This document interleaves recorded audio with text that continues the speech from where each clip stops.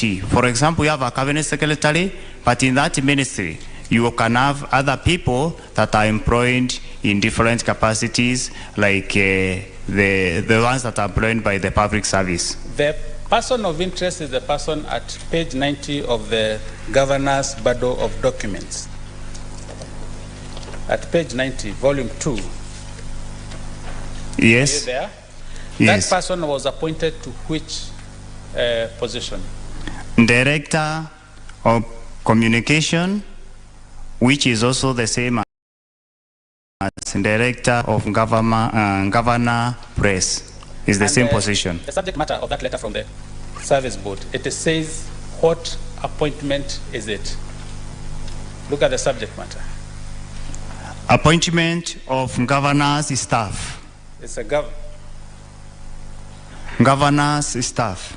The appointment of governor's staff. Yes. Okay.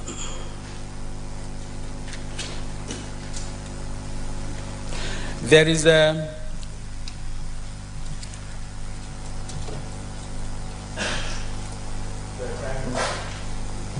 Your time is up, sir. Thank you, Honorable Chairman and Committee. That's all for this witness. Thank you very much. All right. Witness, bear with us. You have 4 more questions. Yes, Chair. On my right. Yes, Esther, first question. Thank you, Chair.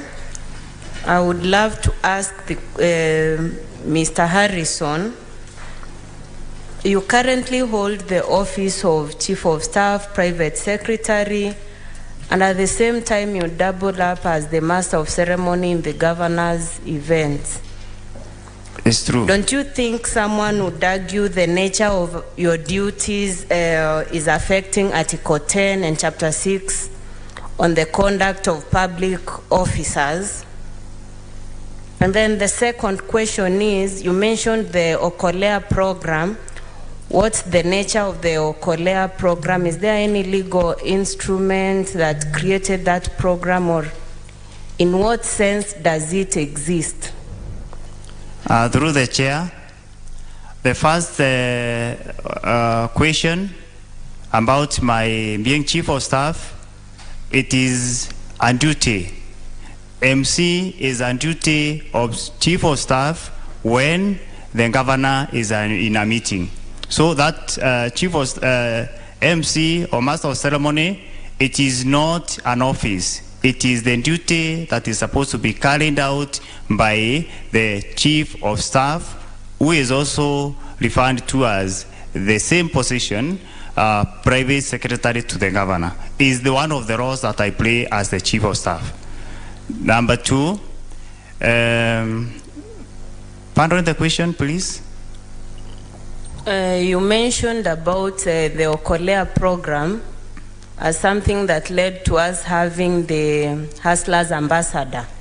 So my concern is there, what's the existence of that Okolea program? Is there a legal instrument that created it? Make me understand, please, Mr. Harrison. Okay, the Okolea program, through the chair, is a program that the Governor started way back even before she became the member of the women rep for Meru County. Is her own initiative, whereby she started by assisting the poor from the community from her own savings. She continued with that even after she became the women rep for Meru County. And now that she has become the Governor of Meru County, she found it worthy to give that responsibility to a person that is very close to her, who is the husband, so that the same program will continue. Reasons for that the Governor gave us is that having the responsibilities of the Governor of Meru County may hinder her from functioning a program that is started even way back before she became a women rep. That's what I know. Thank you. Senator Robert. Thank you very much. Harrison, I just, you've given a lot of information, but I want to just center on a few quick questions where it requires yes and no just answers yes and no. Does Meru County have county secretary? Yes. What do you understand as the role of the county secretary? Is in charge of public service. In the letters you've written, as it is contained in between 30 and 40 or KMS 12, the whole of that section, why did you choose to write that letter when there is head of public service that could have inquired anything staff related? In normal situations, the county secretary handles official matters of the county government, the entire county of government. But here is specific, where the governor is the one that is in trial, is under trial, and it was my responsibility on behalf of the governor, who is the accused, to actually look for those information from the relevant offices. Okay, who does the county secretary report to? He reports to the governor. Okay, so he has the legal mandate. He is the head of public service. He reports to the governor. The governor could have directed that role to be done. And then if that role of communicating between, in terms of public service management, communicating between the office of the governor as it relates to staff, that is general, because it touched on many issues, including Hillary Sandy, because these are questions that came up. Now what I want to find out, aren't you usurping the role of the county secretary as alleged or discussed in the evidence that was put against the governor? I'm not doing that because even if you look at all the documents that are coming from the county assembly, going to the governor, I'm the one who is copied instead of the county secretary. That's the formula that I used. Okay. Because this matter was relating to the county assembly, and they have copied me all their correspondences to the governor. Well, is that the way the Meru County is set? Because procedurally, and I'm talking to you as a governor who has served 2 terms, procedurally all official communication comes to the county secretary. He channels that to the office of the governor. The role of the chief of staff, I want to find out to the best of your understanding, because when TA, Transition Authority, gave those positions, you're not even supposed to be appointed by the County Public Service Board. You're supposed to be directly appointed by the governor as personal staff of the governor. So in your case here, it seems your role has extended beyond the chief of staff mandate as we know it or as it has been allowed. Previously, were you directly employed as chief of staff, or you were working in the county government as employed by the County Public Service Board in a different capacity? When? Okay, before the governor took you on board as the chief of staff, were you employee of Meru County? No, I was an employee of Honorable Kaduri Morongi, the senator for Meru County. And deputy speaker. Okay. Who signed your letter of appointment? The governor. When you were getting cross-examined, I think, by the lawyers, you stated that you were recruited by the board. It's true. So which position is true? Recruited by the board or recruited by the governor? I want to read exactly what happened. And I just want to, were you recruited by the governor or recruited by the board? That's it. Your name is forwarded by the governor to the public service for recruitment. Who signed your letter of appointment? The CEO of the public service. So I just asked you a question a few seconds before. Were you appointed by the governor or the County Public Service Board? I was appointed by the Public Service Board. So your letter of appointment is signed by the County Public Service Board? Yes. Between yourself, in your view, and the County Secretary, in that hierarchy of authority and responsibility, who is senior? The County Secretary. And why did you take the responsibility of the County Secretary upon yourself? What I took is this matter that is before the committee was the issue relating to the impeachment of the governor of Meru County. Could the same thing be... And Kidogo, could the same thing have been done by the County Secretary as guided or requested by the Office of the Governor? yes, it could have been done, but what I need to add through the chair... That's it. Just yes is fine, right? The last question I want to ask, because I have quite a lot of questions, in the interest of giving my colleagues time. Hilary Sandy, is that person the Director of Communication or the Director of Governor's Press Service? Is the same person. I'm asking, is that person the Director of Communication. Do you have substantive Director of Governor's Press Service? No. So the person is the Director of Communication, is acting also in the position of Director of Governor's Press Service. I did know there are two positions because I took it to be one position. Okay, let me help you. When the staff that TA approved as private staff of the governor, where the governor can appoint directly, is the Director of Governor's Press Service, and that is the title. Okay? Okay. Now, could you have used a different title and in the office of the governor to recruit a Director of Communication? If you do not have any other substantive director, then maybe the confusion is just in the title. You know, yes. The Director of Communication or Director of Governor's Press Service. Exactly. So what I want to find out is, do you have any other director? Director of Governor's Press Service? No. So you only have Director of Communication? Yes. Thank you. Chairman, over to you.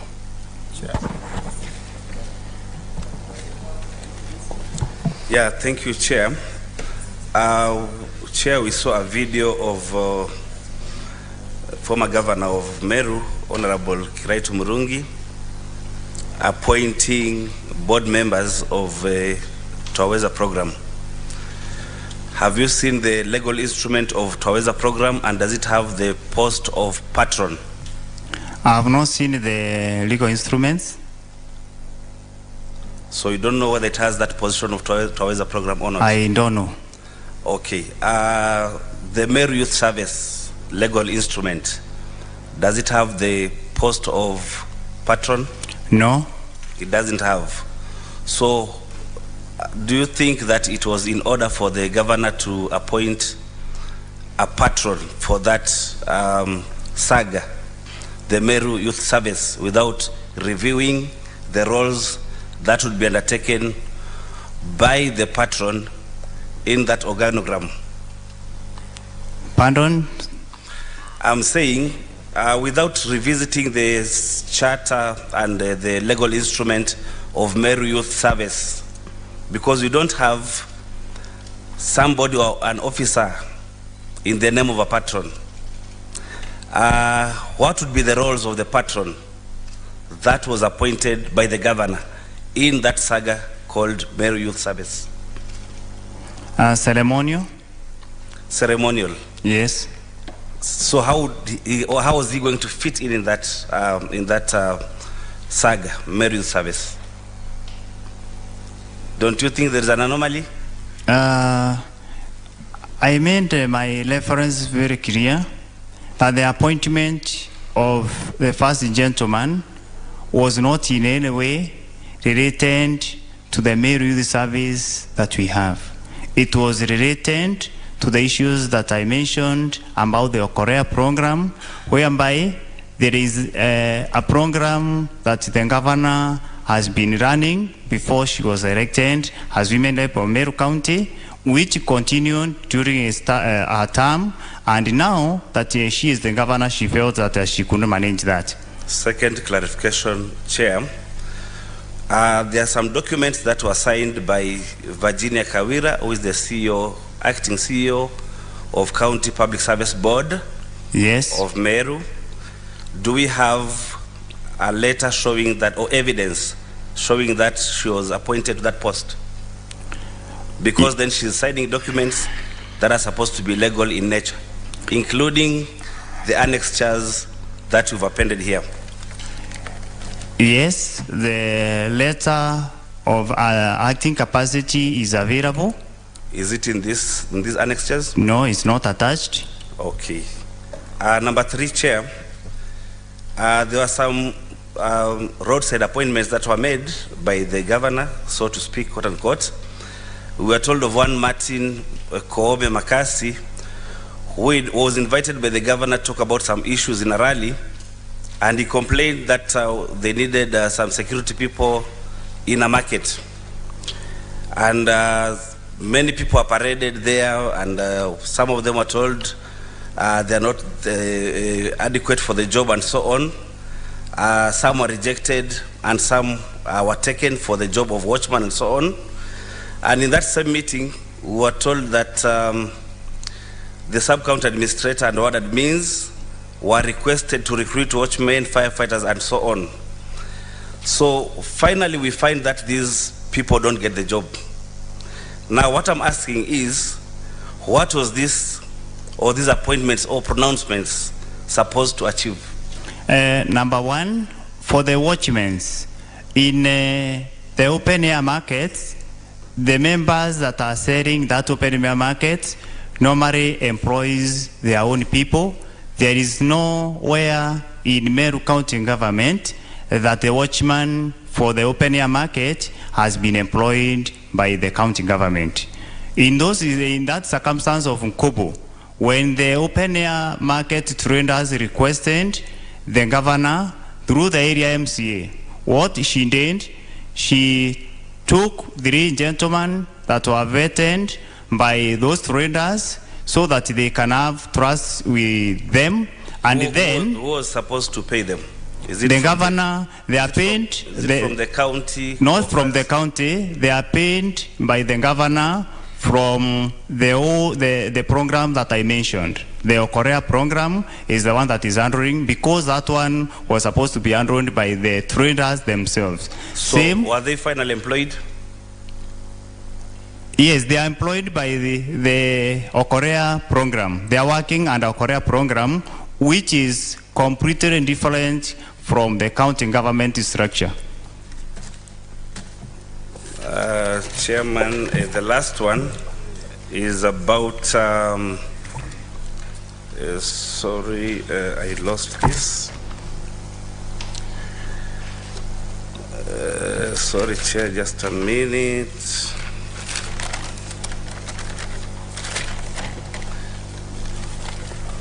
Maybe just go on, then I can come back. Yes, I had seen Sifuna's light before you was to become. Thank you, Chair. Witness, we will try and rush through the questions. Can I find out how old you are? I was born in 1980. So that is 42? Yes. So you have lived just like me, maybe, through some of a part of the history of this country where we used to have these so-called roadside appointments. Yes. You understand why Kenyans had this desire to move away from this system where we had an imperial president who would go to a market and say, so-and-so is now the cabinet secretary for health. Yes. And that we came up with this new constitution that has insisted on strengthening of institutions. Yes. Your governor is not accused of issuing letters of appointment illegally. You understand that point? Yes. She is being accused of standing at roadsides and proclaiming employment to people. Can you at least understand what the problem with that is? Do you see any problem with that? Given the history that we have gone through with you. I understand that one. You understand the history? Very well, Chair, through the Chair. No. You can go through my chair now. Okay. Just use my chair. There was this meeting at Nkubu that my colleague has referenced. Yes. You said that there was a request from that MCA Koome. Yes. I want you, because throughout the day you have appeared to be like a truthful person. I don't want to refer you to that page 98 to read word for word what the MCA said. Did the MCA ask the governor to conduct a recruitment at that market from those people? He did not request for... there was no such request. Because there was also the question of the market wall. Yes. Why didn't the governor issue a tender for the construction of a market wall there and then and identify a supplier there and then? Because that was not the request. Through the... no, use my chair. Okay. Just agree with me that that was not the request. That was not the request. Okay. What I needed to add on this... Just a minute. We are just having a conversation. You help this committee to understand things. Yes. Because as somebody has alluded to here, if you don't help the committee to see things, your boss goes, you also go. That's what was said. Yeah. Let's come to this question of the Timau firefighters. Yes. Who in Timau requested for those appointments? Because at least in Kubu you said the MCA asked for them. Who requested in Timau? It was requested by the community there. In the video that you played us, because your council played, at least in Kubu, the request and the action. Was there a part in that video where you showed us the request from the community at Timau? Yes or no? No. Now, this question of the firefighters, you told us that they are working under this program called Okolea. Yes. In the video that you played us, is there any point where your governor makes reference to the Okolea program? In the video you have played before the Senate? No. Okay. We go to Kianjai. Who requested the recruitment in Kianjai? The community. Do you have that in the material that you've placed before us to see the request just like you did in Kubu? No. Okay. Now, let's go to this other accusation, because there's the question of the forceful entry into the assembly. We agreed there was a formal invitation, there was a gazettement. The accusation, at least the allegation, was made here yesterday, that instead of the governor going straight to the speaker's office to be received, she went straight to the assembly. Is that allegation true? It was made here yesterday. It was not true. Yes. Actually, I was there when she was signing the visitor's book at the speaker's office. So we have a gap in the videos. We have a gap in the videos that have been presented both by the assembly and by yourselves. Both videos don't seem to show us this journey to the speaker's office. Is it possible that you people have that video of the journey from wherever to the speaker's office? Because we seem to end at the door there where the allegation is being made that there was forceful entry. That's what the assembly is saying. You guys are alleging you walked in a peaceful procession like a wedding. We want to know, is there a possibility that anyone has that video? We can look for that video. You can look for it? Yes. Then there was this function at Muthara. I think you said it was a funeral. Yes, it was. You have showed us everything that everybody else said. They were speaking about the ward fund. Is there a video, because you told us the governor was present at that function, is there a video of the governor's response to what those MCAs were saying at that particular funeral? Yes, it was there. Do you want to share it with the Senate, or it's not for our consumption? You only wanted us to see what the MCAs were saying? We can get it and share. Okay. Then there is the question of the meeting at the control of budget. You were present in that meeting? Yes, I was. Is there any document, a letter, like the one you have showed us from the ESCC, on this position that you said the control of budget gave you on the question of the ward fund? Do you have any document in the bundle here that the committee can look at when we retreat? It is not in the bundle, but we have those letters. Okay. In your view, what really is the problem with this question of the ward fund? Is it that the MCAs are unhappy with you calling it equalization fund?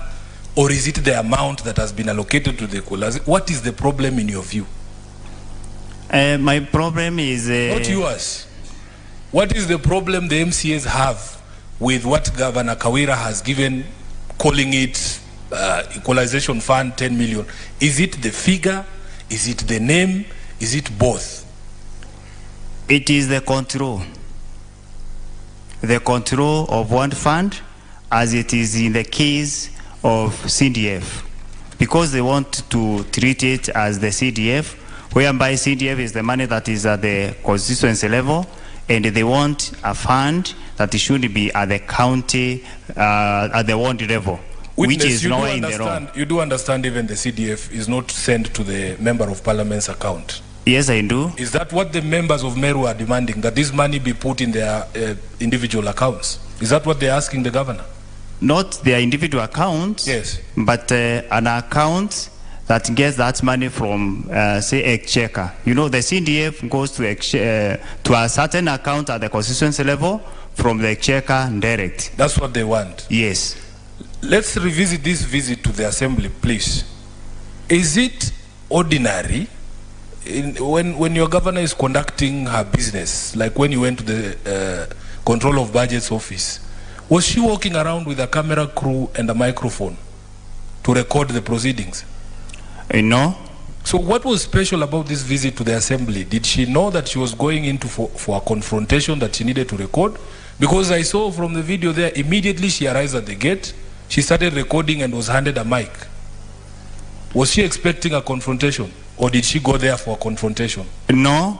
What happened that day was widely advertised, and we had many media houses that were present to do the coverage. That's where even we got some of the videos, including live coverage inside the county assembly. She was handed a mic for the camera that was shooting that video. But let's move on to this Ithili humiliation. You know, this humiliation of this MCA called Ithili. Yes. You spoke about the crowd demanding for this MCA to apologize to the governor. Yes. What were the crowd demanding that he apologize for? What was his mistake? The crowd was demanding because... What was his mistake? What was he supposed to say sorry for? What had he done? Their demand was reference to the activities of 19th, where governor was, the MCAs and thrown some stones to the governor, and they petitioned the governor, and that's why they were requesting for apology from one of them, one of their own. That's what the crowd was chanting? Yes. And we can discern that from the videos? Yes, we can get that one from the video. I thank you, Chair. I have no further questions. Tobacco. Thank you, Chair. Mr. Gato. Yes. Yesterday we were told Meru is in crisis. Yes. And we were told there is, if it goes unchecked, it is an unmitigated disaster. Yes. I'm using the words of the Council for the County Assembly. And we were told that democracy has produced unintended consequences in Meru. Yes. What do you have to say about that? Is there a crisis in Meru? No crisis. Is there a problem in Meru? No, there is a misunderstanding. The working relationship between the County Assembly and the executive is not good. I don't know how to engage that one to the extent of the question that you've asked me. We were told yesterday that for Meru to settle down, to have peace and have development, we need to sacrifice one person. I'm still using the words of the council, of the council for the County Assembly. We need to sacrifice one person who is the cause of the storm. Who is the cause of the storm in Meru? It's everyone. I'm saying this because the governor, in my presence, has tried to best of our ability to make sure that the crises that I mail are handled. So it is everyone, including the governor? Yes. Good. All right. To me, you look like one of the very close people to the governor. Now that you seem to know everything around the governor, the meetings she attends and the people she meets, and possibly her confidence, the inner circle, is that true? Yes, it's true. It is true. So if this select committee of the Senate finds the governor culpable of the charges that are before us, you would also admit that you have failed in your duty as one of the advisors of the governor? On this question, I want to say I'm part of those people that have tried to mediate in my level. I'm talking about not even to mediate. I'm talking about handling the governor, the governor's handlers. Does the governor has an advisory council or an advisory team, which I want to believe you must be part of? Yes, it is there. It is there. Yes. So if we uphold the impeachment motion, you will have let Meru down.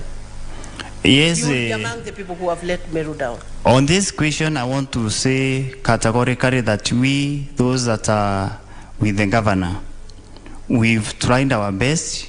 Governor has complied with all our requests for her. Governor has also complied with the requests for those that are outside. For example, she 100% complied with the request from the Council of Governors and allowed the MCAs now my to friend, come down. Gatobu, we are here and Kenya is watching. We want to solve the problem in Meru. Yes. Would you say that the governor is a difficult person to deal with? She is not. Would you say that because all other leaders have been unable to work with her, what would you then say is a problem? Is it you, the advisors? Is it the spouse? Is it the governor, Kawera, the person? We need to get the problem in Meru. The major problem that we have in Meru is the one that you mentioned. I want to be very clear on this. When you give a demand to the governor that is not tenable. For example, the MCAs have said categorically, and that's why we are able to bring even the videos that are outside this motion, because we felt that that is where the major problem Mr. is. Gatobu, you're not being honest, because we have watched videos here of roadside declarations, of things that ordinarily a leader may not be expected of. So would you tell us you are the one advising the governor to make roadside declarations, to do employment in the streets, to shout at every leader, to attack the church? In my own assessment, I want to say, and that's what I want to repeat, the problem that is in email, to be very sincere from the bottom of my heart, is not what is contained in this impeachment motion. The factors that have been mentioned here are not the real problems that are in Meru County. Chair, I rest my case. Sure. Senator Okech, at senior light first.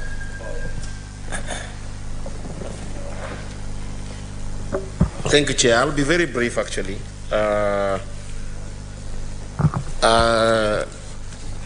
You have been, in your introduction and in a number of questions by different council members and one member of this committee, you have been asked, in the county of Meru, who do you consider yourself? Do you consider yourself a staff of the governor's office, or do you consider yourself an employee of the County Public Service Board of Meru? I'm a staff in the governor's office. You're a staff in the governor's office? Yes. Chair, I hope you take note on that, because the witness said when Senator Ali Roba asked that you are an employee of the County Public Service Board. But that said, you did indicate that there are processes that establish the governor's staff, right? Yes. Are you aware of those processes? Yes. Did you indicate that one of them is conducting interviews? One of them is the County Public Service Board conducts interviews. Yes. And then recommends to the governor? Yes. Okay. Which is not competitive. Is what? It is not competitive. It's not competitive? Yes. That's fine.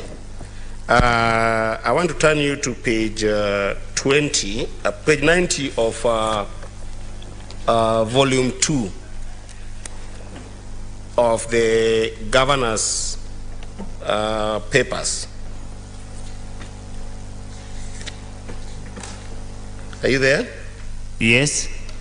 There are officers there that are indicated with a communication from the Secretary of the Meru County Public Service Board to you, right? Yes. To appoint, right? Yes. The indication there is that the letter is dated on 1st September 2022.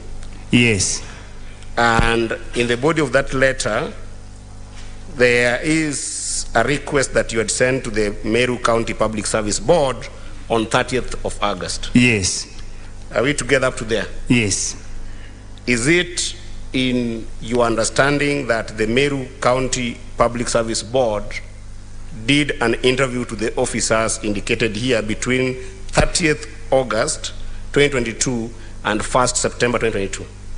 That is, I am seeing the difference of 1 day, but that was their responsibility, and that is the response That's that I not got. what I've asked.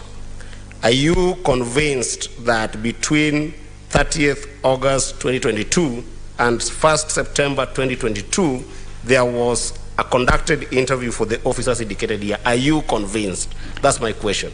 I'm convinced. Okay. The last question, Chair, to this witness. You have given a number of communications between you as the Chief of Staff and the Meru County Public Service Board between, let me just go to page 49. I don't want to go to the specifics. Page 49 and page 59. Most of the letters that were letters of inquiry from you to the Meru County Public Service Board.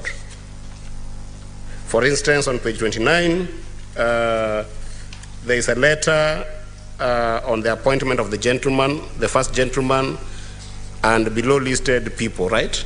Yes. And they are dated 22nd November 2022. Yes. And the responses are generally on 23rd November 2022. Yes. Are we together in this? Yes, we are together. Were these letters, in your own understanding, that were these letters to the board your normal diligence duty, or a pure response to a coming impeachment motion? On this, I want to reference to what happened. This is the second impeachment motion that we have. Some of the letters. No.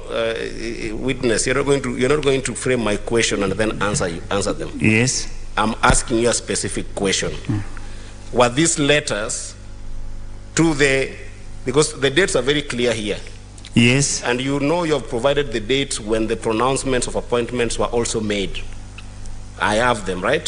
Which some of them span to about 2 months before these letters. Yes. So I'm asking you, were these letters sent as your own diligence process, meaning that you're taking your own responsibility as your roles in your capacity as a Chief of Staff, or were these in response or in preparation for the impeding impeachment motion?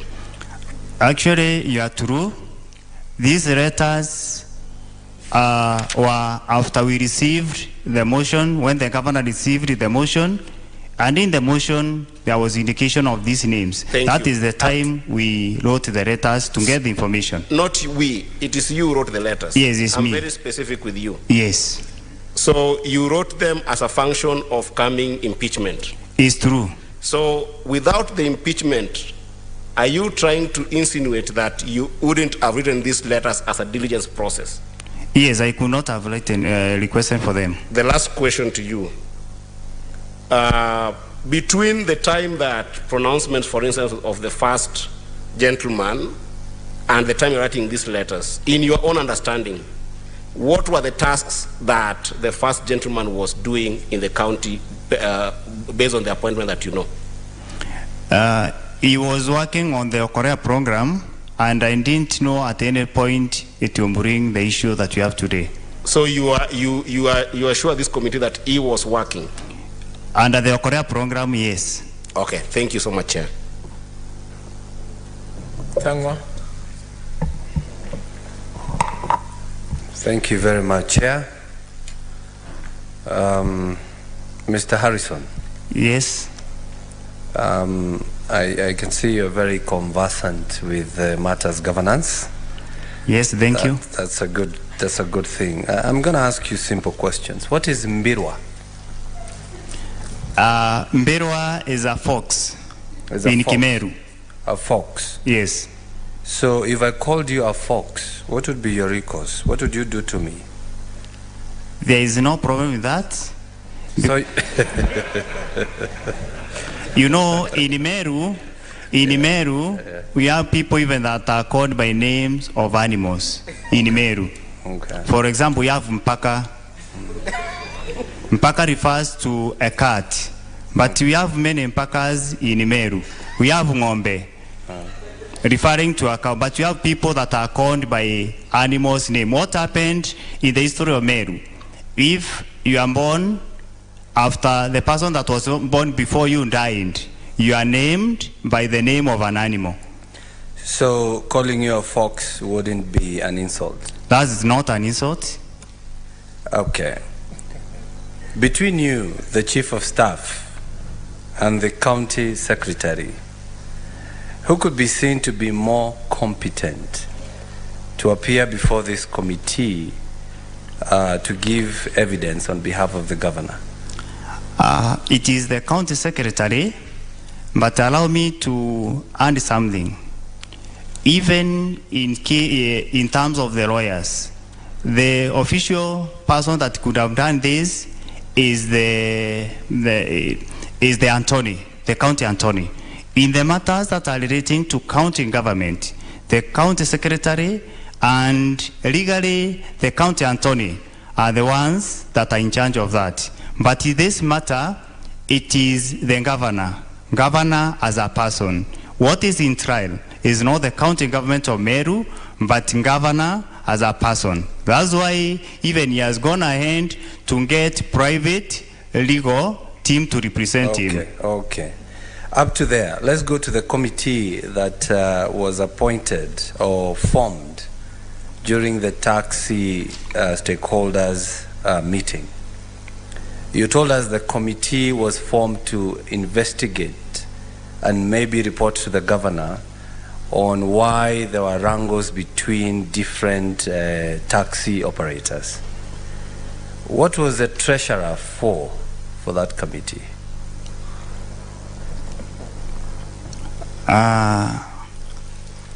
The committee that was formed was from among the members of taxi. Yeah, I heard the governor say you're the organizing secretary, you're the treasurer.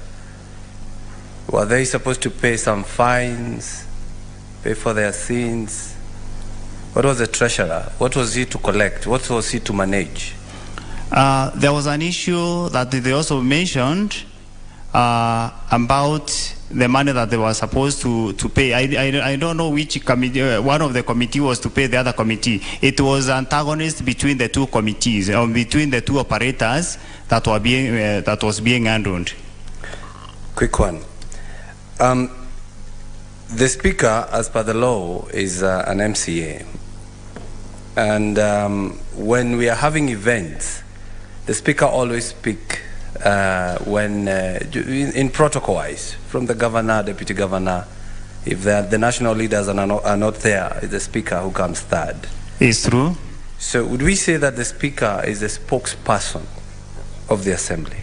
Yes, yes. So by him conveying what the MCAs have agreed, would you call that partisan? No. Okay. You played the video of MCA DMK before he was elected for the second time, where he was telling the people of Meru not to vote for the governor. Then you played another video after the election, maintaining his stand. Could we say he was right? It was not right. What I saw in the video, in the two clips, is a personal beef for him. Personal beef? Yes. Second last question.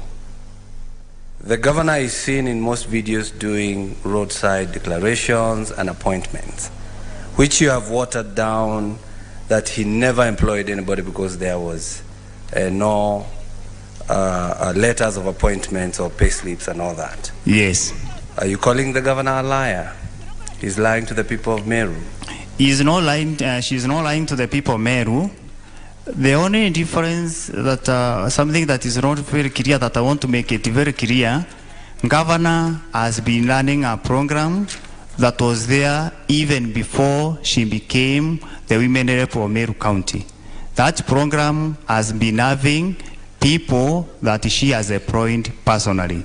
And she continued that program even after she was elected as the male women rep, and she has continued the same program even after she has become the governor. But now, due to many laws that she has to play as the governor, that's the time that she delegated the law of ending that Korea program to the first gentleman, who is now ending the entire program that is away from the programs or the employment of operations of the county government of Meru. Okay.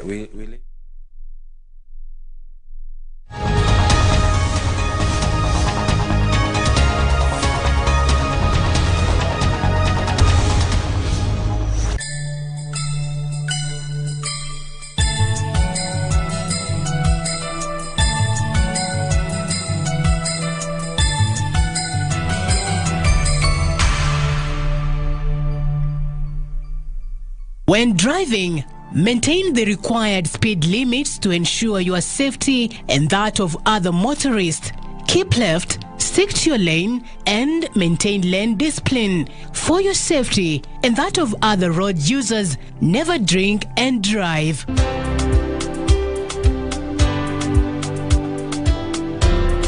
Usalama barabarani ni jukumu letu sote. This message is brought to you by NTSA and the European Union.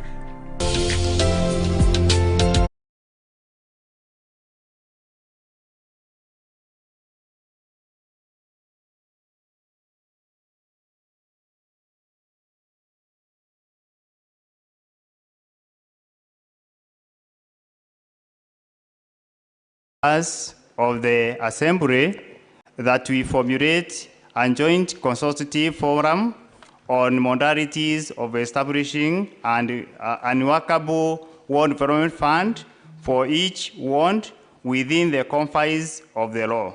This will also ensure that the elected county assembly members are able to address the surging demands from the electorate. I shall also be engaging the nominated members of the assembly in projects at the grassroots levels so as to appreciate their position and the law in development of the county and shed the murky tag of flower girls that has been associated with the political parties' nominees. So that was the address of the governor to the county assembly of Meru, to show that she was really willing to work with the MCAs on this issue. Yes, but from that reading of the script that you have just read, as the governor or you or the people working with the governor tried to reach out to the MCAs and see if they can implement the projects together? We've tried. Even this document was supposed to be in the county assembly, and normally what happens after the governor's address, it is discussed by the members of county assembly for 4 days, and this is what governor wanted them to discuss even in the assembly. Have they ever communicated with the governor or the office of the governor about any projects that they want to do at the ward level? Yes, they have. And what? Chair, that is the question I wanted to add on the last one. So. And what happened? Governor has been telling them, let's come, sit down together, discuss about the modalities, so that we are going to ensure whatever we are going to do is within the law. That has been the take for the governor, and that one has never happened. In all the attempts, including the message from the governor that was read to the county assembly by the speaker, the same was done. And how about bursaries from the governor's office? How do they reach the people down at the ground? Bursaries are part of this fund, whereby, for example, when you go to ward like in Kwene, out of the 10 equalization million fund, there is 3 million for bursary, there is 2 million for water, there is 1 million for loans, a total of that equalization fund. And how do you get to know the needy children from the wards, you know, from the governor going down to the ward without the MCAs being involved? There is a committee, there is laws that were passed, an act that was passed by the county government of Meru that is governing the same. From the witnesses who stood there yesterday, all I heard from them, and the governor is here, she can bear witness, is that she's arrogant, she talks to them rudely. Just give me leave to ask an additional question on the... Why can't you let me finish and then you come up? It's on the ward fund. That's what I just wanted to ask. Just follow up so that I follow through the thoughts. Let me finish. Don't cut my floor, please. Senator, thank you. Because once you cut my floor, then thank you. I don't even know where I was now. Yeah, how does she identify the people who are needy at the ground? Because even as we struggle when we want to know the needy, maybe it will need to go through the MCAs, we'll need to go through the chiefs and all this.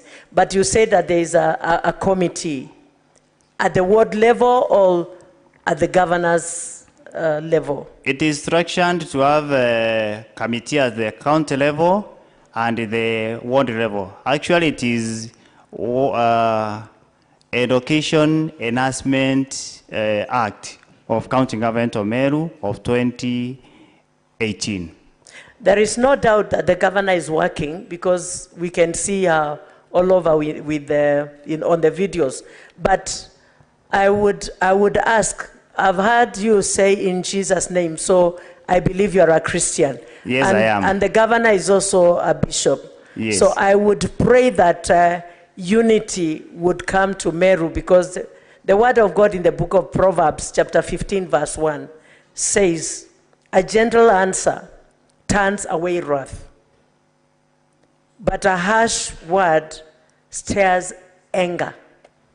And that is exactly, according to all what we've gathered here, is exactly what is happening in Meru. So after we do what we are going to do, I hope Meru will be in unity and Meru will work and will move together in unity. And especially working with the MCAs, because there is no way the governor can deliver without the MCAs. And there is no way the MCAs can deliver without the governor. Thank you. I pray so in Jesus' name. Just a follow-up, Governor, because, sorry, Chair. What I wanted to ask is that we have been told there is no new budget. The budget that is being implemented is the one that was made by the former county government. True or false? It is true. What has changed? Because in the previous government, we used to have about 20 to 25 million per year forward projects. What is the bone of contention now? What is the difference between that is occurring between the MCAs and the governor? Yet we are using the same budget. Actually, that is the major challenge, major question that I have, because governor has not produced or given any new budget, and even some of the MCAs that are talking about the bond fund were there in the previous government, and they are the ones that passed the budget, which earned only 10 million. They are the ones that did that way before the governor became governor of Meru County. The Senator of Lamu. Thank you, Chair. Mr. Harrison Gatobu. Yes. What is your position in Meru County government? The Chief of Staff stroke private secretary to the governor. Are you in any way related with the governor? No.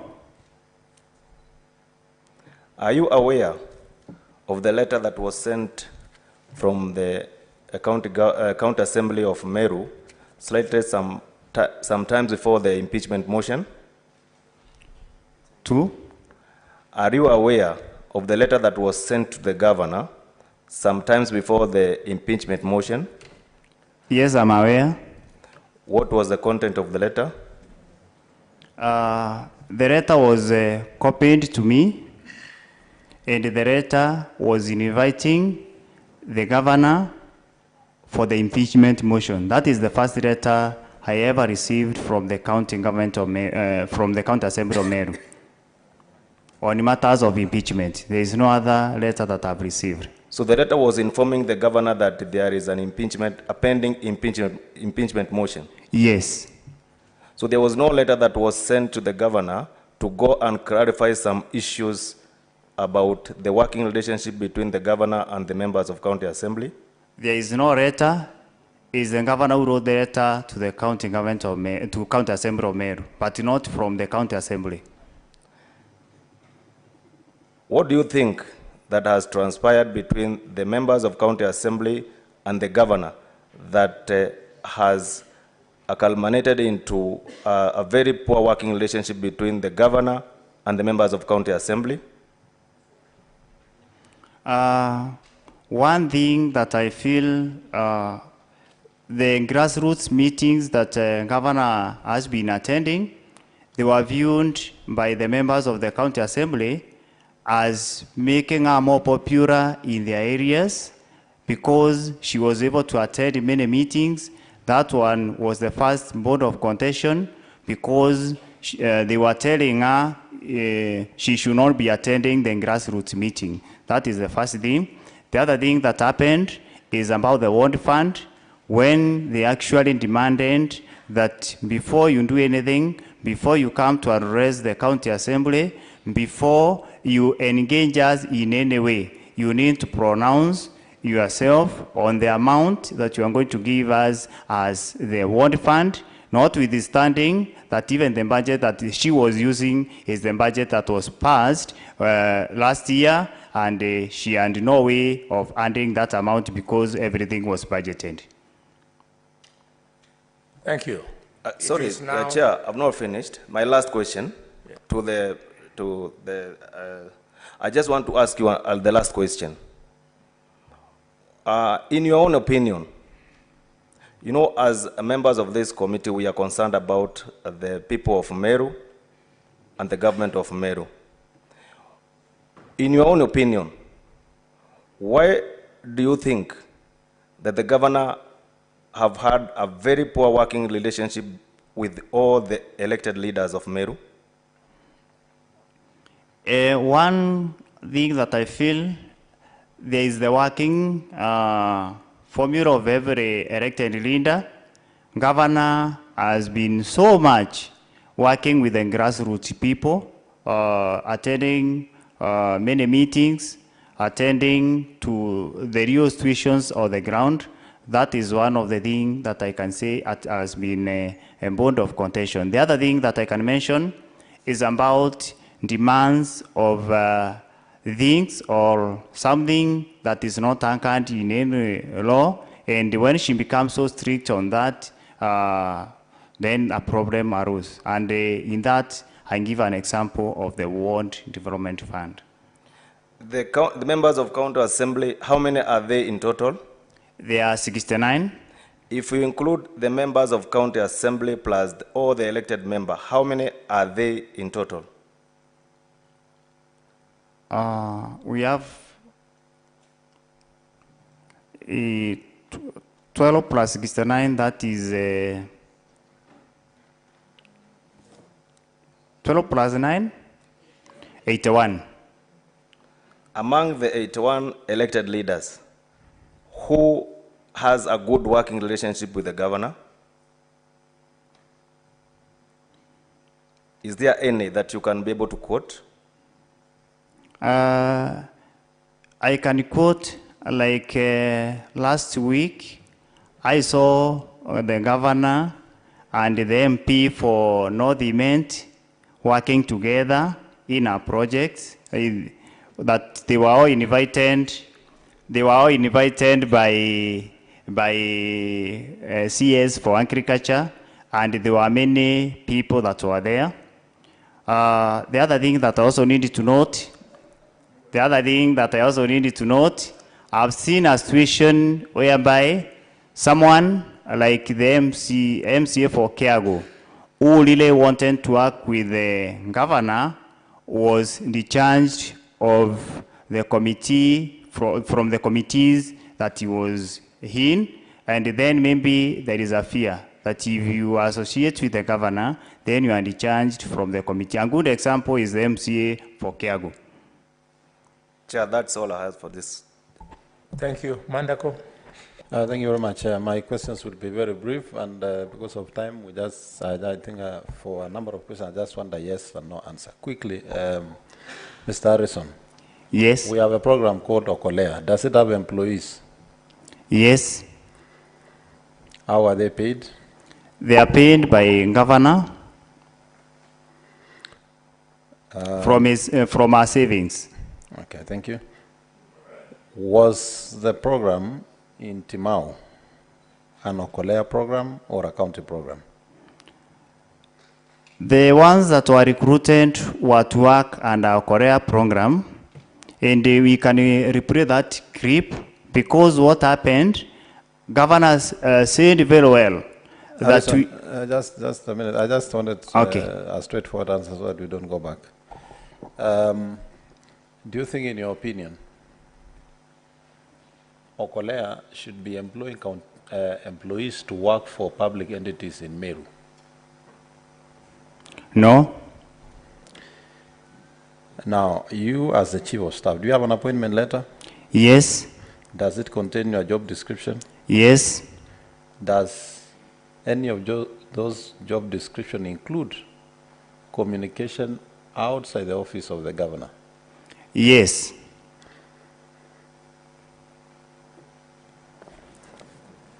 My last question. You said you are an employee of the senator for Meru. I was. Did you contest for an MCA position? In the preliminaries, I was, but I did go to the ballot. That's a simple question. Did you contest for a seat, yes or no? Yes. Did you resign from your position of working for the office of the senator of Meru? Yes. How many months before the election? 6 months before election. Which ward did you contest? Abogeta West. Is that the word that also the mover of the impeachment motion comes from? Yes. So if we say that you have used your appointment in the office of the governor to further your political interests, and therefore put the governor in a coalition course because you are still settling your political course with the area MCA, would that be correct? I have no idea on that because you have no problem with the MCA. No, I just want a simple answer so that we move very fast. I have no idea. Thank you, Chair. Very well. Members, I have some interventions, but because we want to manage time more, this is the principal and only witness of the governor, and since we have an opportunity to ask the governor one or two things, I'll ask them through her to you, because you are speaking almost on our behalf. Number two, I would like us to adjourn for 15 minutes. And at the end of the 15 minutes, the governor will take the witness stand. The first person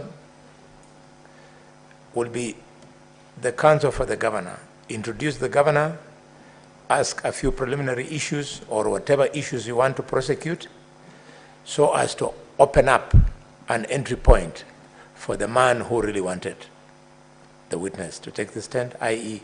Dr. Mudomi. After that, colleagues, I'll manage time. We are approaching midnight now. I'll manage time. Chair. No, for real. I'll manage time so that then again we break out for 1 hour for parties to go and prepare their final submissions. They cannot come from what they're doing and then make submissions. We'll need to give them 1 hour. Then thereafter, we come. Chair, maybe you can stand down the witness. No, I'm just about to go there. Witness, thank you very much. You've been a fantastic young man. Thank you, Chair. For somebody who's 42 years, you are very resilient, and more importantly, you are very knowledgeable. I don't know what the governor would do without you. Chair, or what he will do without the governor. Thank you, Chair. No, I like young people, so I'm proud of you. Very well. So then that will allow parties to come and then address us. After they finish addressing us, we have to do a closing ceremony. The evening is still very long. Members, you remember that we shall still have to proceed to our rendezvous for report writing. So, Leo. Yes, Edwin? Chair, just for clarity, all the counsel for the governor will be doing is to introduce her. Yes. Because they had given up the right to lead her in evidence, and the request that was acceded to by the committee was the request by counsel for the assembly for cross-examination. Yes. So I think you might even allocate time now so that they know. They'll have maybe 10 minutes to introduce, then we hand her over to... I'll allow them, because they had gone to prepare the governor. When they take the stand, then they'll request for time, depending on how they had prepared her. I can foresee the governor is going to take a very long time there. I can foresee. So, the exact time allocation, I'm going to consult with the Secretariat and also with parties. We should be able to manage. Yes, Governor, I thought I was asking for time out and then you'll come to prosecute your request. Sorry, Honorable Chair, I need to make a clarification for neatness of record and so that we comply with Rule 22 of the rules governing these proceedings. I have consulted my learned friend, Dr. Mudomi, and it's only fair that I lay a basis for her cross-examination. So I'll need time to lead the governor so that at least I do not send her directly to cross-examination. That would be very unfair and prejudicial to her. Hold your horse. That's what you're coming to do. And I can assure you, we cannot deny you that opportunity. Can you imagine the governor being handed over to the person prosecuting her? I mean, the person accusing her without your defense? This thing would immediately become a sham. So you will have your space. All that Senator Sifuna is saying is that, allow me to use the word in Kiswahili, shauri yako, mbona hukumweka hapo kama ulifikiri atakusaidia? He wants you to enjoy the consequences of your strategy, but we shall help you. Okay? Council for the County Assembly, you want to talk now or at the right time? We could do with a break, but in principle, I think you have already given the direction. I don't really have to talk to the issue. Okay, fine. So everybody back to the holding zones. 15 minutes.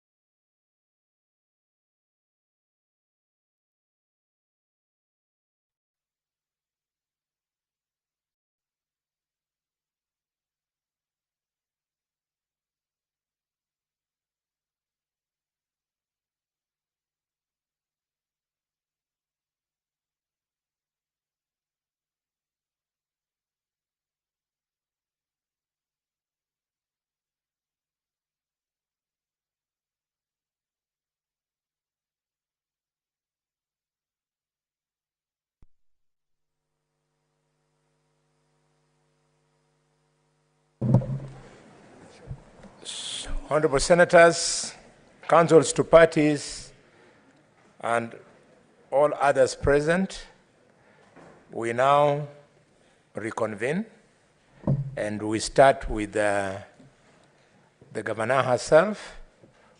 Could the council of the governor introduce the witness? Thank you, Honorable Chair. Perhaps the Honorable Governor can take the witness stand. Sergeant at Arms, oath.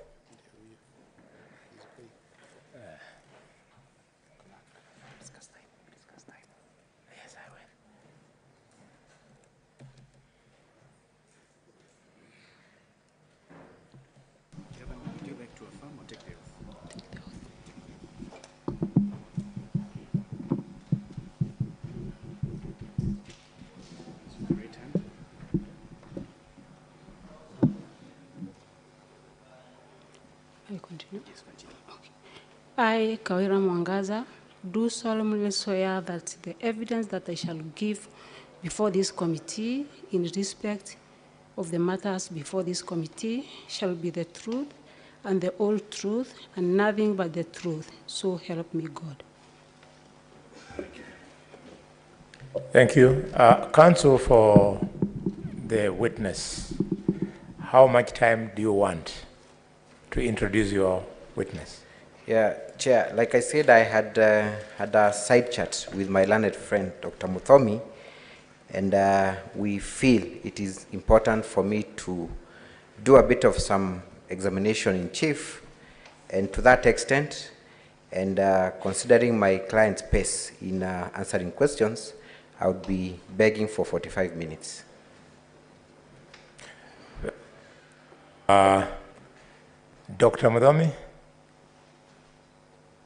Chair, I had earlier on indicated we would need at least 90 minutes, and you had promised me you could give me some additional minutes once we get there.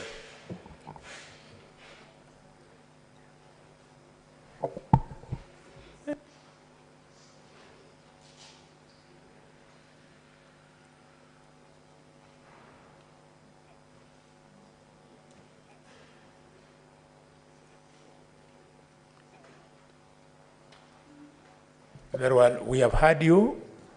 We are trying to manage time in view of what is ahead of us. And bear with us. Counsel for the witness, we will give you 30 minutes. And counsel for the county assembly, we will give you 60 minutes. And please, your 60 and 30 minutes, share with your team accordingly, because senators really want to listen to the governor.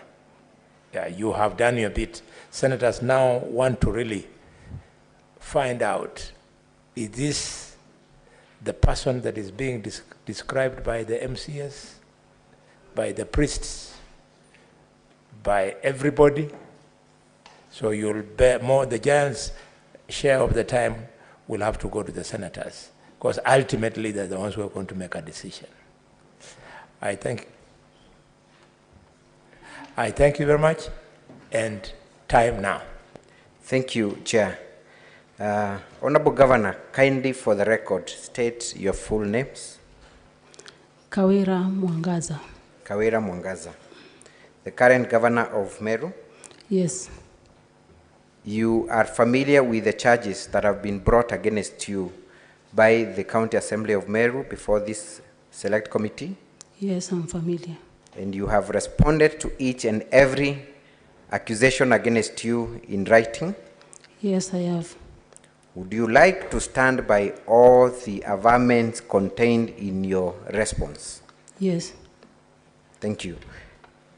You have been asked, and that question has been posed through several witnesses, why you did not want to participate in the impeachment process to defend yourself, or at least give your side of the story, at the Meru County Assembly. Did you deliberately refuse to participate in those proceedings? No, I didn't. You did not. What caused you not to participate in those proceedings?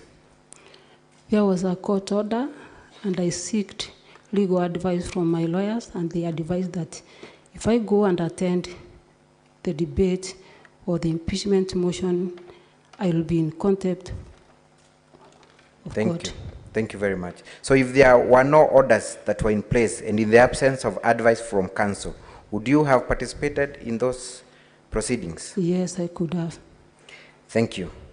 I want us to play a small video on the day when the second motion for impeachment was before the county assembly. Kindly, let's look at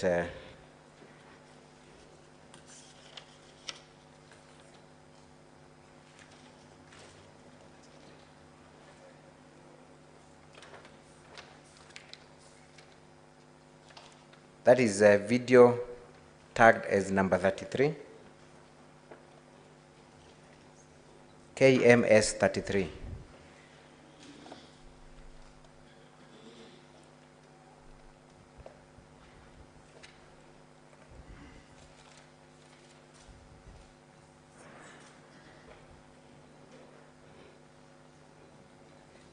We have A, B, C, D.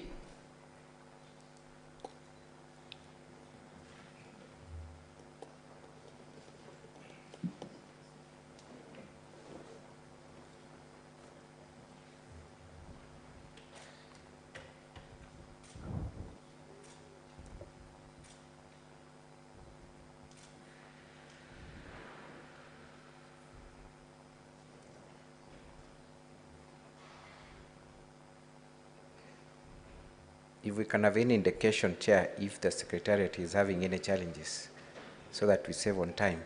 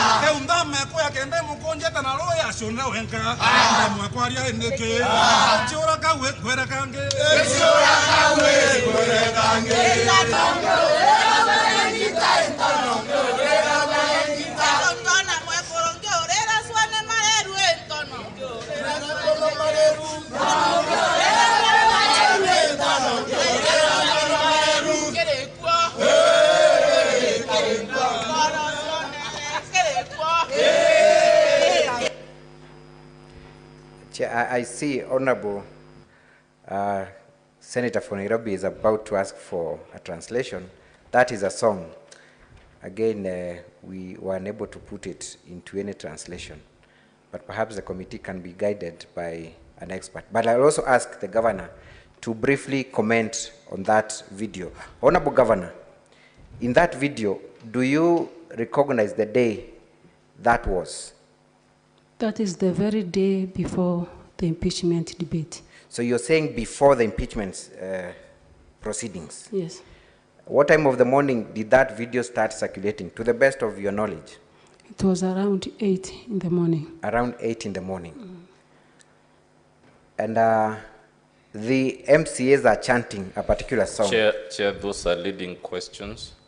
The council can ask the witness what time did this event happen, but when he asks what time of the morning, he has already given the answer to the witness that it was in the morning. So council is testifying from the bar. The reason why I said morning. That objection is upheld. Most obliged. You are a lawyer trained to ask questions, isn't it? Thank you, Chair. Only that the event of the impeachment was set to take place at 10 a.m. and she said before the impeachment proceedings. That means before 10. But nevertheless, Honorable Mwangaza, what time of the day were those MCAs singing that song? It was very early in the morning, around 8 a.m. Around 8 a.m. Yes. Before the impeachment proceedings? Yes. And are you able to understand the words in your local dialect, what they are saying? I'm able to understand. What are they saying? That is the Kimeru traditional or songs that were meant to bury or to curse someone. And that's why they were dressed in white and black, led to bury the same day. So they are saying they are going to bury you? Yes. They have also made certain references to other people. Are you able to tell which other person is being made reference to? Yes, my husband. What are they saying about your husband? They have never seen a woman that is meant to cry by the husband. Thank you. Can we now play the next video, that is B?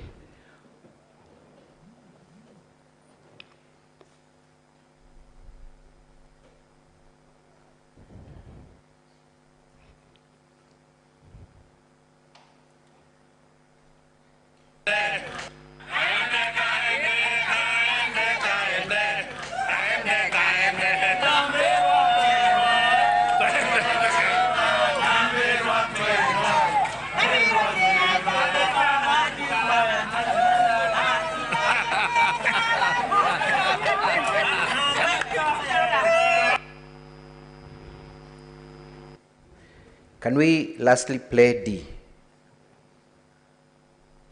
Can we lastly play video D?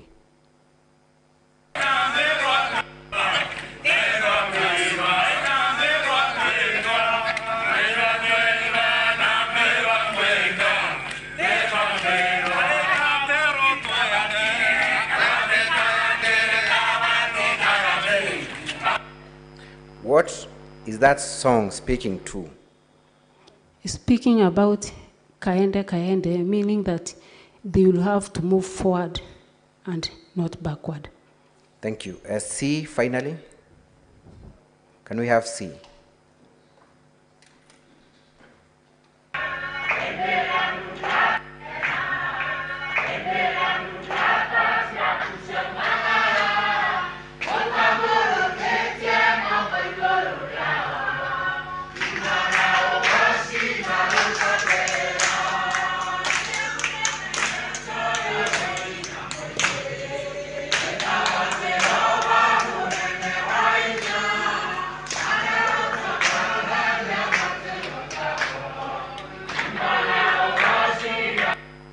One would be forgiven that the MCAs are in a church. Can you confirm where the MCAs are when they are singing? In the County Assembly of Meru. They are inside the County Assembly of Meru? Yes. And that was the same day when they were set to impeach you? It is the same day. What song is being played inside the County Assembly? That's a Kikuyu song, praising God, and then saying that after victory, the name of the Lord shall be praised. So they are anticipating for a victory. You have been a member of parliament for 5 years. Is that behavior parliamentary in nature? No. It is not. And did you expect to have a fair hearing before such a tribunal or a committee or a house? No, no, no. No. Why do you feel that you do not have had fair hearing before the MCAs in Meru? Because they had already made a choice. Thank you. So they had already made a determination on yes. your impeachment motion. Thank you very much. Very briefly, I want to take you through the 6 charges and in a very summary form, give your response to each of them. 1, you have been accused of nepotism and illegal appointments. And to this extent, I want to ask you specifically, are you guilty of nepotism and illegally appointing your husband or spouse to a county office? Not guilty. Did you appoint your husband to a county office? No. What did you, or rather, in what position did you appoint your husband to? I only appointed him as the ambassador of Hustlers of Meru, and then the patron of MYS. Is that appointment in a county office? No, it isn't. What were you intending the first gentleman to do in the appointment that you gave him? The patron, as we know, or as I believe, is a person who assists, gives aid, supports financially, socially, and expected the first gentleman to assist our youth in Meru County. Specifically on the issue of the Meru Youth Service, was it your intention for the first gentleman to overshadow or take over the mandate of the board? No. What would have been the role of the first gentleman in the discharge of his duties towards the Meru Youth Service? It is to help the young men and women financially and also give them moral support. So it was for moral support and, where possible, assist them financially? Yes. Are you aware of other initiatives by other first ladies or first gentlemen that have similar initiatives? Yes, I'm aware. You're aware. Were the other previous governors in Meru, or rather had the other previous governors in Meru appointed their spouses for similar initiatives? They did. They had offices, they had vehicles, and everything. Thank you. Does the first gentleman draw any salary or remuneration from the county government of Meru? He has never drawn any coin from the county government of Meru.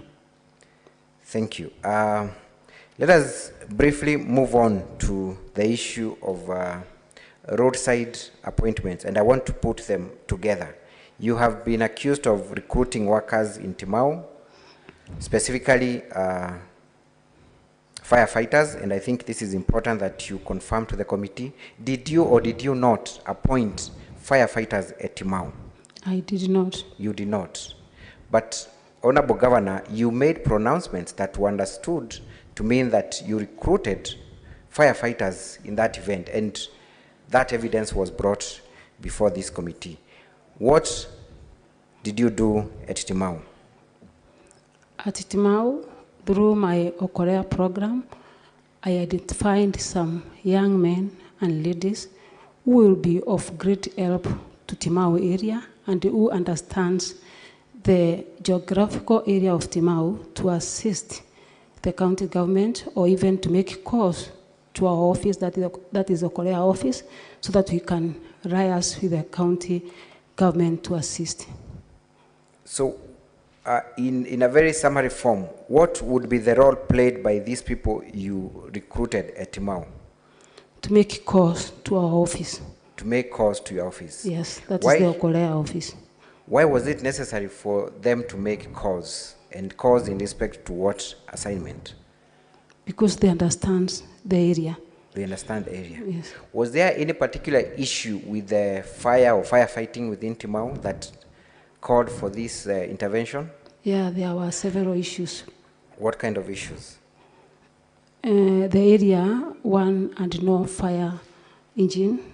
Yes. They requested the government to intervene. Yes. At the same time, they wanted us to assist with people that understands and can bring to our attention what is happening, especially when such events emerge. So would you call then those people as a liaison between your office and the community? Yes, they are. Has any of those people that were appointed at Timau drawn any salary from the county government? They haven't. Have they been given any appointment letters? Not at all. Have you forwarded any of their names to the county public service board Not for at recruitment? all. No. Have you instructed any county office to adopt or recruit those people? No. The appointment at Kobo again, you were seen appointing watchmen. Why, to begin with, were you at Kobo in the first place? What was the issue?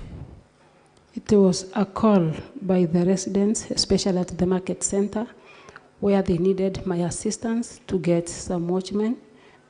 And at the same time, several other issues arose, and I was not alone. We were with the area MCA. The people you were seen recruiting as watchmen, In what capacity were they supposed to serve? Is it within the county government or exactly in what capacity? And who was supposed to pay them? I was supposed to pay them. You were supposed to pay them? Yes. As the governor of Meru or in what capacity? As the Okolea program director. So you were then offering employment in your capacity as a director of Okolea? Yes. Thank you. I'm sure later on you will have an opportunity to talk about that Okolea initiative. You have also been accused of directing the Meru Level 5 hospital to spend at source. Did you at any time do that? No, no, no. What did you do? You were seen in that rally talking about waivers, talking about spending some cash. What exactly were you after? I was invited by the committee and the acting chief officer of Meru Teaching and Referral Hospital to pay them a visit. We sat with the committee, that is the board, and afterwards we were to give address on what was deliberated from the meeting. So there was a deliberation and there was a communication to be made? Yes. What was that deliberation about? One, they wanted to use or to assure that they will use the money at source according to the act. So that was their request? That was their request. What other deliberation were you supposed to communicate to the public based on the meeting that had transpired? They had a list of people that they wanted to waiver the poor. Is that the same list you communicated to the public? Yes. Thank you. Very quickly, again, let's talk about incitement, bullying, and vilification, and this is very key. You have been seen in those videos in an incident where it has been interpreted to mean that you are vilifying the minority chief whip and other leaders, including the Senator of Meru, the Cabinet Secretary Agriculture, MP for Tigania East constituency who is in this building, and the Catholic Church and clergy. So very briefly, I want you to talk about the vilification of minority chief, whip, and other leaders, specifically on the incident that took place at the minority chief's whip's ward. That is Mwenda Ithili. Did you or did you not humiliate and vilify that particular member of I did not humiliate Mwenda Ithili. You did not humiliate him. You were seen asking the member of county assembly to apologize. Why were you asking the member to apologize? I did not ask the member to apologize. It is the crowd or the residents of the area that insisted that the MCA should apologize. Why would they insist that their member of county assembly apologizes? Because of the incidents that had occurred previous days. What incidences are these you're referring to? The issue at the County Assembly of Meru when they walked out while I was giving out my speech. So the day you were at this word, was it before or after the attempt for you to deliver the address to the assembly? It was after. It was after. Let's talk about the Senator of Meru County, Honorable Kadhuri. Have you at any moment tried to vilify the Honorable Senator for Meru County? No. Has there been any evidence brought before this committee indicating, or rather showing you vilifying or even mentioning the name of this senator? No. There has been an issue about you talking about the Cabinet Secretary of Agriculture. Again, has there been any evidence brought before this committee where you are seen talking about the Cabinet Secretary for Agriculture? No. But then, Governor, I want to take you back to a video that was played here. And it is seen where you are purported to have said that certain leaders in Meru, specifically the Senator of Meru and the Cabinet Secretary, were demanding a share of your government, and you made certain utterances. Is that correct or not correct? It is not correct because from the videos that have been played here, there is nowhere that I've mentioned any of the two said leaders. But you mentioned not sharing any bread. You said you were not ready for nusu mkate. What were you making reference to? I was making reference to the MCAs who had already demanded that they want a share to themselves, and then they leave the bigger share to me, as we saw from the cribs. So you were making reference to MCAs who had made a request or a demand to have a share of your government? Yes.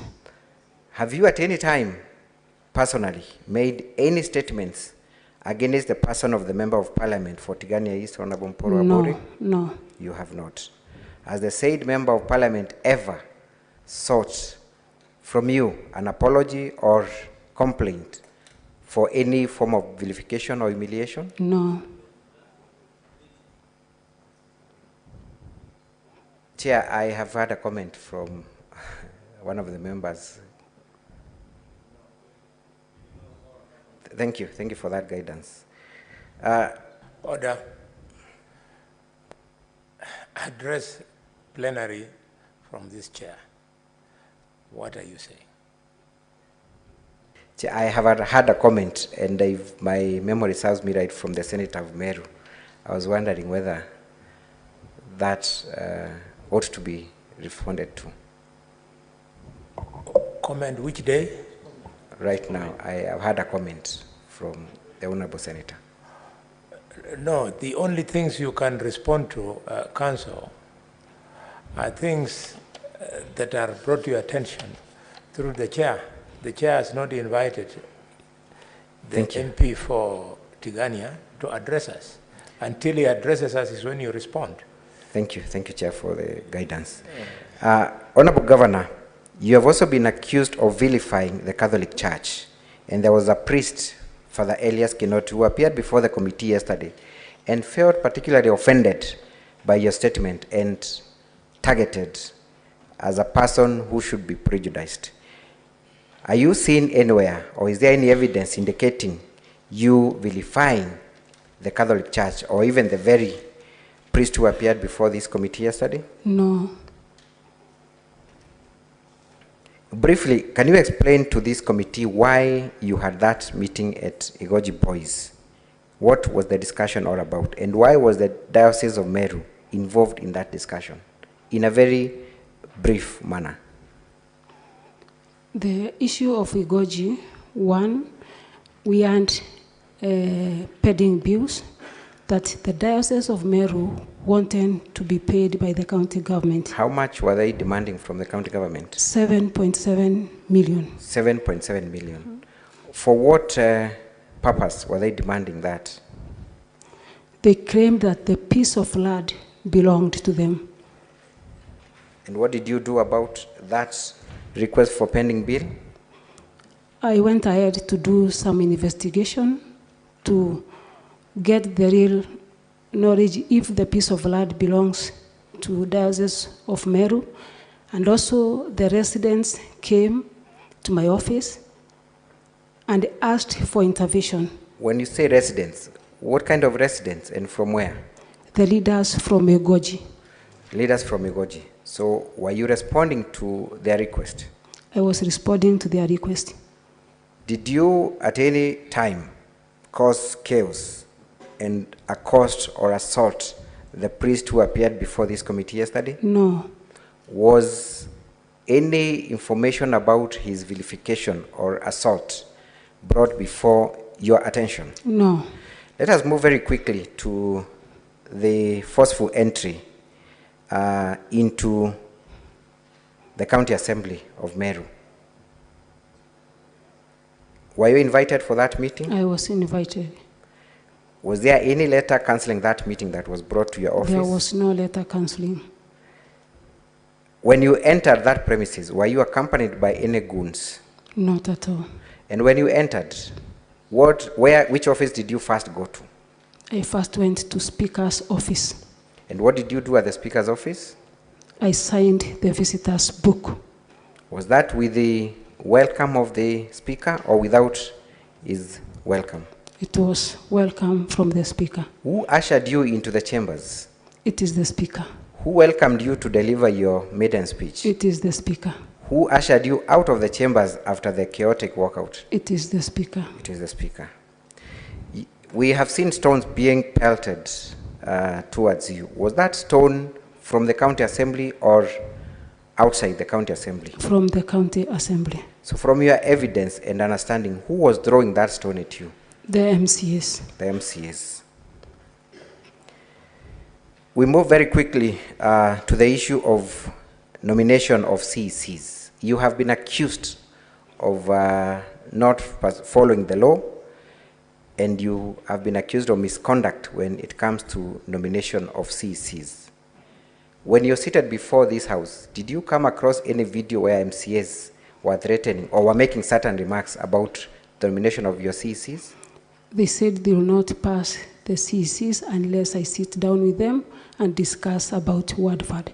Did you ever present any list of CECs to the County Assembly of Meru? I did 10 of them. 10 of them. How many were approved? 3.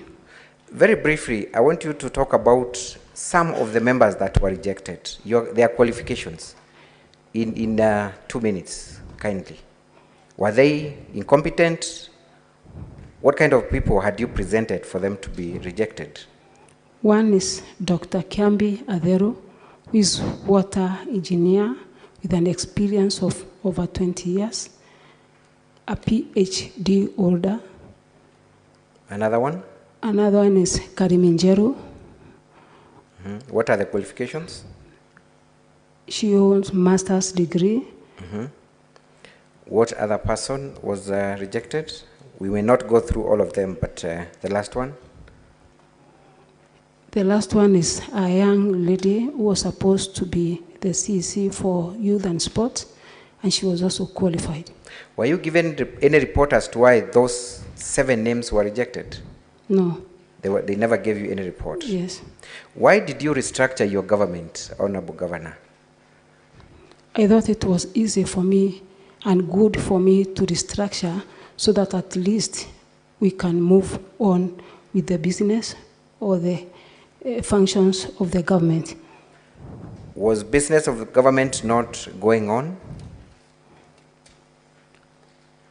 Minus the 7 CECs, I thought it would be a bit hard. So I decided to reorganize and then assign the 3, those who have been passed, to handle at least 2 dockets each for us to move forward. Thank you. Before the red light goes on, you have been termed as the modern day Hitler, Adolf Hitler, that we need to sacrifice you for the county of Meru to prosper, that you are not seeing eye to eye with any of the elected leaders, that you are a lone ranger, that you are very arrogant. That is the picture that has been painted by the County Assembly of Meru. Is that who you are? Are you that modern day Adolf Hitler, an all-powerful, all-knowing, omnipresent person that does not require any input from any other person? Is that you, Governor Kawira? It is very unfortunate, and that is the narrative that have been sold by maybe the MCAs or my political competitors, just to show and paint the bad part, which I'm not.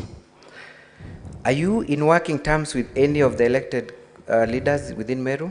Yes, I am. Kindly mention. You have 2 minutes. Thank you, Chair. If I could just get 3 more so that I have 5 to conclude that line of examination, kindly. Governor Kawira, are you in any working terms with any of the elected leaders in Meru? I'm in terms with almost all of them. Even the members of County Assembly? Yes, because for the last 2 months, I've been going around with them to take development to their counties, and for more than 26 ones, I've been with the relevant or the area MCAs with me. What was the purpose of your visit in those wards? To take development. Did the MCAs of those respective wards accompany you? Yes, they did. More than 20. More than 20? Yes. Let's talk about other elected leaders. Which other elected leader are you working with, or are you able to work with within Meru? The CS Agriculture, the MP North Imenti, the MP Bore, and many other leaders. Many other leaders? Yes. Have you ever sat down with any of these other leaders during the 3 months that you have been in office before the impeachment motion was brought? I've sat down with all of them after my election. All of them? Yes. Let's talk about your efforts to bring about unity in Meru, if any. What initiatives have you taken? Because obviously, Governor, there is a problem in Meru. First, do you agree there is a problem in Meru? There is a problem, but not the entire Meru. The problem is between the executive or myself and the MCAs. What efforts have you made to bring about peace or create a working environment with other leaders? I've invited them severally via a letter through the speaker to come and sit down and speak as leaders of Meru. I've invited the members of National Assembly through their chairperson, Honorable Mutunga. I've gone ahead, invited Jorin Cheke to come on board and try to bring us together. I've gone ahead, talked to the Council of Governors through our chair so that we can meet and have a dialogue. I've gone ahead, consulted bishops of Meru so that we can sit down and have a way forward. Let's talk about the meeting that was chaired by the Council of Governors. What transpired in that meeting? But before we go to what transpired, who was in attendance in that meeting? The leadership of County Assembly of Meru and myself and 10 governors. Specifically, what leadership from Meru County? The Speaker, the Deputy Speaker, the Whip, the Minority Leader, around 5 of them. Was the mover of this motion present in that meeting?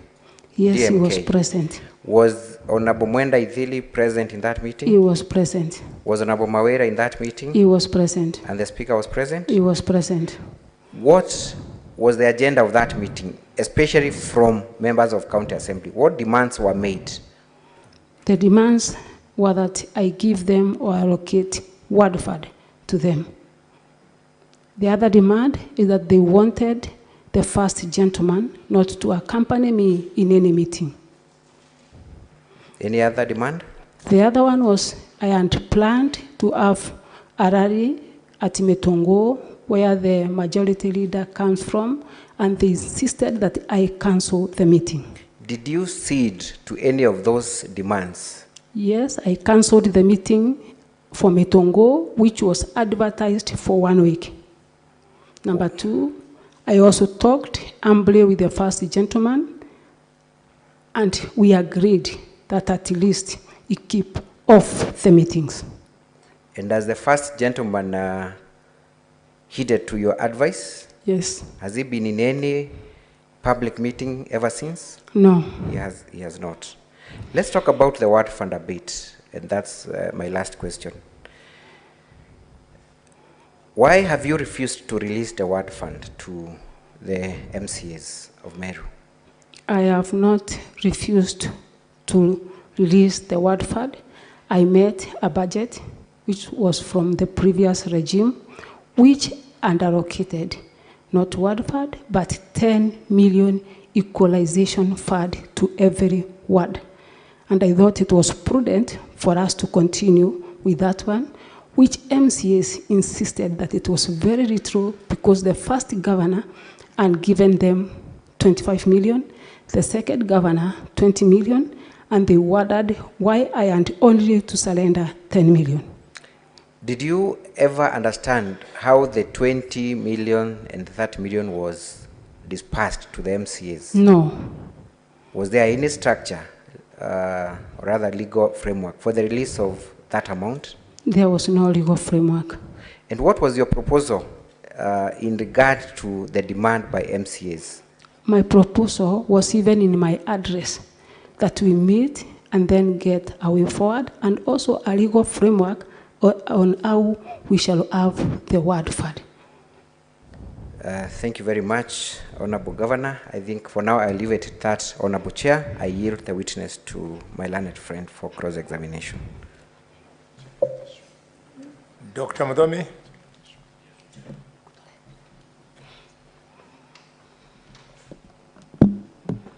Honorable Kawira, please confirm that the Okolea program is a private charity that you run. Yes, it is. You have run this private charity for many years. More than 10 years. More than 10 years. I'll be right to tell the Senate the activities of this charity program are a frequent broadcast on Baite TV. Yes. Yes. And the main producer, anchor, director, or dominant person in that TV station is your spouse? No. Fair enough.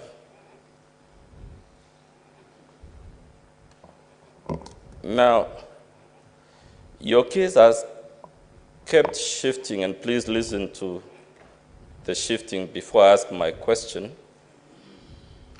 Initially, your case was that you never made the roadside appointments. Yes. Then, when we pointed out you were not contesting the authenticity of the clips, your case shifted to, yes, the pronouncements were made, but no appointment letters were issued. Correct or correct? No appointment letters issued.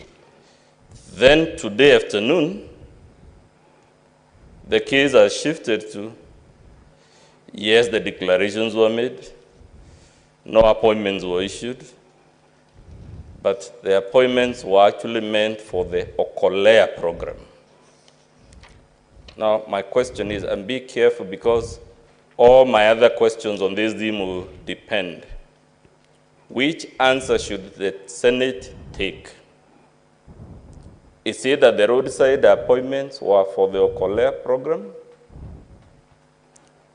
Or that they were for county governments, but the appointment letters were not issued? Which one do we take? They were for Okolea programs. Good. They were for the Okolea program. Yes. In your affidavit before this Senate, can you point to us a single paragraph where you have said these were appointments for Okolea program?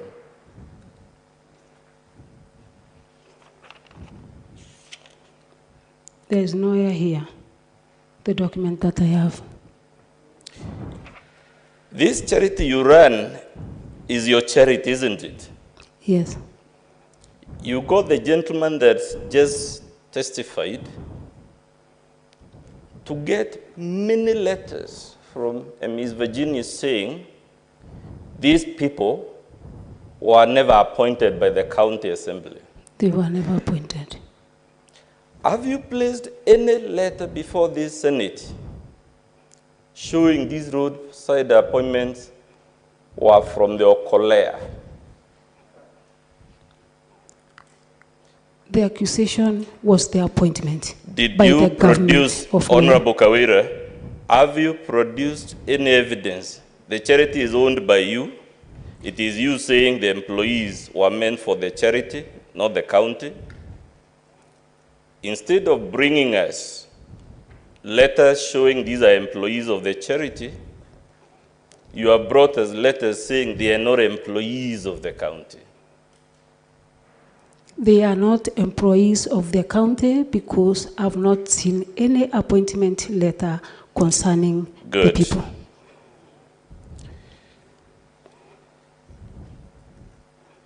Since Okolea is a private charity, would it have any business with the statutory body of the county government of Meru? There is no statutory body of the county of Meru that is involved with the Okolea program. Good. Is the Meru Youth Service a statutory body of the county government of Meru? You are talking about the roadside Yes. appointments, Yes. which none of the appointment has been taken to Meru Youth Service. Your declarations, which we don't contest that it was made, didn't you declare your husband a patron of Meru Youth Service? Yes. You did. Yes.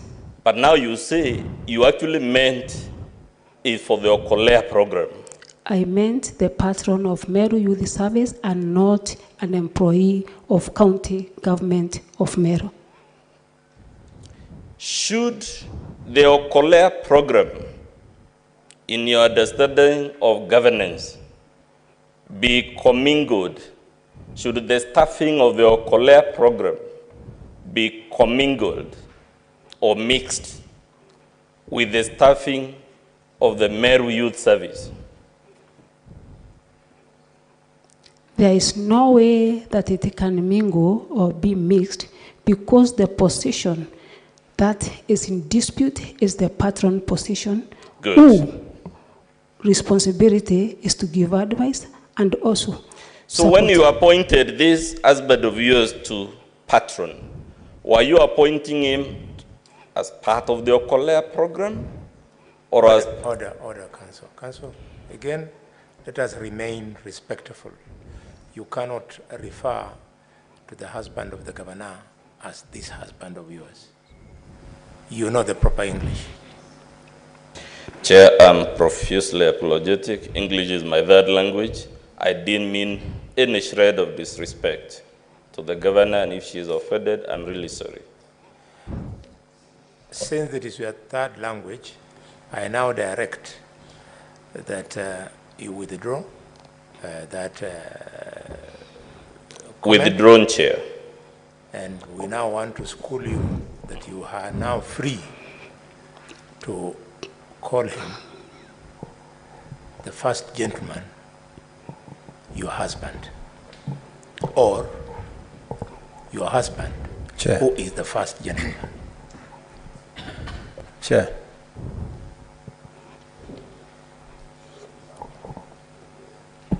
Chair, it is not sufficient for the council to just withdraw. The council should withdraw and apologize.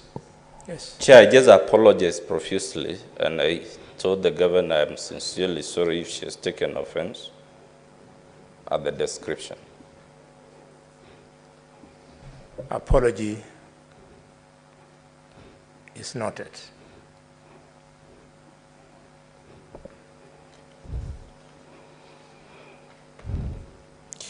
So when you appointed the first gentleman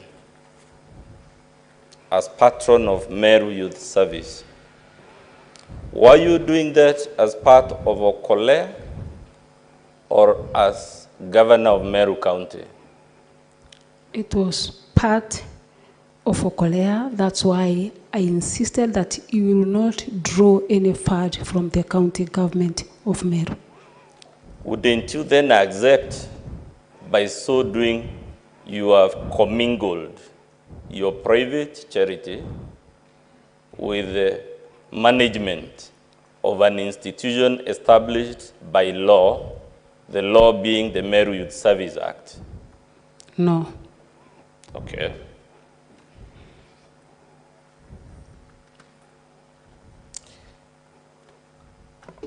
Let's go to Timau.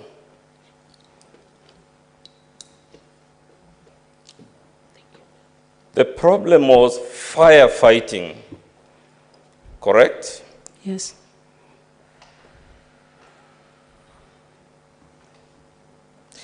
If the citizens have a problem with firefighting and they are addressing it to the governor of Meru, would they expect the governor to deal with the matter in a capacity as governor or in a capacity within a private charity called Okolea? The Okolea program has been there for the last 10 years.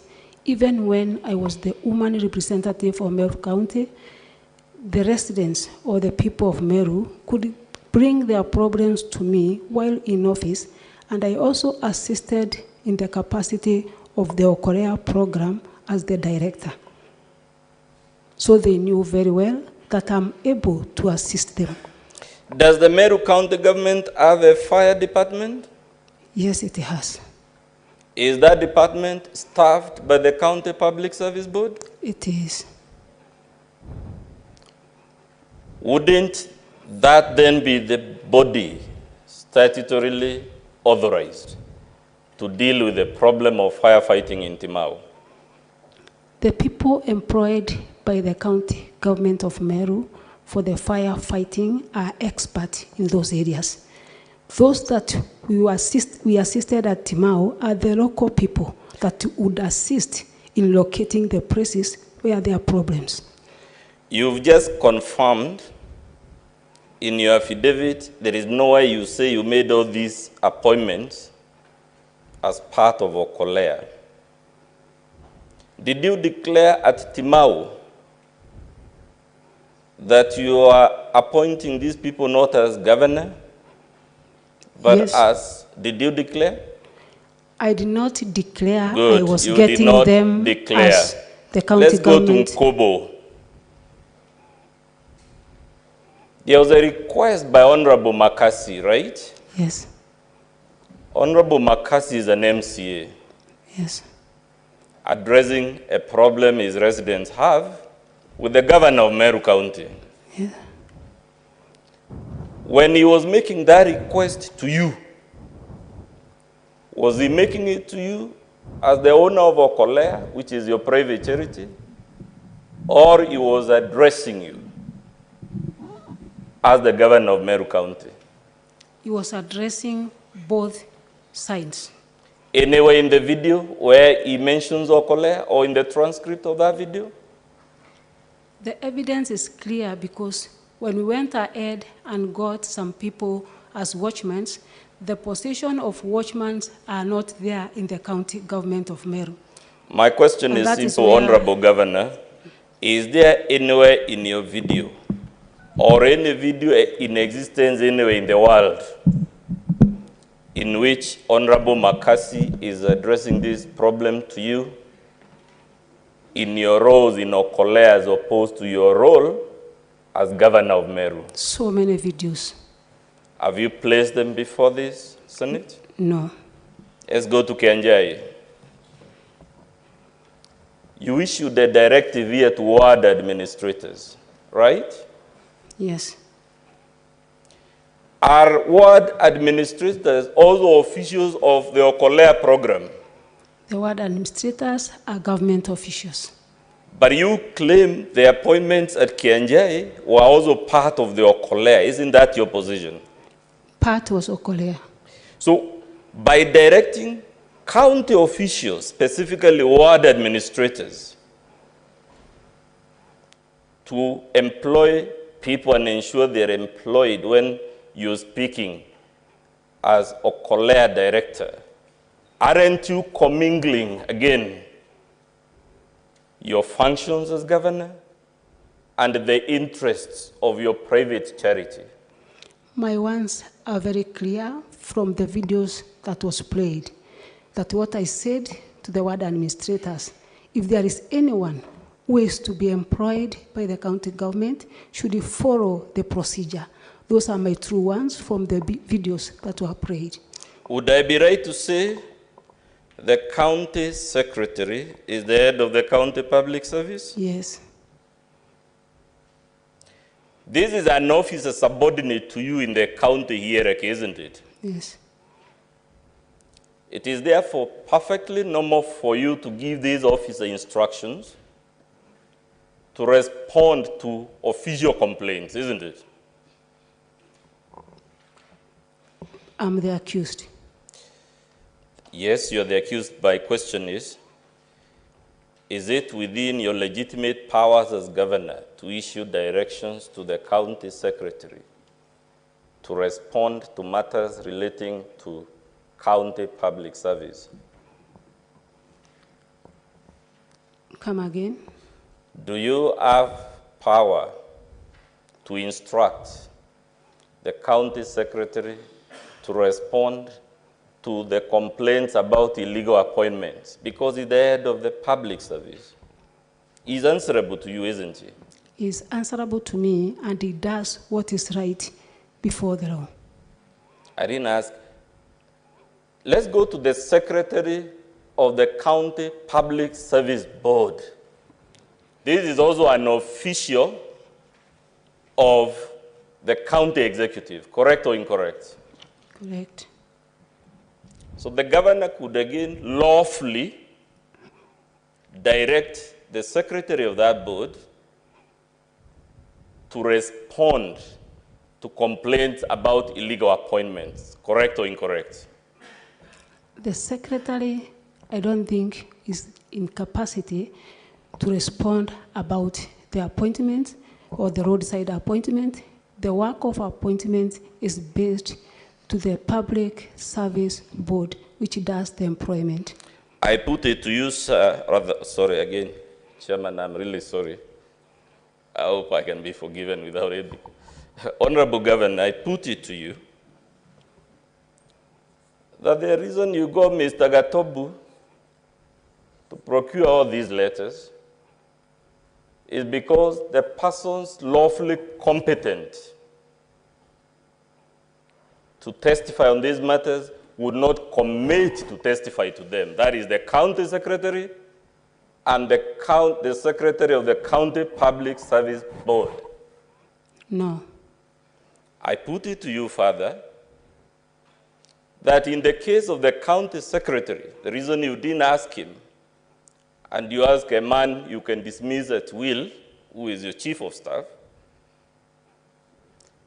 is because there is an accusation about you illegally reappointing the county secretary, and if he came to testify to these things, he would be exposed as holding an illegal office. There is no employee of the county government of Meru that I can dismiss annually. Is the Okolea program part of the Meru Level 5 hospital legal structures? No. Therefore, if the roadside declarations or directives you gave with regard to the Level 5 hospital was done in the capacity of Okolea, you must again have been commingling your private charity with the official functions as a state officer. My visit to Meru Level 5 Hospital, I did not do anything concerning Okolea program. It was a visit that I was invited by chief officer and the board. Let's go to the vilification allegation.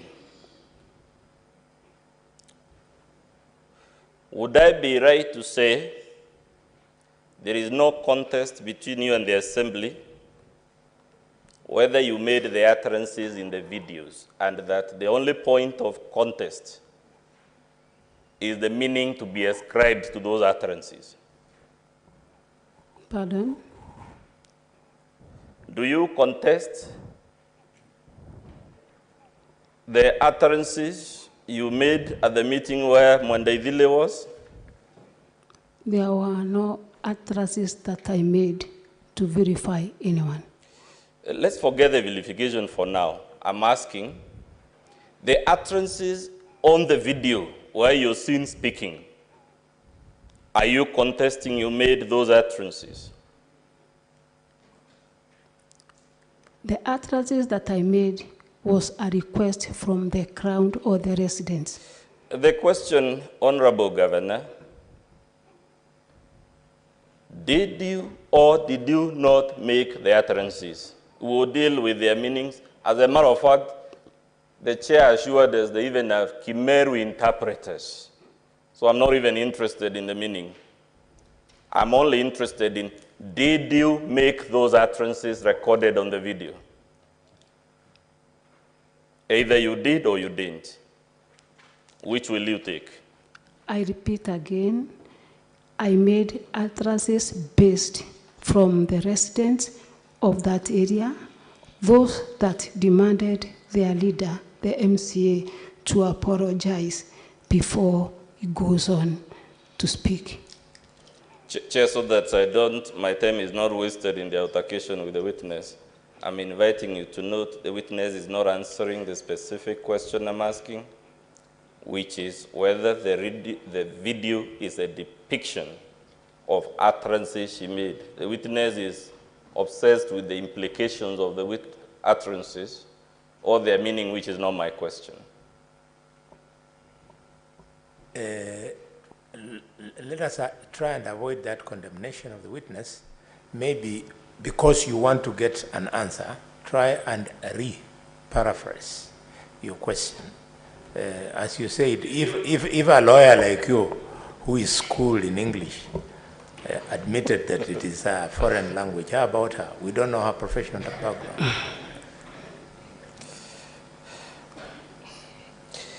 Did you ask the crowd at Meru MCAs whether the Honorable Idili should apologize? First, after the residents said that Please answer my question. You love did you ask the crowd? Yes, I asked. Good, you asked. After the first gentleman accused the senator and the MP Tigania East in your presence of sending you certain SMSs as per the video, when you rose to the podium, did you disown the sending of the alleged SMSs? In meetings that I attend, there are so many speakers, and it is not my duty to go on disowning every speaker's Your words. husband, oh sorry again, Chair, I'm sorry. Thank you. Chair, let's take it as a slip of the tongue. The first gentleman accused the Honorable Cabinet Secretary and the Honorable MP for Tigania East of sending you certain SMSs making extortionist demands. When you took to the podium, did you correct those assertions? Either you did or you didn't. Which one will you take? First gentleman is a grown-up man. That's not my question. Order, Madam Governor. You must answer questions the way you've been asked. He did not ask for that storytelling which you are starting. He wants yes or no. I did not disown. You did not disown. When the first gentleman told the public rally that the Honorable Puri Abori had brought fictitious pending bails for 12 companies, did you, after you took to the podium, correct that misleading information? No, it wasn't in my agenda. It wasn't in your agenda. Yes.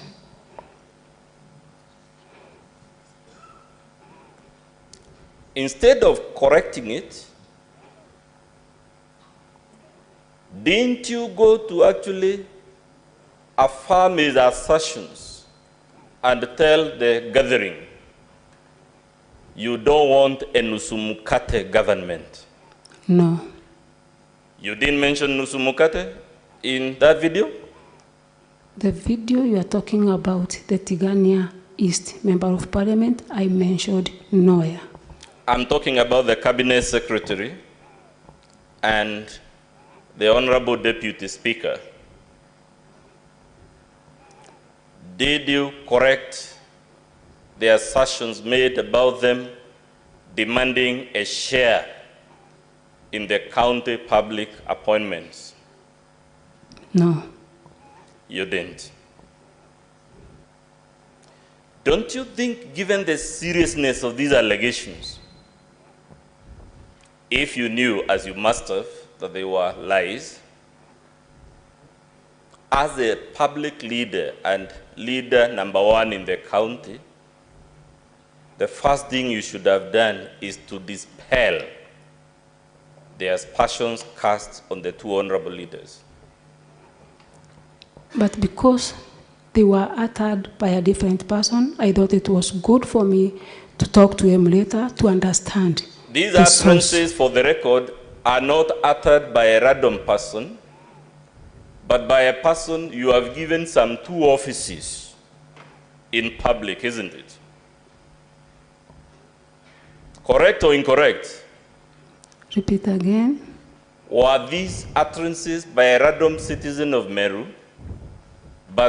or utterances by a person you had appointed as class ambassador and patron of the Meru Youth Service? By then he was not appointed. He had not been appointed? Yes. Was he the first gentleman at that time? Yes. So, don't you think as governor, if the first gentleman makes such serious allegations against other leaders, a responsible governor should take the earliest possible opportunity to clear the air and say that is not correct? Chair, I think the council should not be asking the governor about somebody who is not here in this court and who is not held accountable in this case. Before I respond, I have seen the red light from the, is it an objection or something? Yes, Chairman.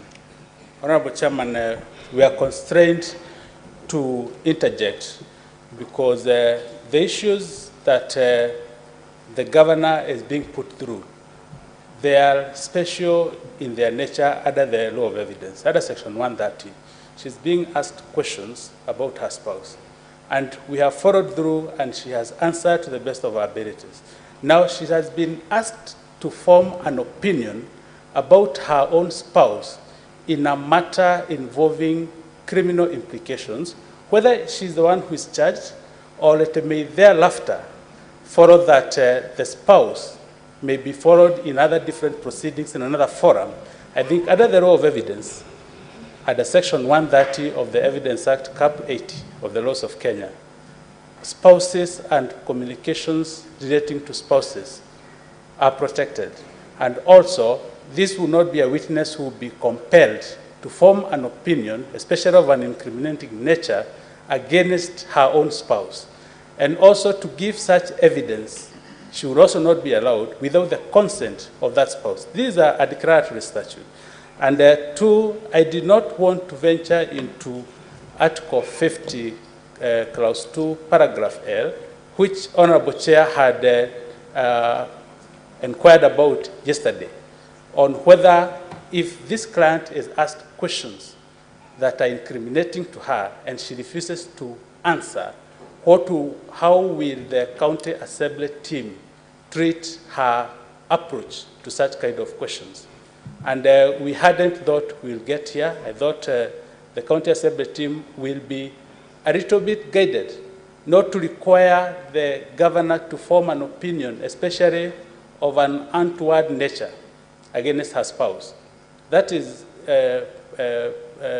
Honorable Chair, the protection we are requesting this committee to afford the witness and the governor, and to allow her to exercise the right to a fair hearing under Article 50 on those 2 parameters that I've mentioned. Thank you, Honorable Chair.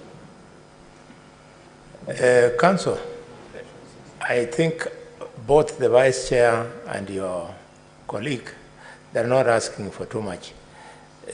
We are not sitting here to determine the innocence or otherwise arising from the utterances of the first gentleman. Leave that for another court. The first gentleman is not on trial here. So let us focus. I'm guided in the interest of time, Chair, and I'm urging you humbly to note the interjections. Kanzo. I'm directed, I will obey that directive, Chair. Kanzo. Yes. Can you relax? We are aware that we have to save your time. You want us to take a shortcut so that an authority on pronouncement finds that what we did here was a sham, the only way that authority will find that it was not a sham is to follow the proceedings and find that they were done procedurally. So kindly enjoy your space, but separate the first gentleman from the governor. I'm directing, Chair. I don't think we should be detained. I'm entirely in your hands. Let's go to the municipality, the Honorable Governor. Is the Meru Municipal Board a statutory entity? Yes.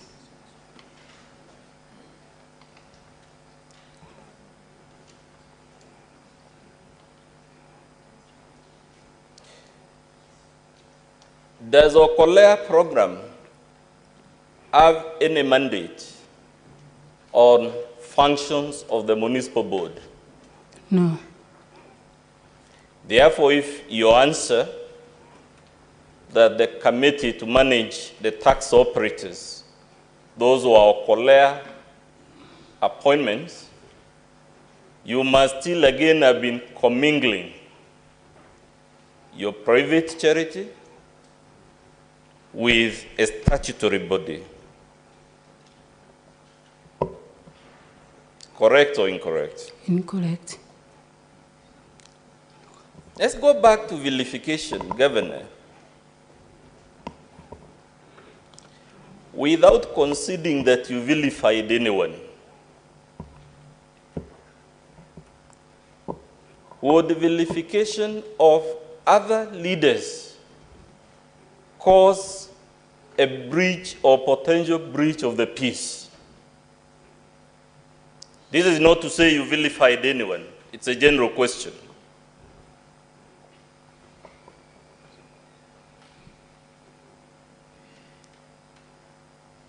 The Honorable Kawira? Yes. Would persistent vilification campaigns against elected leaders create a potential threat of civil strife, assuming it were true that there was vilification? No. Would vilification of the church, the mocking of its clergy, the mocking of its liturgies, are those acts, in the event the Senate were to find there is evidence to support them, acts likely to lead to civil strife? I have not seen one. Chair, I'm not sure that your communication has been taken. And Council, there was an application which led us where we are right now. And that application is very clear. And I think that the reason why the governor, in this case the accused, took the stand was to be able to help us dig into this evidence in your own application. And if you didn't take the guidance of the chair in the first place, I think it's critical that you understand that you will make it very difficult for us to dig into the documents provided here by the witness and the accused at the same time. You haven't even helped us dig into some of the evidences provided by the governor in volume 1, which is an affidavit sworn by the governor, which has got some very, very interesting stuff that you could help us understand. And so is volume 2. So I wanted just to ask to the chair that remember your application and try to stick to application in the next 30 minutes that you still remain with. Thank you, the Senator of Migori. Yes, Senator of Nairobi, I see your light. Yeah, Chair, with the greatest respect to my colleague from Migori, this case is the Assembly's case. I wish that we would allow them to prosecute that case in the manner in which they would like. In the event that they do not touch on any of the documentation they have supplied us, they don't speak to the facts that they have alleged, they don't tell us the truth or point us to where we can see the truth of their assertions, that is their funeral. Chair, in the interest of time, I am not a morning person and I'm not also a night person. In the interest of moving the proceedings forward, let's allow the Assembly to conclude their case. Very well put. We do not have any luxury or responsibility council to teach you law. You keep on laying your bed. Let's go to paragraph 3. You're going to lie in it. Let's go to paragraph 3 of your affidavit, Honorable Governor. Which page? It is at page 15 of your volume, of your response. That would be volume 1.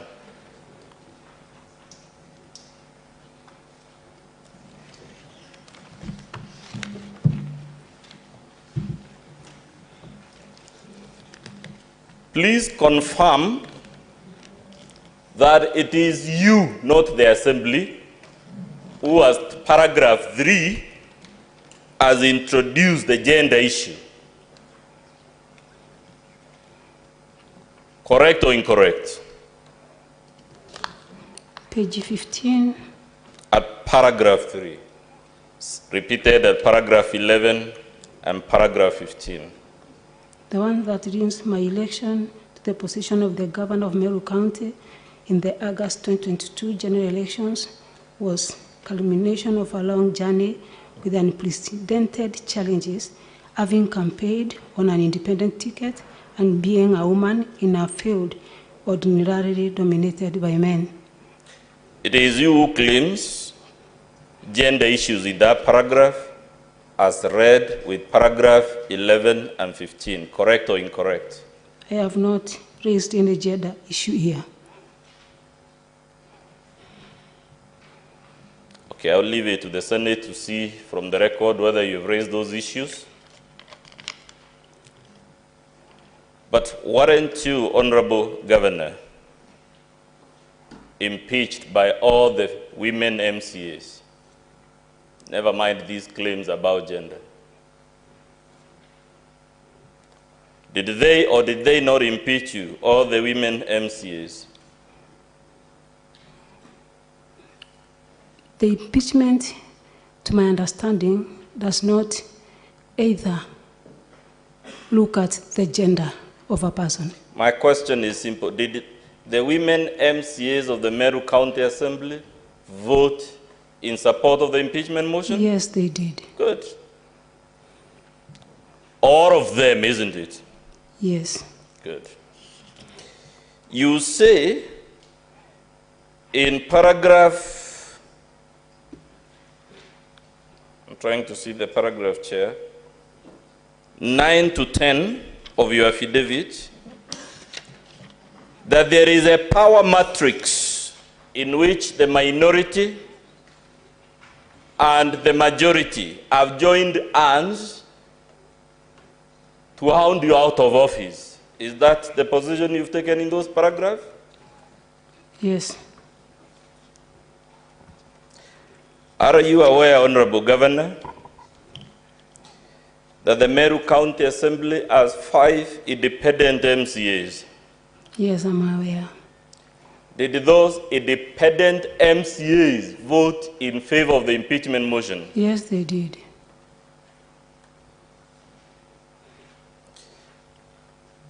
Would I be correct to say there are several political parties represented in the Meru County Assembly? There are several. Specifically, UDA, BAS, Jubilee, PNU, NOPEO, and DP. Correct or incorrect? Yes, correct.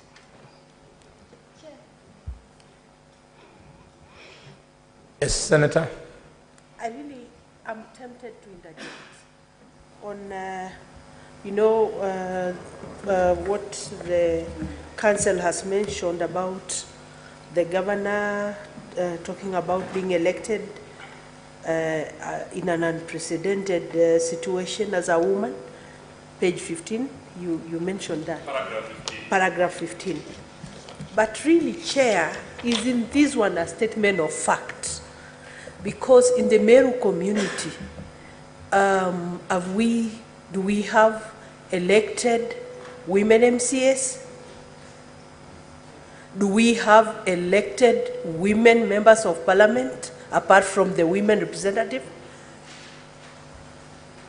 She's among the very few governors who've been elected in Kenya as a woman. I mean, give credit where it's due. She's not glossing over it. It's a fact. Very good. Members, I can see lights are starting to come. Yes, are we able to hold on just a little bit? He was about to finish. Let me not rule you out of order, but I say your points will be properly articulated. He's just on the winding curve. Yeah? Let him just. Council, you conclude because your time is up, and then members, you will follow it up. You will then throw your issues. You say at paragraph 39 of your affidavit and paragraph 38 that there have been various efforts by various entities to resolve this crisis, ranging from the church to Jurincheke to Council of Governors and whatnot. Isn't that correct? It is correct. Have these efforts succeeded so far? Some have succeeded. But if the efforts by all these players have not resolved the problem in Meru, doesn't it then leave impeachment as the only way out? Problems are not solved in a day. I think the few months that I've been in office is a short duration. And I think it's good to give our issues time, and I believe all will be resolved well. You said the previous governor equally appointed his spouse to certain offices, right? Yes. Let's go to page 27 of your volume 2.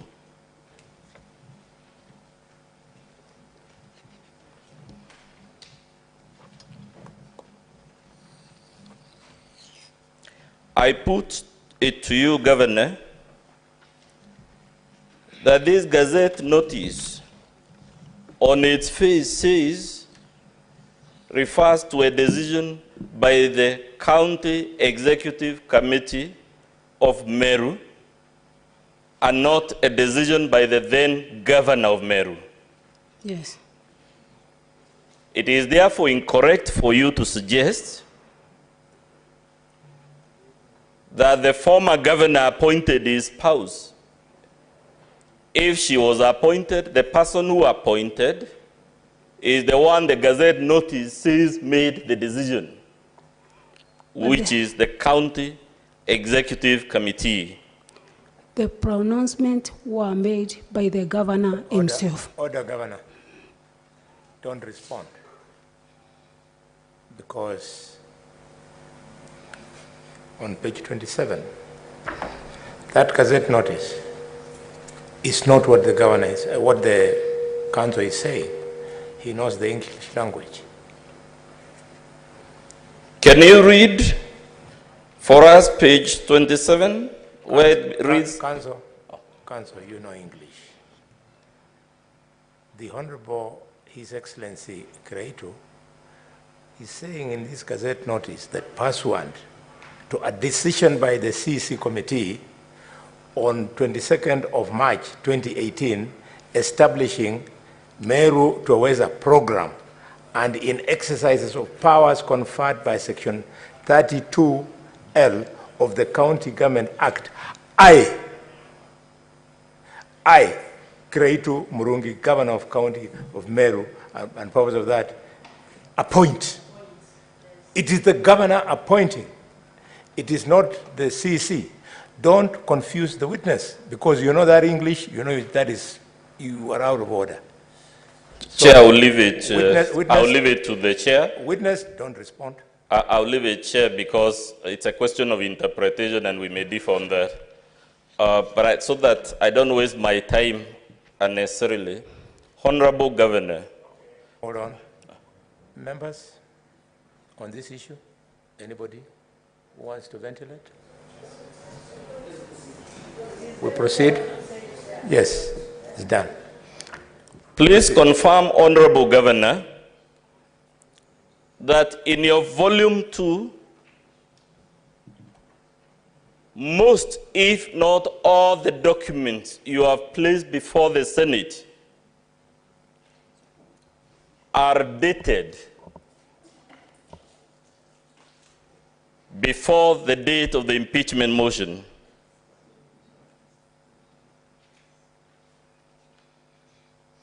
Which document?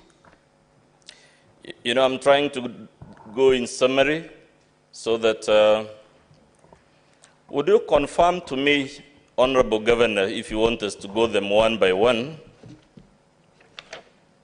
very quickly.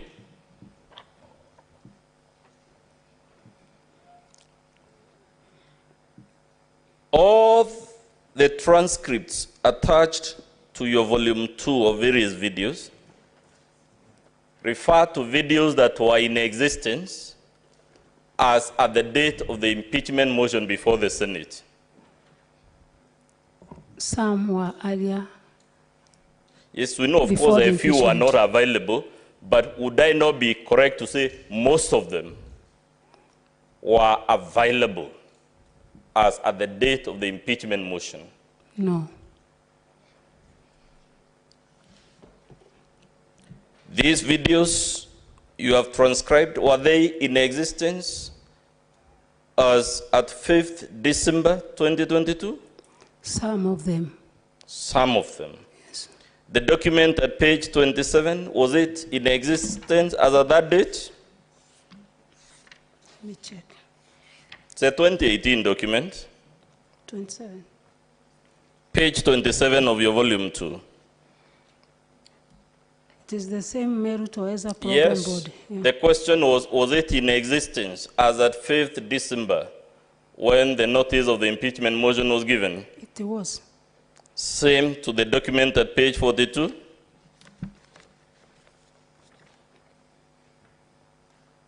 Please confirm.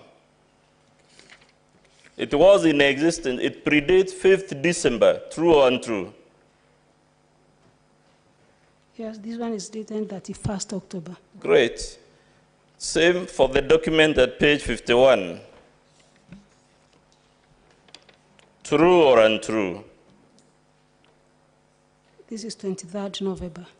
It is before the date of the impeachment motion before this Honorable Senate, correct or incorrect? Before.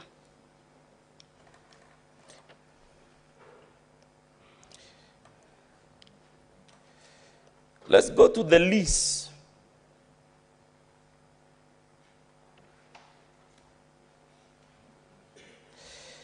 Are you aware, Governor, that ownership is only one of the many interests in land? Yes. So you're aware possession, besides ownership, is an interest recognized in law? Yes. You're aware a leasehold is an interest recognized in law? Yes. This document at page 113 of your volume 2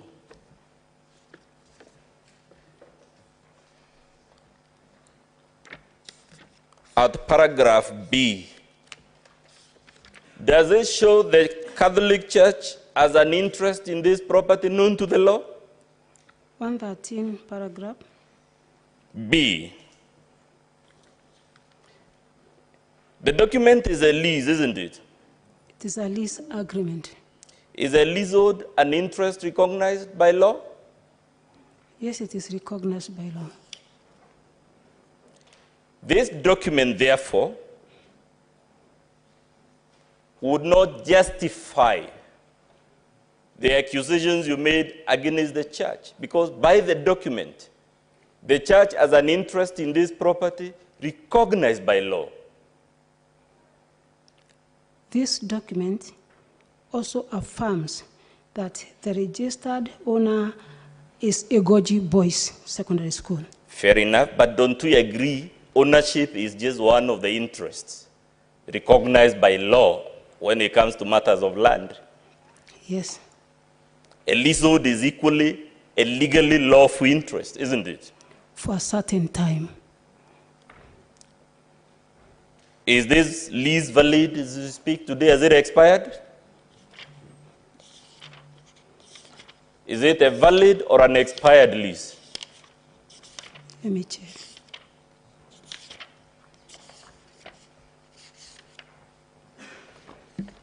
I put it to you, it's a valid lease.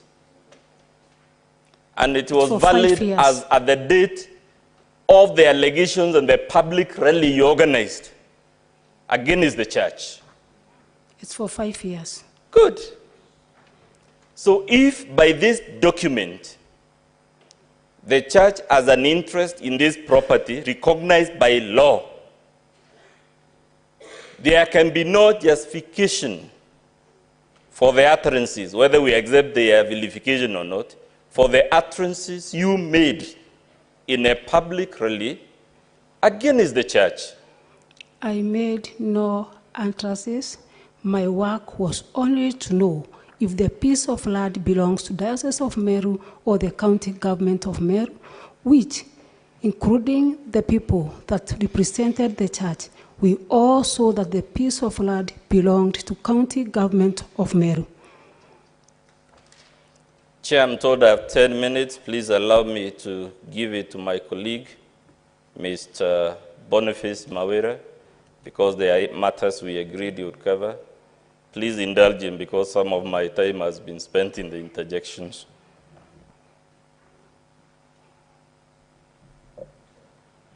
Yes, Councillor Boniface.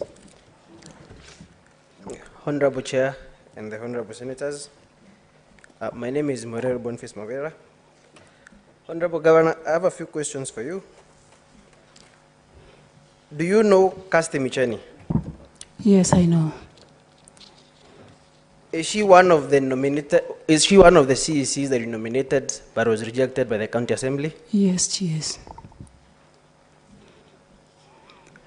Honorable Chair, I will request the Secretary to play Annex 20 in our flash disk, and to enable the Honorable Chair and the committee follow through.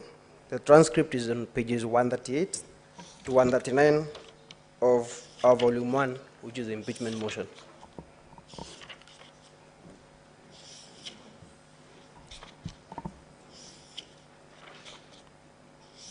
Kwa hivyo serikali ya mama iko imara. Ndio tuambeletie wira. Tulia jambo ya next week tutongere tuni caste turogote siana pego jibara batina ambasare bakina ngayiro ambasare. Yile komi. Caste uongoze hiyo exercise. Tuankia tuantibua. Tuana tena inya ambili ya kuandika listi. Ana veto bagombe. Na hakuna uoga. Na serikali ya mama iko imara. Leo bali wakawira. No ntombe baraka lele kando. Uero telite katea. Honorable Governor, in that video, is it not true that you direct one Caste Micheni to come up with a list of beneficiaries for bursary allocations? No.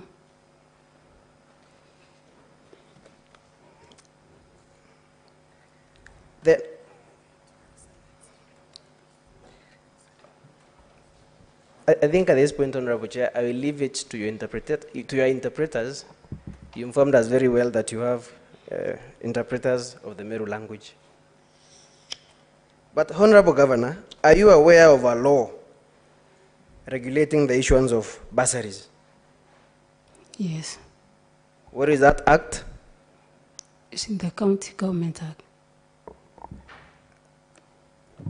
Honorable Governor, I put it to you that the law is not the County Government Act, but the Meru County Retention Enhancement Fund Act of 2016. Yes. And maybe I'll request your council to show you our volume 2, page 67. Our volume 2, which is our list and bundle of authorities, page 67. And maybe you can read it aloud.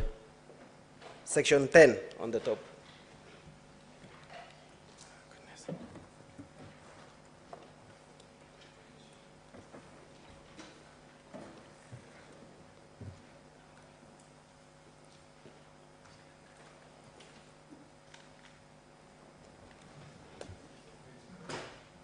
Yes? Page 67 of our volume 2.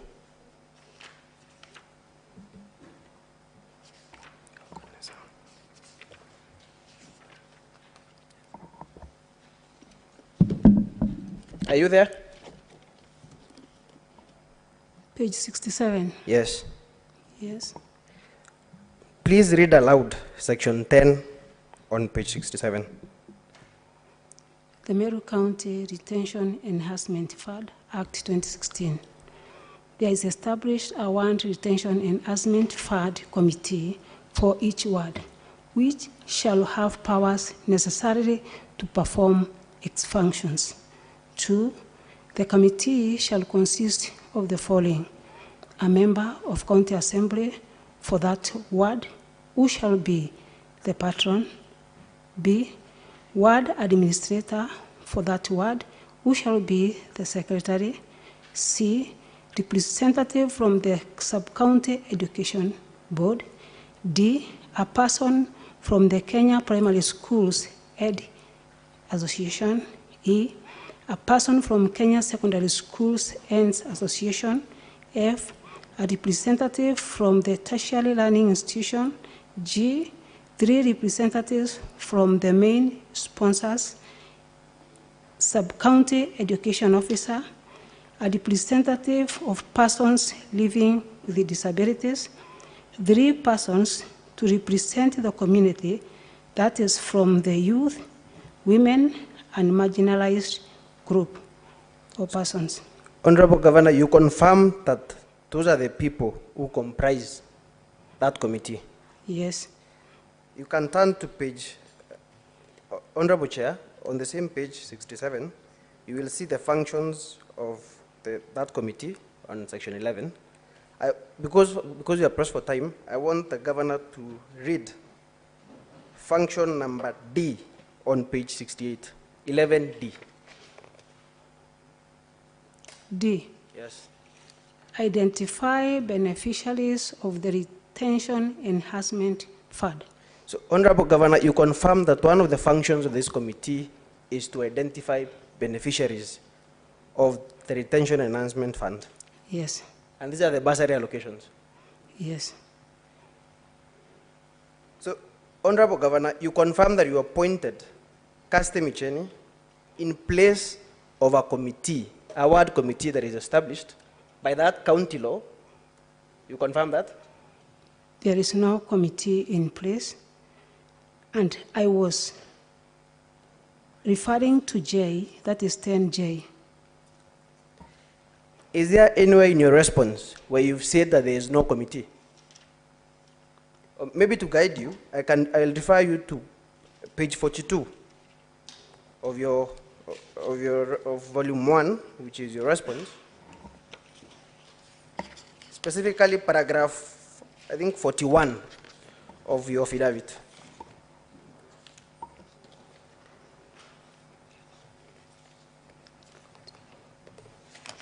The second paragraph from the top.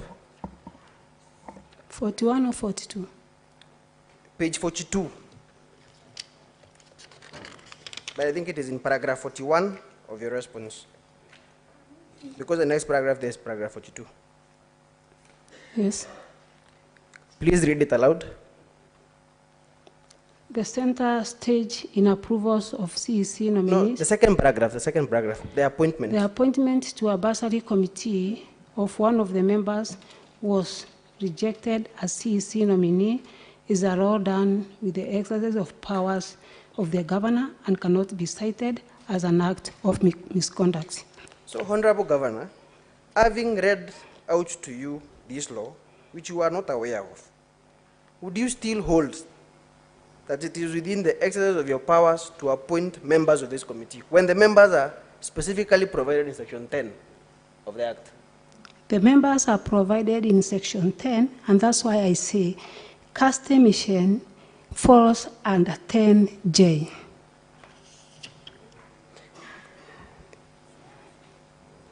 So you suppose that Caste Mission falls under 3 persons to represent the community? Yes. But in the video, you specifically direct her to come up with a list of the beneficiaries.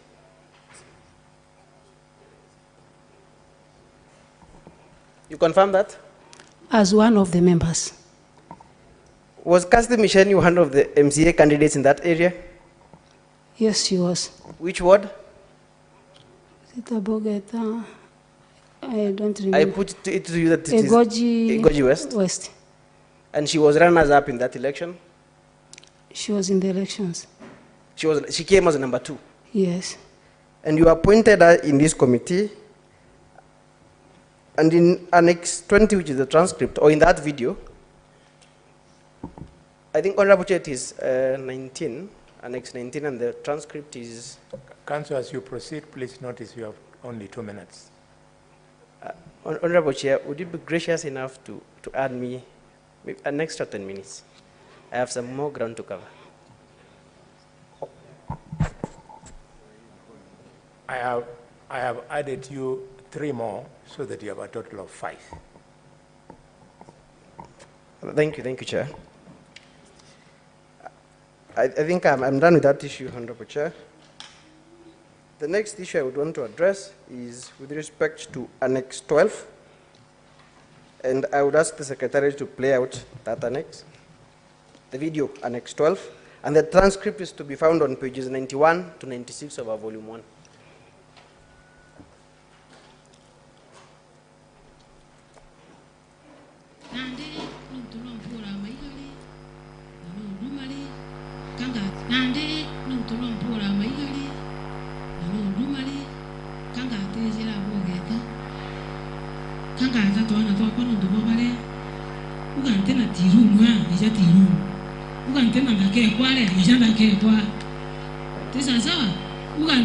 Administrator, ijaki aregea kwa. Uga tena sub county administrator, ijanda ke kwa. Kampo mbota bogeta. I think you can pause at that, Honorable Chair. The point has been made. So the question to you, Honorable Governor, is it not true that you've appointed a development committee for that ward in place of the area MCA? No, it is not true. Honorable Chair, once again, I leave that to your judgment. The final question for me, the second last question for me, Honorable Governor. Chair, Senator Kiambu here. Just for clarity and for me to understand from the young lawyer, you're saying that what did you call it? The development committee, yes, is supposed to be constituted by an MCA. I just want to understand.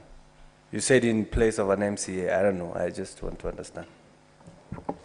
Honorable Chair and the Honorable Senator for Kiambu, I think the point is that the governor appointed a committee. First, she accuses the area MCO, who is the mover of the motion, of stoning her. And then she goes on to appoint a committee because she says she cannot work with this MCA. She accuses the MCA of stoning her and goes to appoint a committee in place of the MCA. In fact, it is to bypass the role of the MCA. And in fact, that guy called Tirum in that video. Honorable Chair, is Council now testifying? I'm responding to her question. In fact, Council for the Governor, in his testimony, the Council, in his own testimony, has just confirmed that the MCA actually stoned the Governor and gave reason. That the reason why he stoned her is because she had appointed a committee where she had left him out. That's wonderful information. Honorable Chair, I did not, perhaps I want to correct that notion. In the transcript that is on page 91 of our volume 1, you will find a direct translation of what the governor is saying in that video. And the governor is expressly accusing the area MCA of stoning her. But we leave that to your translator, Honorable Chair. But the point is, in response to Senator Karungo, the governor has appointed a development committee in place. And in fact, the guy, because I'm responding to your question now, the guy who's called Tirum, he was the runners-up in the election. So he was the number 2 to the move of the motion. He's been appointed into this committee. In fact, he's the first person that the governor appoints. So I hope that sufficiently clarifies. So the last question for me from the governor is... Council, just for purposes of record. Yes, Chair. Where in law is it stated that a runner-up cannot serve on a committee in a ward?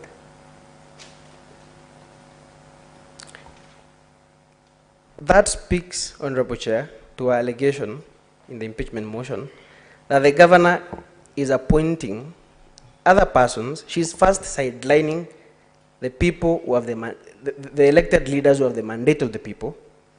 She's appointing other people to carry out the same development roles that these people are elected to do. And these people are elected in order to, are appointed by the government in order to stir up wrangles with the duly elected representatives of the people. That is the point, Honorable Chair. You see, you are now opening a bit. Huh? She's running her own government. She looked for votes. She was elected. Just like in Embu,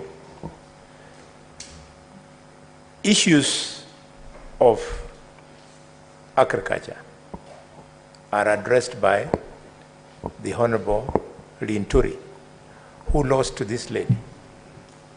This lady can now not start coming to State House with stones to stone President Ruto because the man she beat is carrying out duties of agriculture in Meru.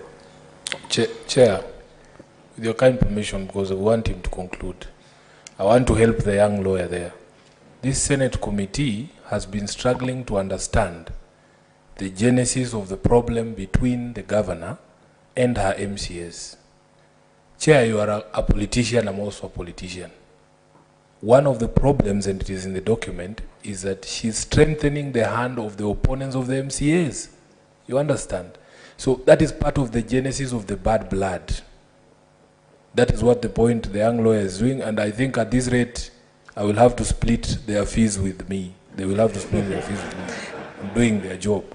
Thank you for coming to my aid, Honorable Senator for Nairobi. I think that is what seniors do to their juniors.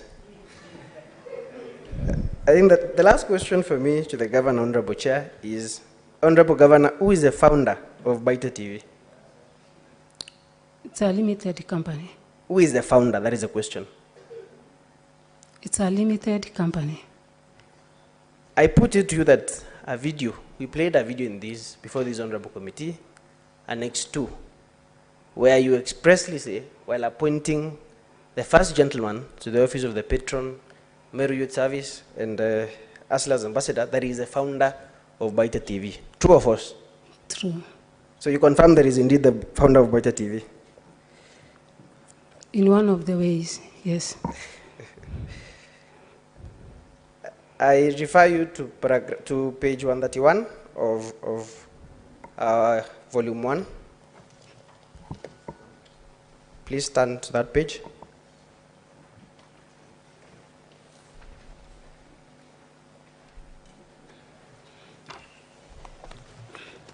In fact, from page 130 and page 131. Are you there? Yes. Is that the CR12 for Mwangaza Advertiser Limited? Yes. And the persons listed as the directors or shareholders are Esther Mwendo and Miriam Karwerwa Gwentai? Yes. Are these persons known to you? Yes, they are known to me. Who are they to you? Relatives. How how are they your relatives?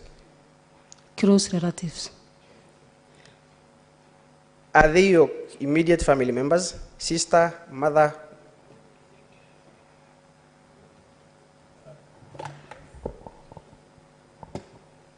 Yes, counsel for the governor. I think, Chairman, I'm also constrained to extend the area objection I had on dragging family members into this motion, which is not there. She's admitted there are persons known to her, their relatives. She wants to know the degree of consanguinity. We do not know where it is leading to, and there have not people who were mentioned in this motion at all in the charges. We seek protection, and we also redeem the time of this honorable committee. Honorable Chair. Counsel, the objection is upheld. Okay, I think the witness can only turn to page 131 and confirm whether the business name Baita TV is registered or the proprietor of that business name is Mwangaza Advertiser Limited. True or false? Counsel? Yes. Look on the clock. I gave you an extra 5 minutes. Now it has moved into an extra 10 minutes. Would you like to stop? I'm most obliged, Chair. I want to stop there. Okay, so stop after you've gotten your right answer. Just conclude your question, extract your answer. Conclude. Okay, on page 131 of volume 1, you confirm that the business name Baita Television is, the proprietor of that business name is Mwangaza Limited. Thank you very much, Chair. I only have a very simple request. It's still on time, Honorable Chair. My colleague here, what you have left out, you'll bring it to our attention through your concluding remarks when you make your submissions. That is also an entry point. It's only that my colleague would want to play a video, just one video, Honorable Chair. One something. Just one video, with your kind indulgence and the indulgence of the committee. Okay, play your video. We don't want to gag you. Yes.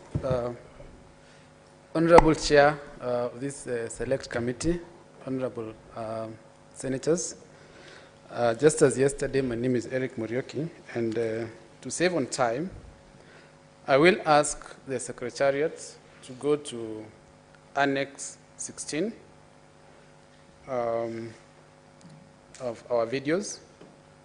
The transcription is on page 115 of our volume 1, that is the impeachment motion, marked 16A.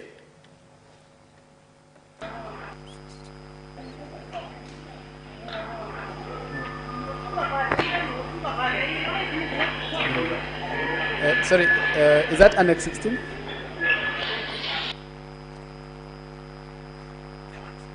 And the speech is still with the County Assembly of Meru.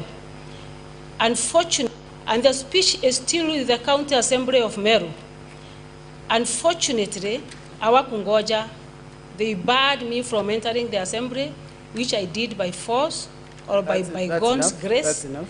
And then immediately. So, Governor, is that you on that video? Yes. So you're the person there uttering those words? Yes. That you entered the assembly by force? By God's grace. Chair. Chair. Yeah, Mandago, yes. Chair, I don't know, the council doesn't want to play the whole video. He has chosen us to play the section that the governor says, I ended up by force. Can we also listen to the second part? Because we cannot say time and disadvantage the witness, Chair. Okay, Senators, we have to finish this matter. I think we shall grant Senator Mandako. No, Chair. Just play 2 minutes of that. Yes. That clip. I think it's only fair he has been extended time to play that video. Can we watch the video as it is? Play. Not a section of the video. And the speech is still with the County Assembly of Meru. Unfortunately, Awakungoja, they barred me from entering the assembly, which I did by force or by God's grace. And then immediately after kuanza kuongea wakatoka nje. na walipotoka nje wakaimba mapambano. Thank you, Chair. I think my point has been made, so I will ask my Council final order. question. That was the request by Senator Mandako. You'll come, Senator Mandako. I'm satisfied now. It is now clear, either by force or by God's grace. So whichever is applicable. Okay, Council. So my second last question, Governor, I will refer you to page 49 of our volume 2. That is the county, the Public Appointments, County Assemblies Approval Act. Look at section 10 of that act.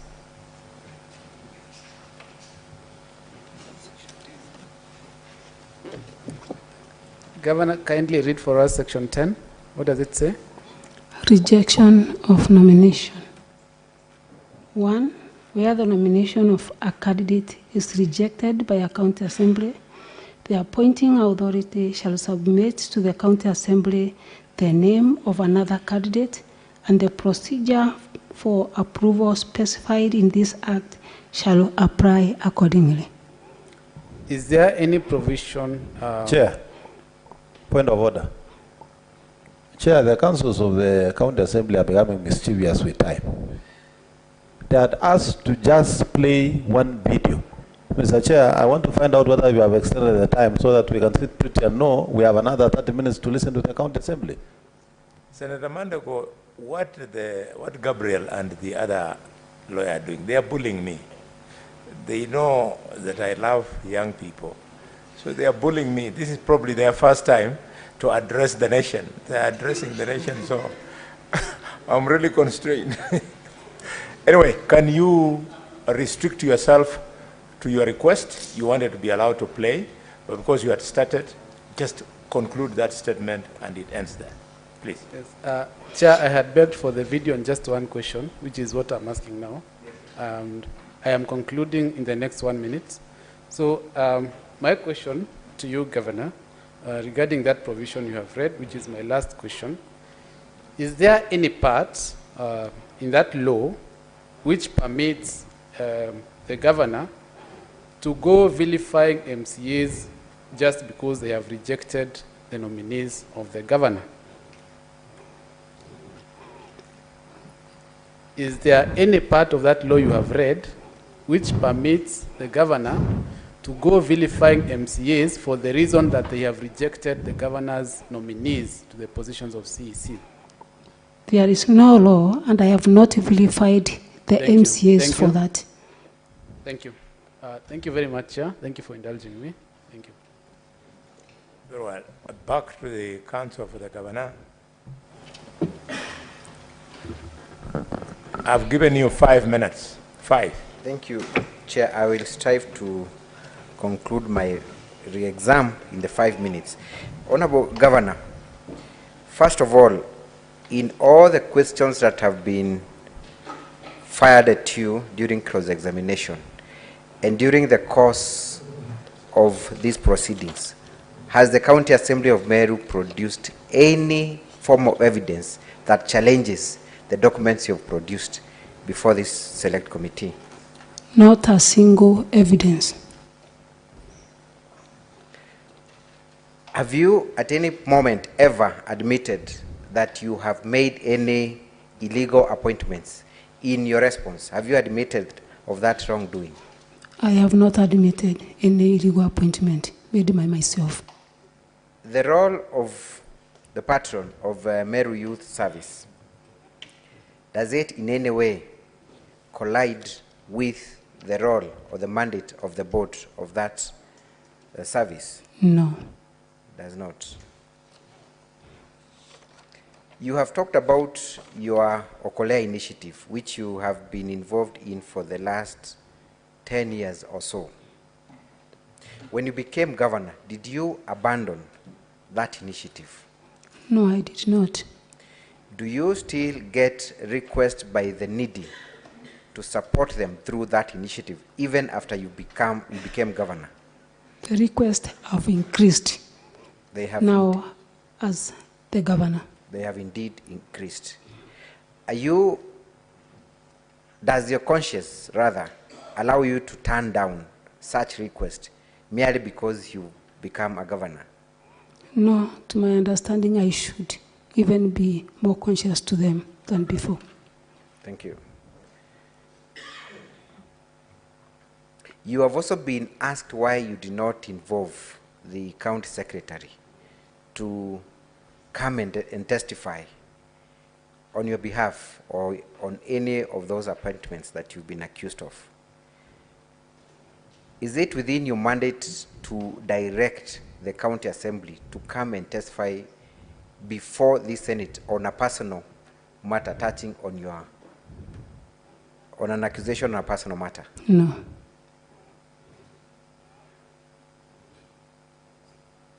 Are you responsible for the utterances of your spouse?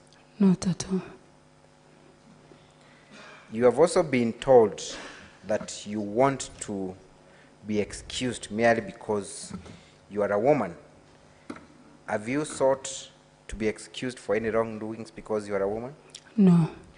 Kindly read page 18 of your volume 1. What have you said in your pleadings in respect to the gender issue? That the challenges facing women in political participation have been recognized as a real problem in Kenyan government structure, leading to the introduction of the 2/3 gender rule that is yet to be implemented several years after inclusion in the Constitution. There's no law requiring gender parity in gubernatorial positions, which have been a practice reserved for men and women and left to compete like any other male candidate, and therefore those who go through this should not be brought down where there is no wrongdoing. So have you in any way sought to be excused because you're a woman in your pleadings? No. You have not. Let us talk about the approach taken by the MCAs.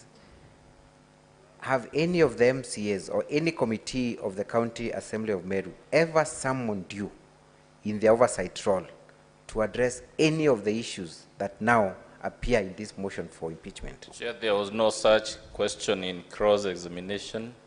By law, that question is not permissible in re-examination because it's new territory and will not have the opportunity to address it. I abandoned that question, Chair. Then the objection by Dr. Mdhomi is upheld. Thank you. Let us talk about the disbursement of bursaries through Kasti Misheni. Has Kasti Misheni dispersed any bursary funds? No. Has she collected a list of any needy students and presented No. them for allocation of any bursary funds? No. Finally, Governor, you have been accused of not working with any of the leaders of Meru. What would you like to say in this forum, specifically to the members who have been elected to represent the great people of Meru? If you're given that opportunity and forum, what would you say to all these elected leaders that you are accused of vilifying, whether or not they are participating in these proceedings or not? What would you want to tell them?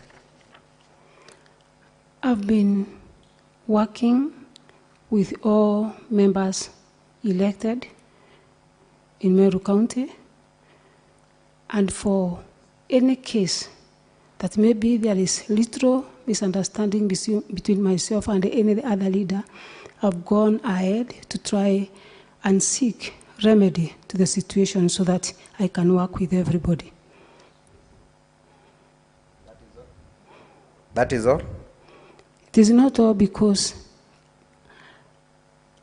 from my own understanding, I've gone around over 26 once in Meru County, and in every ward, I've been accompanied by the area MCA. And in any other meeting that involves leaders in Meru County, my presence has been there. Thank you. And for anyone who feels offended by your style of leadership, what would you like to say in respect to that issue? Anyone who feels offended by my leadership, last 1 month and 1 week, I went ahead and apologized 70 times. And even now, I'm ready to apologize for anyone who feels offended. Thank you, Honorable Governor. That will be all, Honorable Chair. Thank you very much. Counsel for the Governor, can you serve her with some water? Because she's still there. I now open the process to the distinguished gentlemen and ladies from the committee. Senator Roba.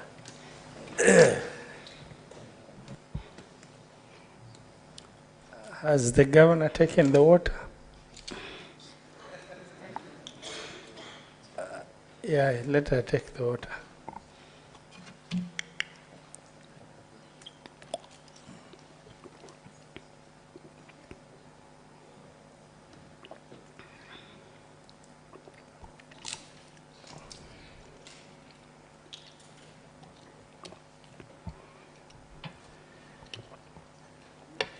Thank you very much, Chairman. Honorable Governor, for some of the questions, just yes or no, that requires a bit of explanation, you will do. And for the benefit of, because the accusation that has been brought before us as an impeachment touches on you, and a lot has been brought out that is relating to attitude and roadside decisions and not getting along with the other leaders. My question very quickly is, after you were elected into office, having served in different capacity before, did you attend the induction courses arranged by Council of Governors to clarify roles, responsibilities, jurisdictions, and limitations? Yes. You have presented an evidence here, volume 2,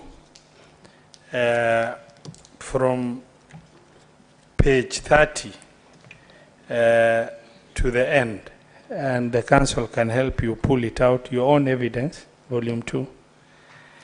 And there are a lot of photos of county first ladies and that. However, in the presentation by either your legal counsel or the key witness, it hasn't been clear what your intentions of presenting this additional evidence are. I would like to understand, by including this evidence, what did you want to achieve? By including this evidence, I wanted to show that the role of first ladies were recognized then by the county assembly, the first governor and the second governor.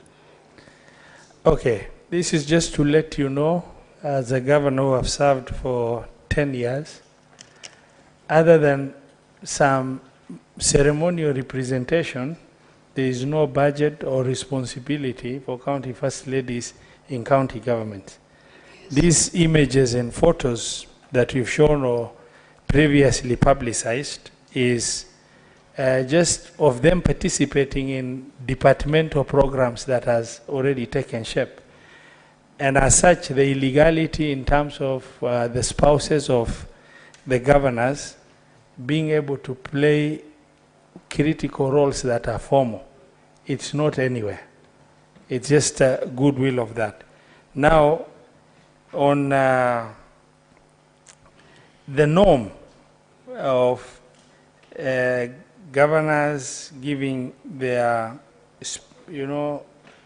annual speeches or other speeches at the county, is that it's a very formal role.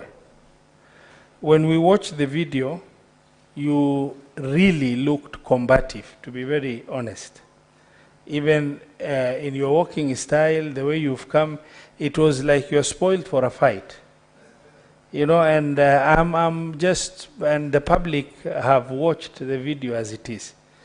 And again, unfortunately or fortunately, I've served for 10 years. We've done these speeches.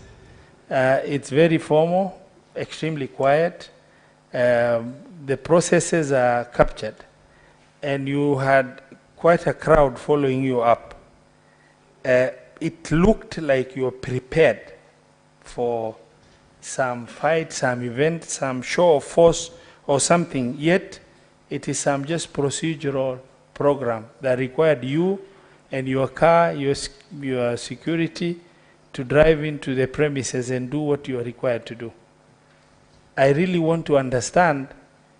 I just saw the video of you walking very abrasively, actually, combatively, if I looked at it, because by the time you're walking, you're also throwing some words I could not understand, but I could see. I want to get to understand, were you pre-advised that there is a problem at the assembly?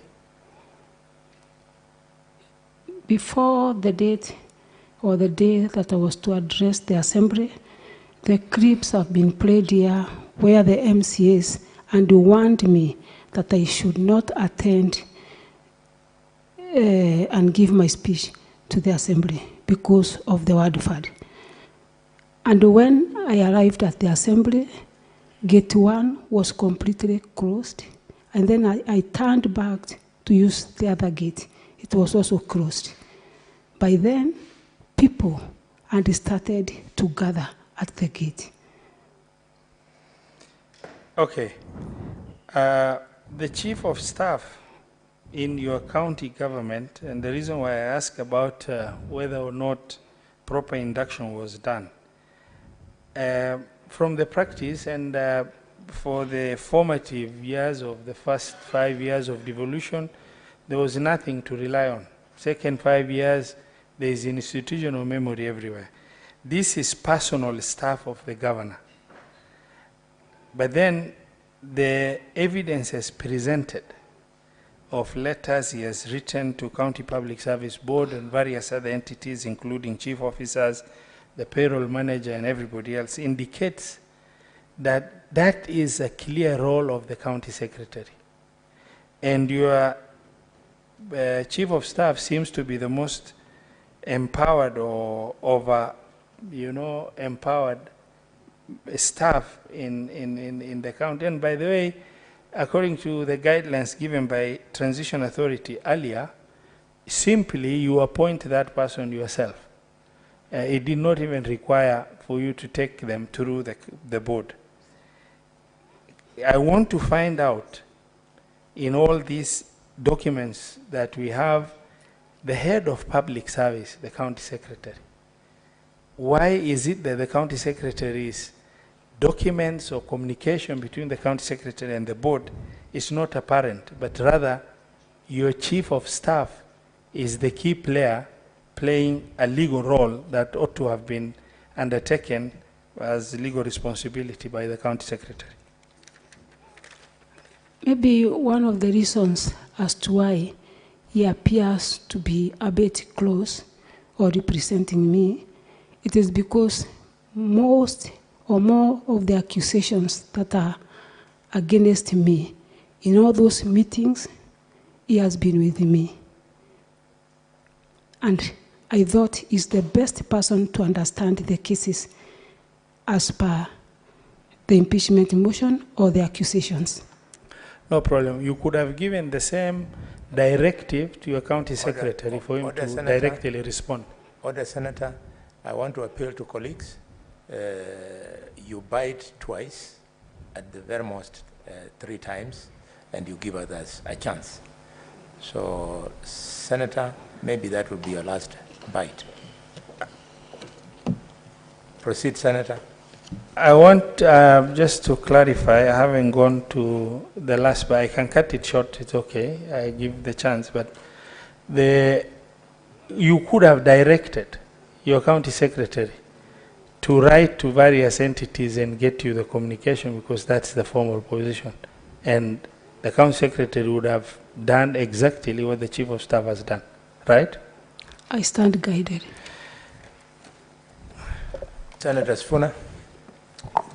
Yes, Chairman, first, you know, my party leader likes to say, usione simba amenyeshewa ukadhani ni paka.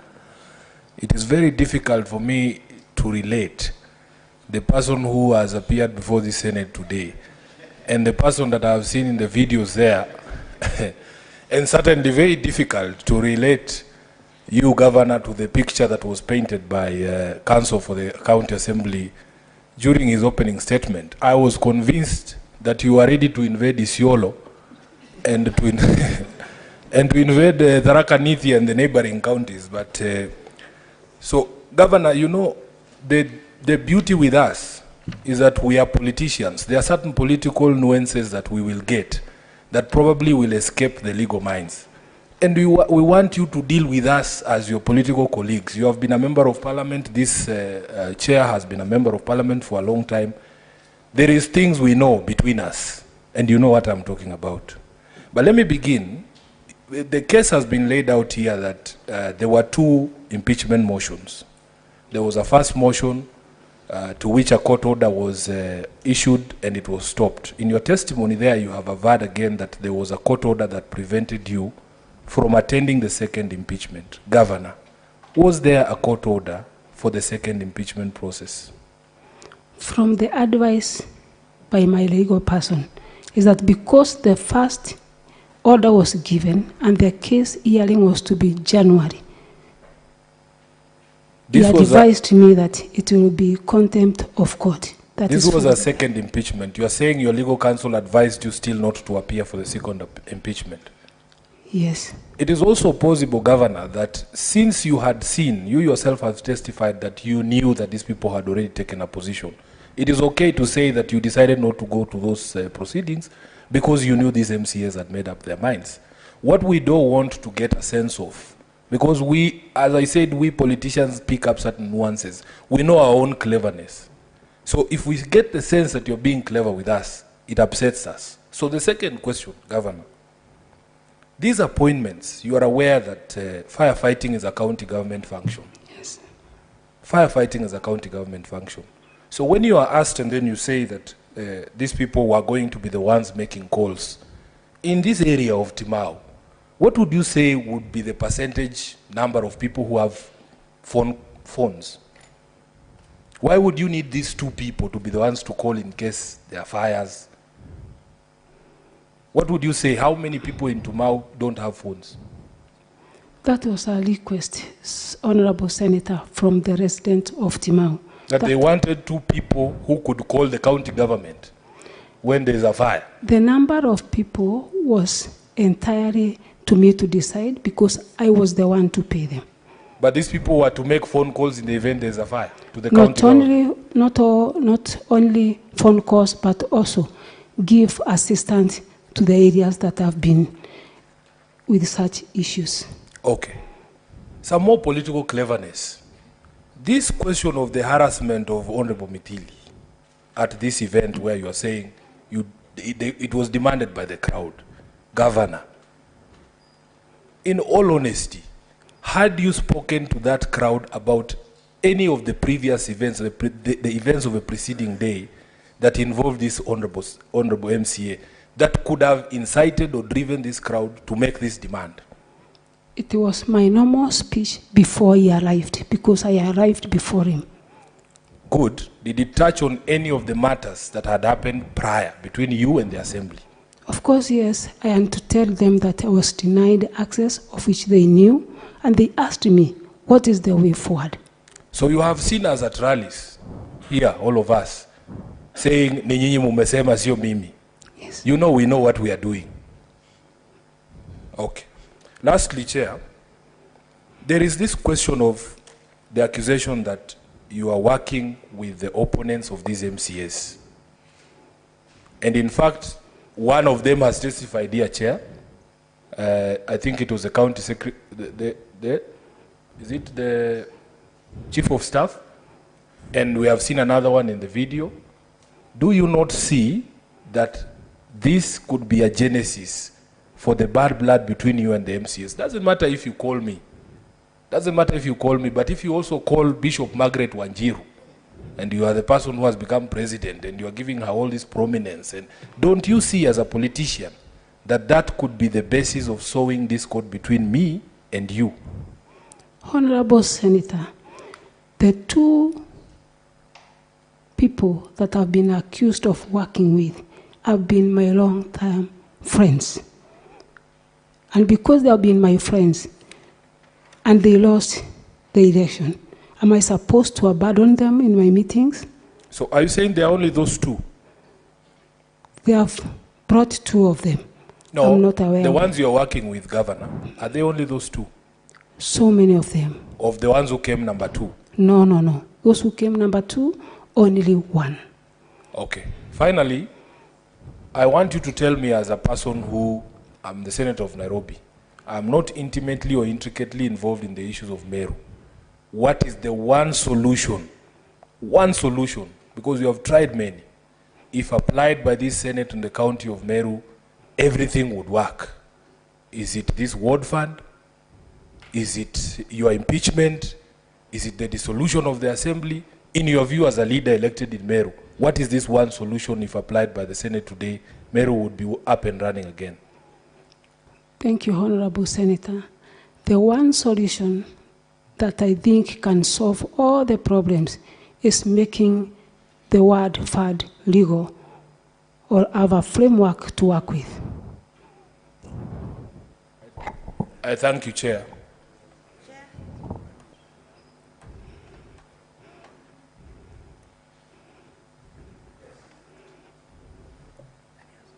Chair, thank you.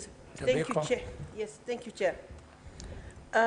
Chair, because the Honorable Governor is a bishop, I want to take a biblical perspective. And I want to ask Governor Kawira Mwangaza, what does the Bible say about a loose tongue? A loose tongue can cause many problems. A loose tongue can actually burn down a nation. Yes. Honorable Governor, God gave you the victory, and I congratulate you. You are my colleague in the National Assembly.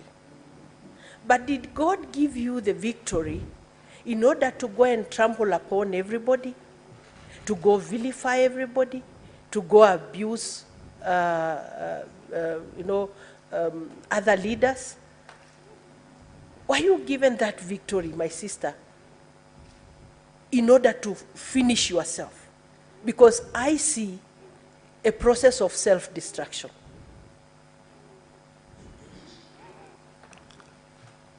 Honorable Senator, God gave me the victory. And the word of God says that God will never share his glory with any man. I've tried my best to bring MCAs on board, but the only problem is word fad. The rest that has been rebelled against me is a narrative to cover what the demands are. From the time we started hearing the witnesses from the county assembly, they denied completely about them asking word fad. Until when the video clips were played, we came to understand that the problem was word fad.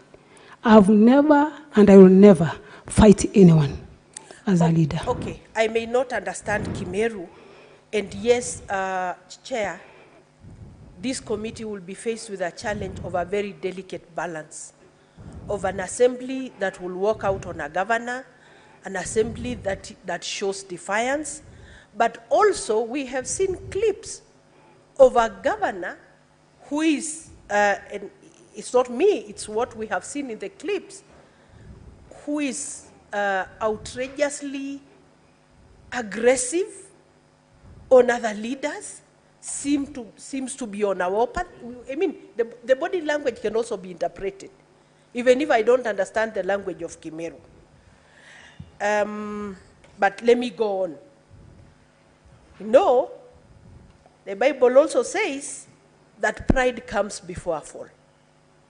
I hope this victory will not be the cause for your fall. My sister, I also wanted, and let me just refer you as my sister because you know I am. Because you know this case puts some of us in a very precarious situation. And I have said it on the floor of this house. Because I contested for governorship in Kajiado. And I was hoping your success in Meru will propel me to governorship in Kajiado. But today, 3 months after the election, there is an outcry in Meru. Will really your behavior in Meru help to propel more women into positions, or will it bring us down? These are my worries, my dear sister. You know about the women movement. You know about the women who went before us. Akina Phoebe Asio, Akina Grace Ogot, Jane Kiano, Julia Ojiambo, Zipporah Kitony, Charity Ngilu, Martha Karua, and more recently, Governor Waiguru, Governor Cecily Mbarire, Governor Gladys Wanga, Governor Achani, Governor Susan Kihika. You know about the League of Kenya Women Voters? You know about Center for Multi-Party Democracy. You know what it has costed the women of this country to create space for leadership. Will you be the downfall of the women of Kenya? Will you bring because you must see your actions, not just to affect the people of Meru, but to affect the women movement, to affect the girl child, even those we have given birth to. I am sorry to speak this way, because you must be told the truth, that you must be able to tame your tongue. You must be able, now that you are the victor, to know that it is the victor who needs everyone else. It's not everyone else who needs you. It is you, the victor, who needs other people. My sister, I foresee a situation where you are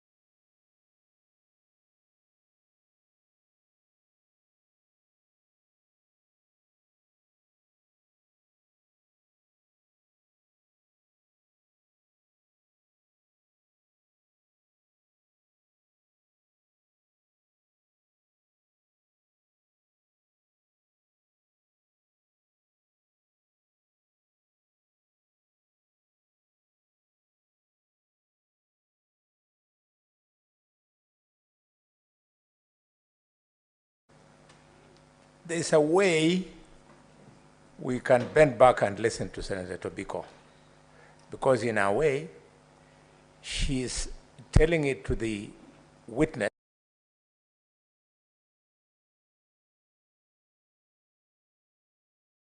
Young Sifuna, he speaks better English than me, who was telling me in the morning that it is expected that when a young person succeeds, he doesn't go through the door of success, but he stands in the door of success, holds the door for other young people to go through.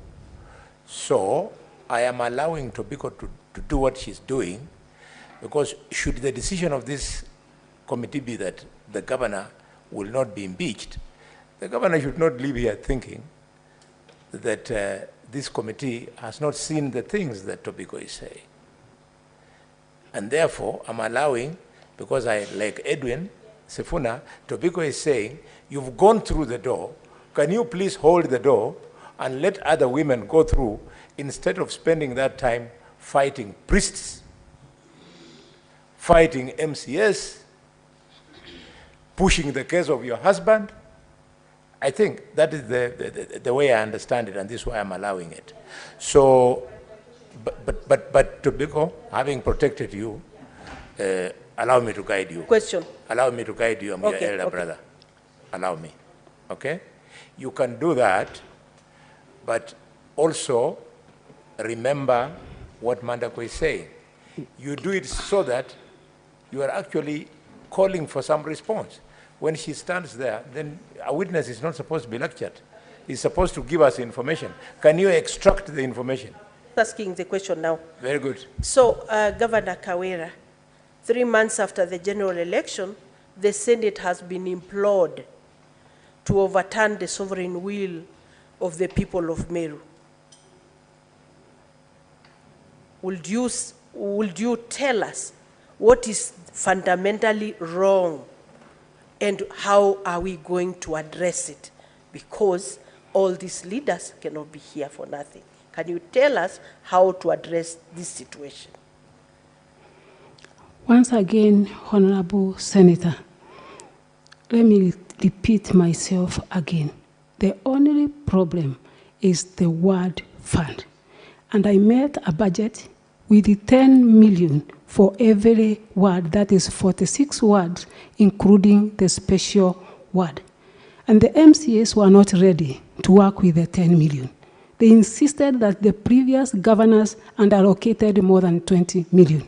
And within 3 months, there is no way I could have changed to earn money without legal framework as to how the money will be operated in the counties. That is the only problem.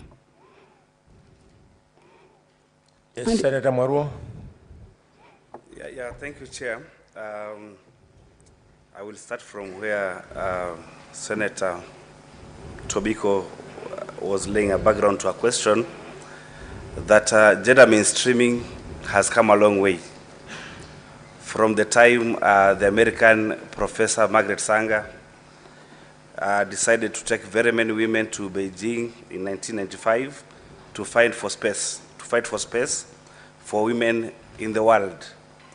And we are very proud when we have women going to leadership positions that traditionally have been occupied by men. And we don't want to, at the end of the day, because we are being called upon by the motion, to either push you aside as governor, which will be a clawback, really, to the milestones that have been made in gender mainstreaming, or to retain you there. Sometimes when change has to come, it can come by just removing the top, and the whole organization then becomes okay. So what Senator Tobiko has done is quite good, that most of the issues that have been raised have to do with your MEN, your soft skills, your interpersonal skills, your emotional intelligence, things that you can deal with and you can be trained on and you can change.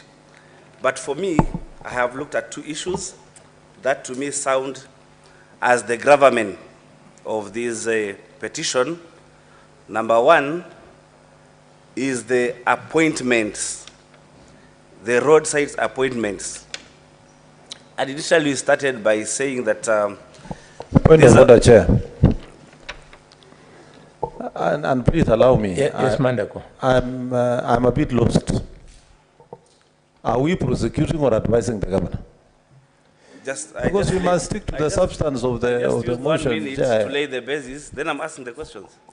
You see, the trouble is, if you build the question for 3-5 minutes, then people dance. Thank you. It was just 1 minute. Let me ask. Throw the question at the governor. Let me ask. Yeah.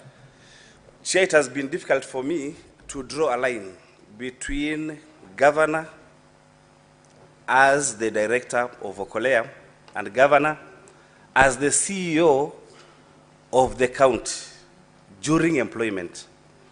Because at one point you're saying we are employing for Okolea. At another point you're saying you are employing for county government, but you are writing letters to try and find out if these employees are actually working for the county government. But now you're telling us at the end of the day that they are working for Okolea without giving evidence that these employees are drawing emoluments from Okolea, or they have appointment letters from Okolea. So how do you draw a line, Governor, for you as the director of Okolea and CEO of the county when you are in public? That is the first question.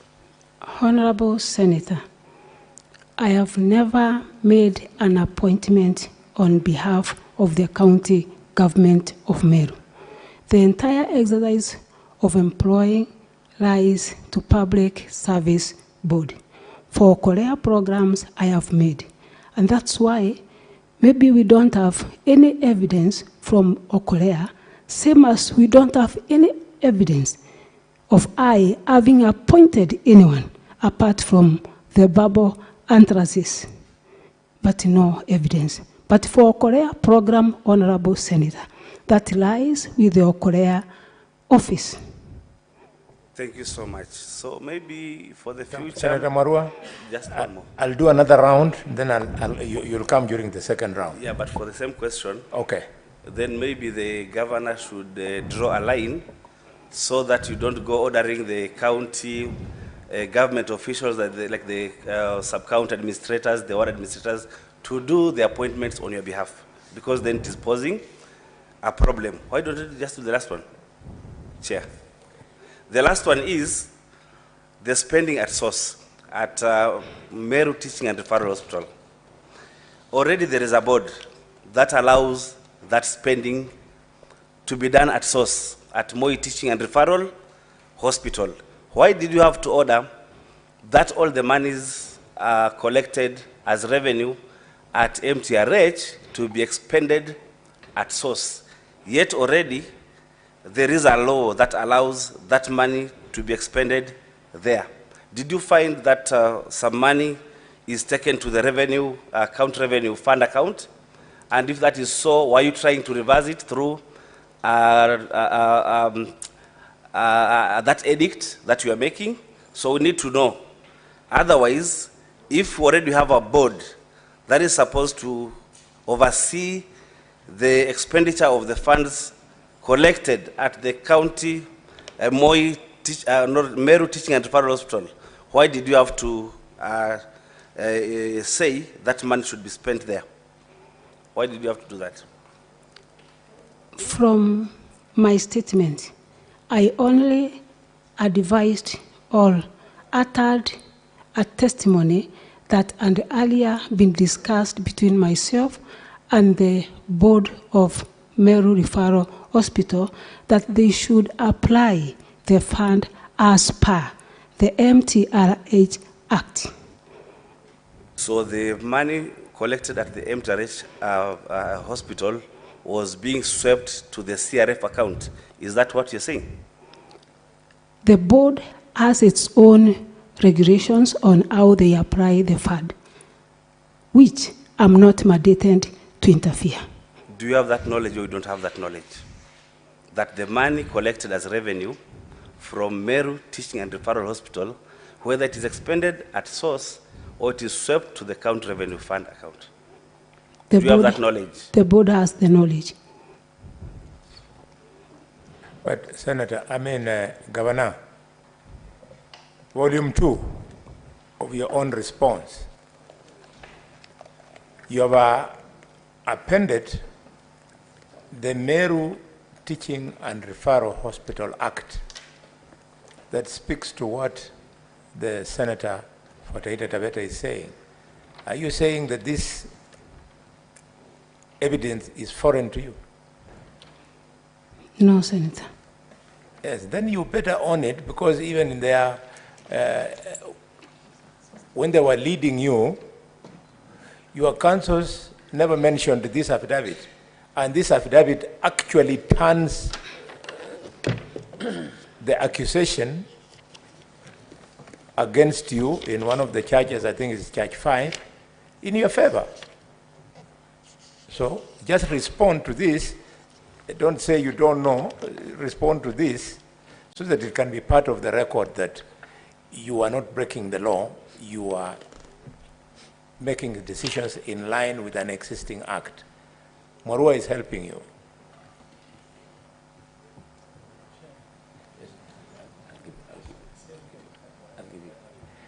Sorry, on the same point, the governor, the Senator Mandela. Yes, on the same point, I'm sorry, Chairman. I disagree with that view on the basis of legality. The PFM Act, Section 109,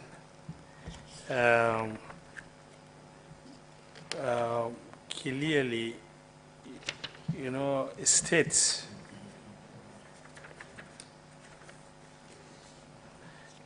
establishment of a county revenue fund.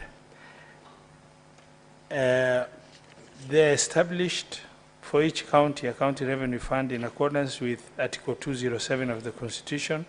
The county treasury for each county government shall ensure that all money raised or received by or on behalf of the county government is paid into the county revenue fund, except monies that is excluded. But where the Act is talking about is excluded, it's talking about legislations by Parliament. And the legislation by Parliament supersedes county legislation unless the PFM regulation is amended. Order, Senator. As your chair, I am not saying I know it better than you, but I beg you, these points of argument, we will prosecute them when now we are writing the report, because the same constitution that you're quoting, the actual article is 207. It provides, and it also provides that with legislation by Parliament, this can be exempted. Spending at source. So let's not prosecute it here. It will become untidy. Here we want to collect evidence. When now we are discussing it, we can do it when we have stepped aside, so that we don't look like saying Tiangla is the one who is right and is wrong. Our secretariat is here. When we are writing the report, they'll give us the usual guidance that we get from the Senate on authority of the legal department, and the director of the directorate is with us here, Dr. Kello. So maybe we don't discuss the merit or demerit of the constitutionality or legality of a piece of evidence in plenary. I would like that we leave it there and we continue extracting evidence.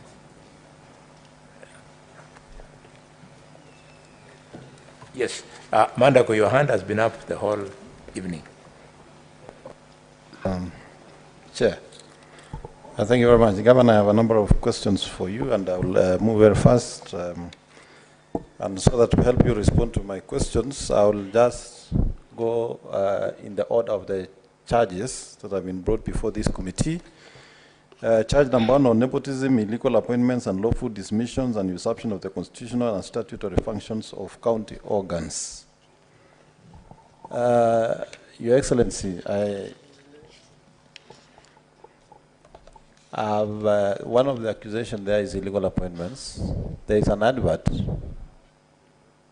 dated 22nd of November with a number of directors who are reporting, as per the advert, to the chief of staff, therefore indicating that those are directors in the office of the governor. Question number 1. Does the county government of Meru have an approved structure, establishment for the county government? Does the county government of Meru have an approved establishment?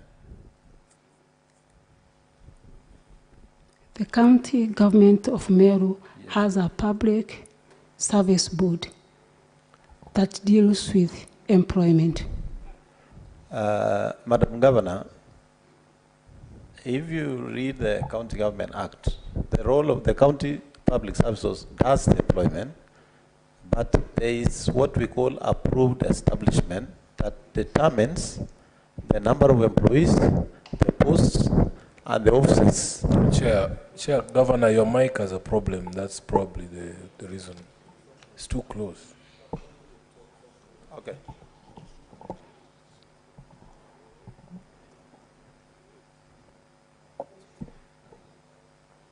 Thank you very much. Madam Governor was asking, does the county government of Meru, the county executive, have an approved establishment? The establishment, in this case, determines the number of employees or staff for the county government of Meru, the departments, the posts that are available. I'm only aware of the County Public Service Board. My second question. These posts of directors that were advertised on 22nd, prior to you coming to office, did we have directors existing in those posts, or those posts were vacant? We still have the previous directors working with the county government of Meru. By the time the County Public Service Board advertised those posts, were the posts vacant or the directors were still in office? And if they were still in office, what was to happen to their terms of service? I'm not aware of any advertisement that has someone still working in the office.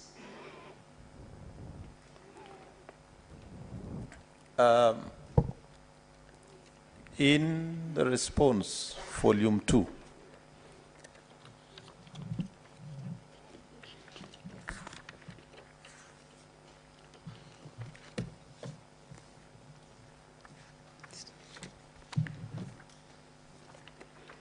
maybe Secretariat, you can help me quickly address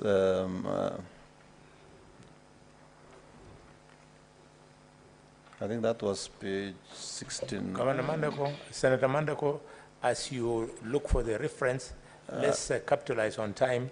Yes, I allow somebody else to shoot. And I've already found it, Chair. Oh, please go ahead. And Chair, please give me time because you gave people time to lay the basis. I'm only asking questions directly.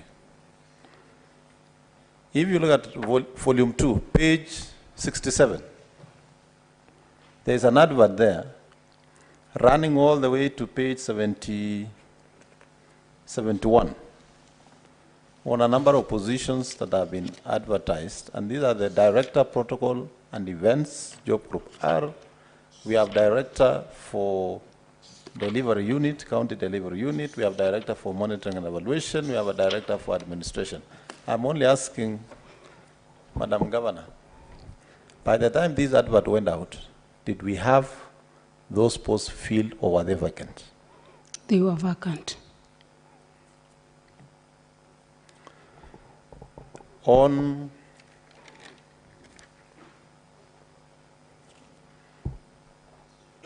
the issue of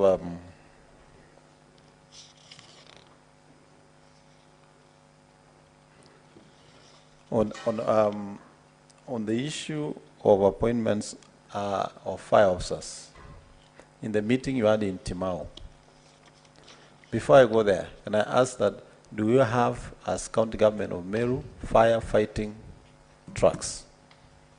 Yes, we have. How many and where are they located? We have 5. Is it true that there is a firefighting engine in Timao that is not functional? Yes, there is. Was it therefore necessary to have two people to call when we have a fire engine that is not functioning in that sub-county? We locate the machines where there is need. It is not necessarily that the fire engine is met for Timau. When need arises, we always send one to the area that is affected. And what I'm asking, Madam Governor, is you have identified two people will be alerting the county government amongst the other functions if there are fires. But the fire engine in Timau, which be the nearest in terms of response, is not functional. Are there any attempts by your county government to make sure it is repaired and functional so that the two people that you have recruited under our Kolea program can then be able to function? By then, the fire engine at Timau was functioning.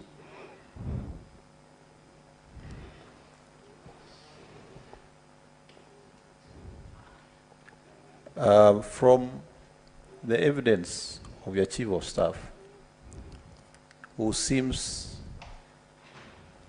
or has committed himself that he understands all matters to do with this petition, why was it appropriate for the chief of staff to himself ask for information from the different departments and not through the county secretary and not through the secretary of the county public service board? Was it under your instruction? No, it was not under my instruction. Madam Senator Governor. Senator Mandago, just put your finger there. That was part of my intervention, so let conclude it. Your answer, can you clarify? Because the counsel for the county assembly tried to get it from you, but he didn't push you well. This is the time. Were you deliberately avoiding the county secretary because he was not going to take instructions from you to give evidence in the manner you want to protect yourself? No, I was not avoiding the county secretary because of any issue, but the chief of staff has always been with me in the meetings that most of the accusations has arrived from. I put it to you that you need to persuade us better, because there is a county government act that clearly specifies the county secretary as the custodian of the responsibilities that your chief of staff has been discharging the whole afternoon. Can you convince us? I stand guided chair that at no time that I have chosen to work with the chief of staff and then regret the county secretary. Are you aware of the County Government Act? Yes. And if you are, why did you bypass the responsible officer who is the county secretary? Instead, you bring here the chief of staff. I thought this is a matter that is personal and not a county government case. Being my case, then I chose someone who understands the issues better. But if it was a county government case, the best person would have been county secretary. Mandako, go on. Thank you very much, Chair. Now, Madam Governor, in your own affidavit, on the reappointment of the cabinet, of the county secretary, your statement reads, the allegation of illegal reappointment is denied and that the governor averts that the current county secretary was appointed in the previous regime and went through vetting by the county assembly, in which the mover of the impeachment motion participated in approval. His contract was extended by the previous governor without approval of the county assembly. Please underline, without approval of the county assembly. And the governor had to extend the contract again, owing to the crucial role the exiting county secretary plays in forming the new government. Just as I stopped there, when we asked your chief of staff, who has committed that he knows everything that goes around in there, your chief of staff said that the extended contract by the previous governor had not expired. Why was it necessary to reappoint? 2, you are already aware, Madam Governor, that the previous governor did not submit this county secretary for vetting by the county assembly as required. Did you have to continue with the same mistake that the previous governor had committed? Honorable Senator, when I assumed office, I met Rufus Meriti, who is the county secretary for Meru, and he was mandated to be the chair of transition for a certain period. I chose to, at least for a few months, to continue working with him. I sought advice from my legal team and also the board, who affirmed that the contract had not lapsed. So I had no otherwise other than to make a statement of intent that I will be willing to work with him even after this, if at all the Public Service Board agrees with my statement of intent. Senator Mandago, I'll come back to you another round. Let me now open up to another senator. Esther, I saw your Just, Governor, because again. I didn't spend my time laying the ground, allow me to ask one question, just one, so that you come back the next round. Senator, because you're my neighbor, I know those might be your winding remarks, and I want you in this meeting up to the end. So just quickly, Madam Governor, on charge number 2, incitement, bullying, vilification, and misleading campaigns against elected leaders. Did you, at any given time, call the MCAs by the word in Kimeru, Mberwa, which I am made to understand is fox? I have not. In dealing with matters at the ward, Madam Governor, are you aware that part of the responsibilities of the MCAs, and I want to draw your attention to the County Government Act, Section 9 on the role of members of County Assembly, 1A, that says, a member of County Assembly shall maintain a close contact with the electorate and consult them on issues before or under discussion in the County Assembly. Madam Governor, don't you think it was within the mandate of the County Assembly members to engage the residents of their various wards on the matters of this impeachment? I don't deny it was their mandate, but the process and the way the MCAs conducted was wrong. Madam Governor, when the MCAs didn't approve your nominees for CCs, did you go ahead to reorganize your government so that the rest of the departments were collapsed under only 3 CCs?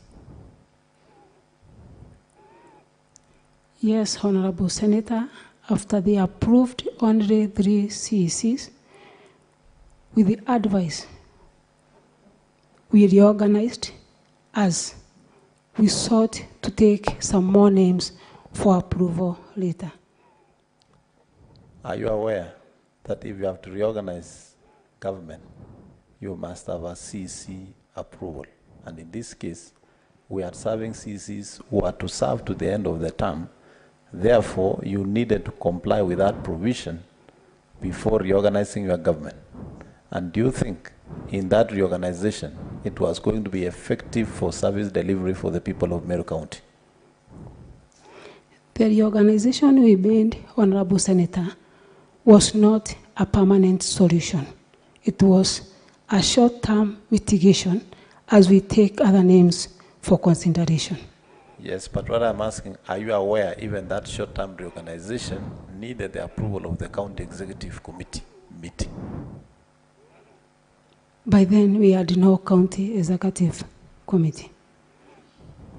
Madam Governor, are you aware that the County Government Act provides that serving CCs serve in office up to until the new CCs are sworn in and assume office?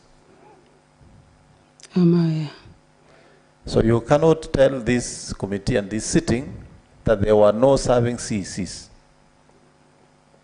The serving CCs from the previous regime, their contract had lapsed, all of them.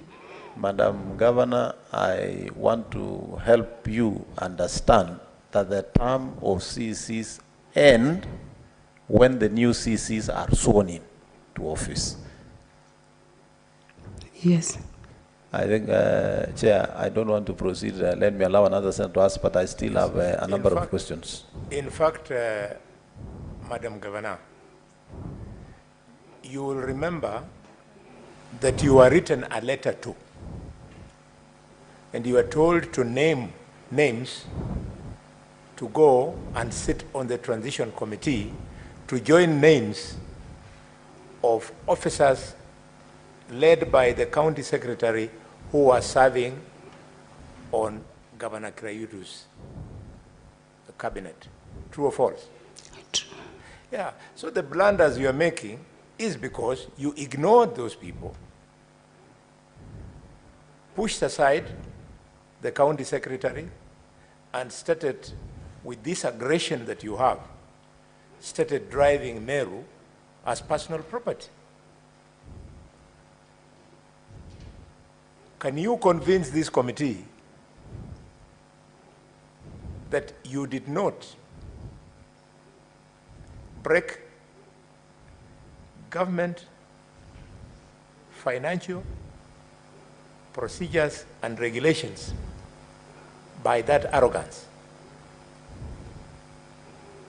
Honorable Chair, when I assumed office, the only person from the previous regime who was there in office was the county secretary. And I showed the willingness to work with him. That's why I not even take any name for consideration. By having county secretary who worked with the previous regime, doesn't show any arrogance. The rest of CECs who are working with the previous governor all went with him. Chair, with your permission. You know, Senator Mandago has guided you, and if you don't believe him, reflect when you are in these precincts of Parliament. When President Ruto was, no, when President Uhuru was forming his cabinet, he did not dismiss Kibaki's ministers. They only exited after his ministers had received approval and they were in office. Similarly, President Ruto did the same, including his list being challenged in the High Court. Because you're treating Meru like personal property, that's why you don't respect that government procedure. So should you get lucky, you'll be excused on this impeachment. You have to go and walk the straight path. Yes, Esther Okenyori, you intervene with a question. Chair. Yes, yes. Chair, yes, just because the governor seems not to get it, allow me to draw attention to Section 42 of the County Government Act, County Executive to remain in office after Election 1. When a general election is held for a county government, the outgoing County Executive Committee shall remain in office until a new County Executive Committee is constituted after the election.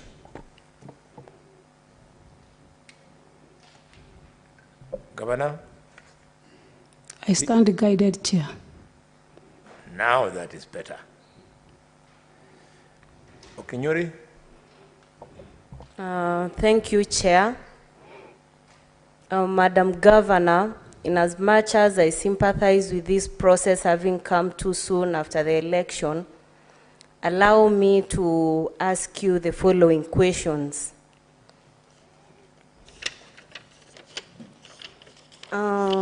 Pursuant to paragraph 23 in your sworn affidavit, that is page 20, you have strongly expressed your feel that the mover of the motion, who is the Abogeta West Honorable Member DMK Kyogora, having personal issues with you. What is, however, not clear is why the remaining members of County Assembly went ahead to impeach you. Then therefore, do you think there's a problem you have with the rest of the MCAs who went ahead to impeach you? Secondly, I think there's a musician by the name Dolly Parton who sings a song that my mistakes are not yours just because I'm a woman. Madam Governor, the immediate former governor of Meru served the people of Meru and nobody questioned it. Do you think, Governor, that the accusations made about you regarding the first gentleman are made because you're a woman, or there is something drastically wrong that you did, that you're doing that the male governors didn't do? My third and last question, Madam Governor, do you still insist that all MCAs who have been politically influenced, or you truly appreciate with hindsight that you took the wrong foot forward?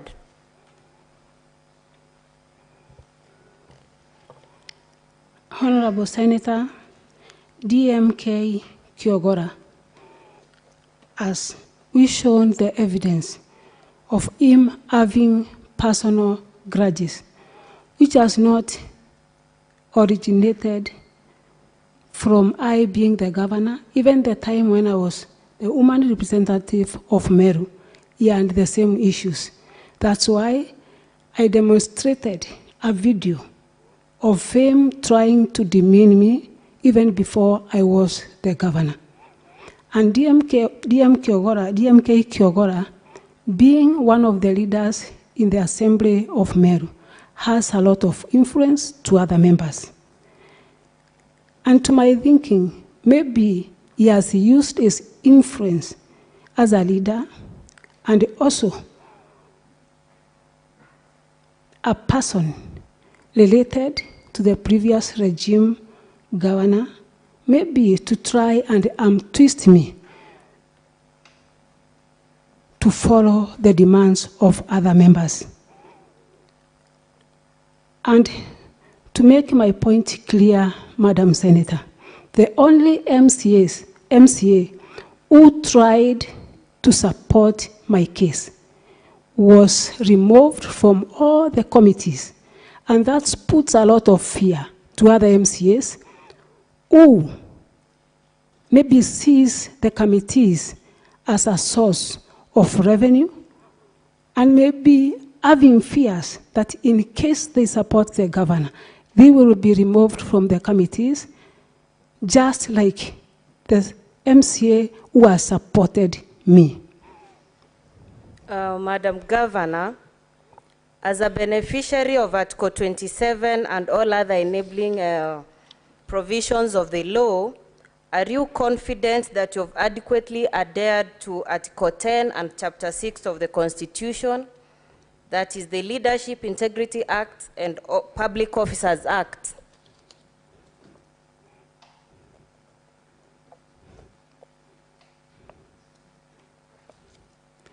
Come again, Madam Senator.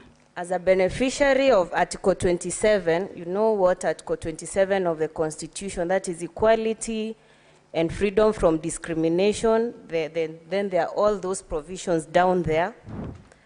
Are you confident that you've adequately adhered to Article 10 and Chapter 6 on integrity and the Public Officers Act? Am I clear on my question? No.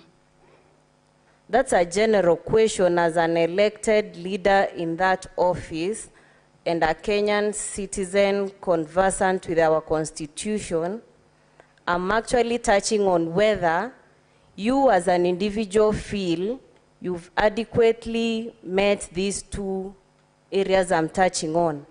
Yes, Honorable Senator. All right, thank you.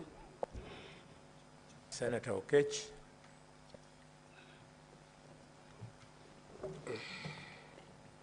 Thank you, Governor.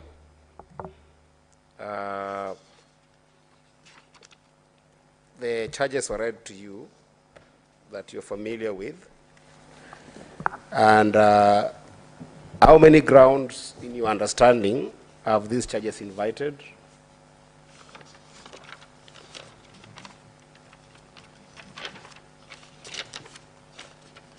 From the Assembly side, Yes. the legal person said there are 62.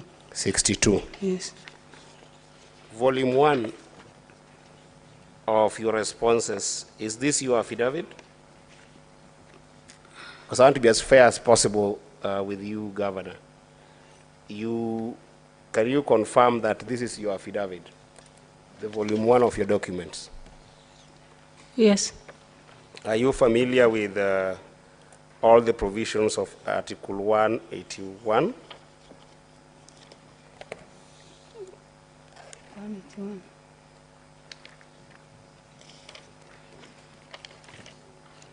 Or should I read them for you? Yes. I'm going to, this is very important for me, Chair. Article 181, because I'm asking this in the context that the governor has just said here that she is here in a personal capacity. Article 181 talks about the removal of a county governor, which is what I perceive you are here in that capacity. So before I ask the charges I want to ask, I will only focus on one charge, but I want you to tell you that a county governor may be removed from office on any of the following grounds. I won't go there because of time. There are about 4 counts for which a county governor can be removed. Then if you read again, Governor, the County Government Act, Section 33, the removal of a governor, not you as a person, but I'm talking about the governor of Meru County. A member of the county assembly may be, I wanted to read the sub-article, Section 33, 6. In the special committee reports that the particulars of any allegations against the governor, again, I want to underline the word any, out of the 62. The governor, A, have not been substantiated, further proceedings shall not be taken under this section in respect of that allegation. Or B, have been substantiated, the Senate shall, after according the governor an opportunity to be heard, vote on the impeachment charges. So I'm cautioning you that you are here as the governor of Meru and not as an individual, and that leads me to my question on charge number 5. Charge number 5, Governor, is on violation of public finance management laws. And I want to draw you to your affidavit on page 39. Governor, in the allegation of breaching the public finance laws, you have said that this is a misconceived and sensational accusation. That is on page 39, okay? Are we there? Of volume 1.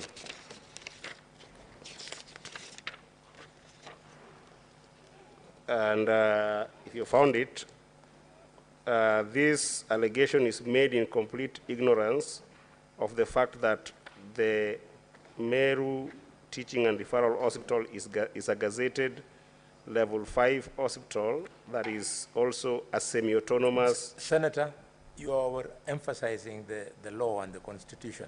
Shoot your question. Yeah, I am on the violation of public finance act according to the response I want to interrogate the response that is given here by the governor. Governor, you are claiming that the evidence provided with regards to your pronouncements in the video that the county, the Meru Teaching and Referral Hospital should not spend at source is not a violation of the PFM Act. Is that right?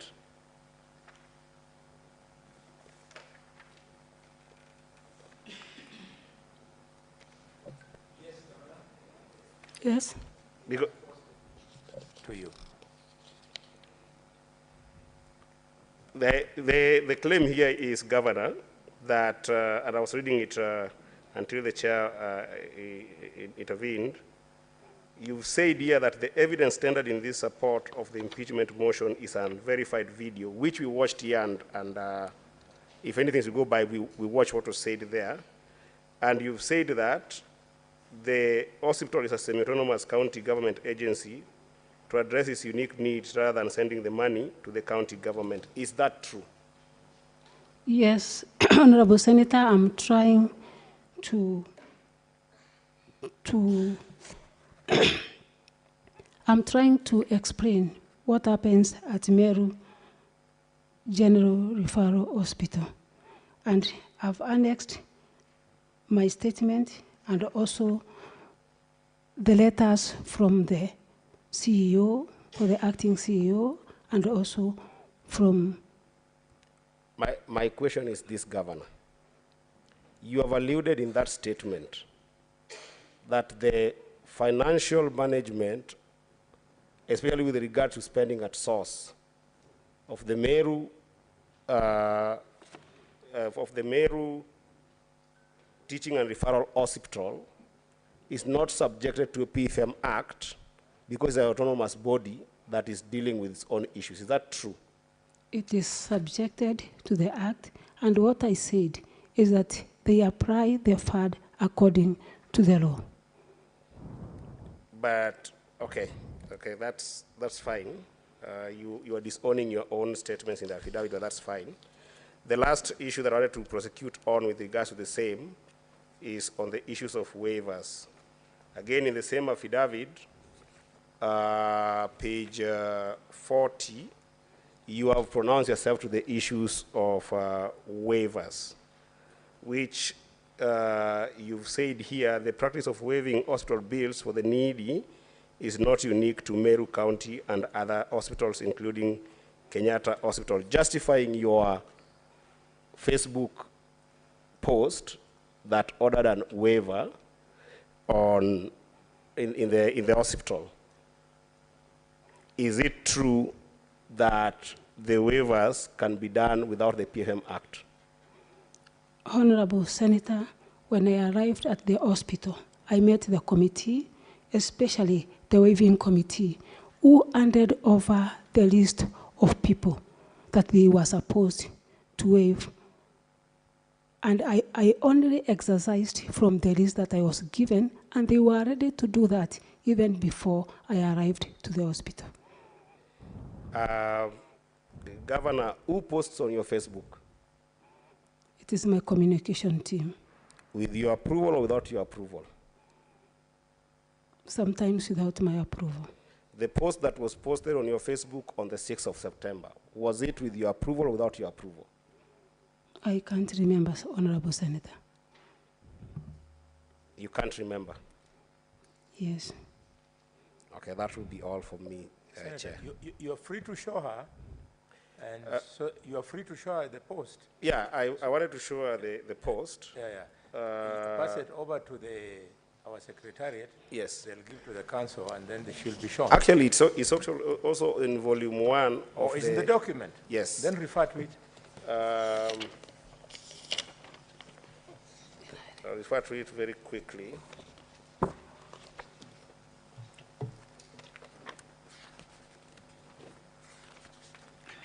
Yeah, if you turn to page, I think, 128 of volume 1, 128 of volume 1 of the Members of County Assemblies Council.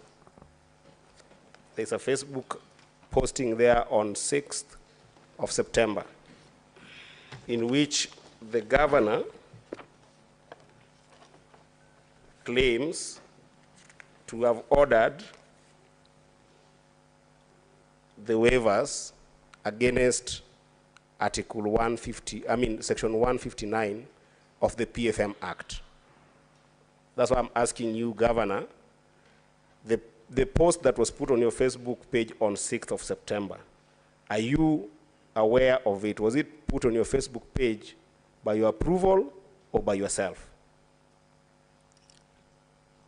I agree that the page is mine, and the work of posting or doing this is from my communication team, and maybe they were guided by the act which they saw, because they were not with me in the board with the members of Meru Teaching and Referral Committee to understand. The question is very simple, Governor. Is the post your own post, or the post was through your approval? That's all I want to know. No. It was not by your approval? It is mine, but I did not check what was written. So it is your post? It is my Facebook page. Okay, that's all I want to confirm.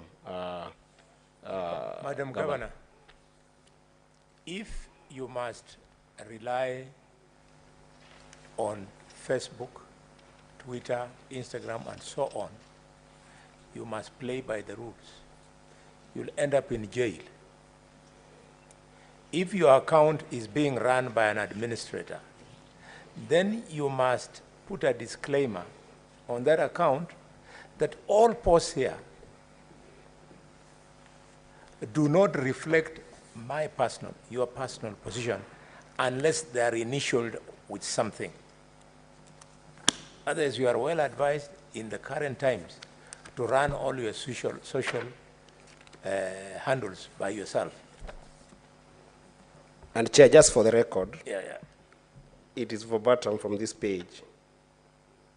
The governor says, last but not least, I have waived all hospital bills for the patients who are extremely poor and deserving with huge bills that are not held at the facility.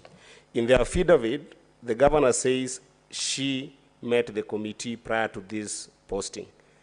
And under PFM Act 159, the powers of County Executive Committee member for finance to waive or vary tax, fees, or charges, the County Executive Committee member for finance may waive a county tax, fee, or charge imposed by the county government and its entities in accordance with criteria prescribed in regulations provided under here. If you read A, B, and C, which I'll leave it for the chair and also the council of the governor, the criteria that is stated here, none of those are spoken to in the affidavit.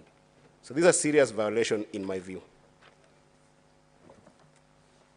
Yes, Governor. Honorable Chair, I stand guided that I will not repeat again the exercise or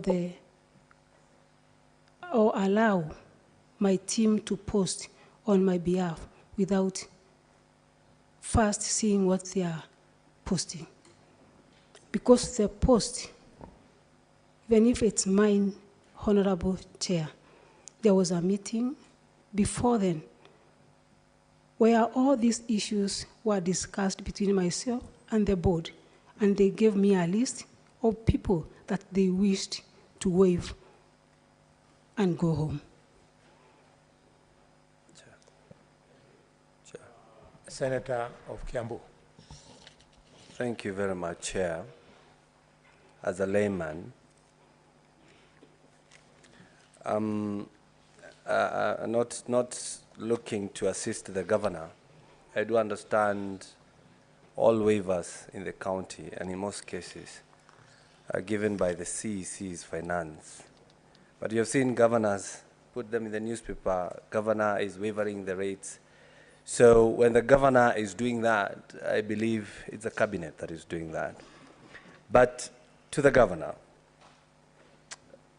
I know what is going through your mind, and especially when you're answering questions from the young lawyers from the assembly, as young as less than 30 years, and with a lot of humbleness and humility. So I just wanted to pick that point, that if this house was to save you, continue with that humbleness.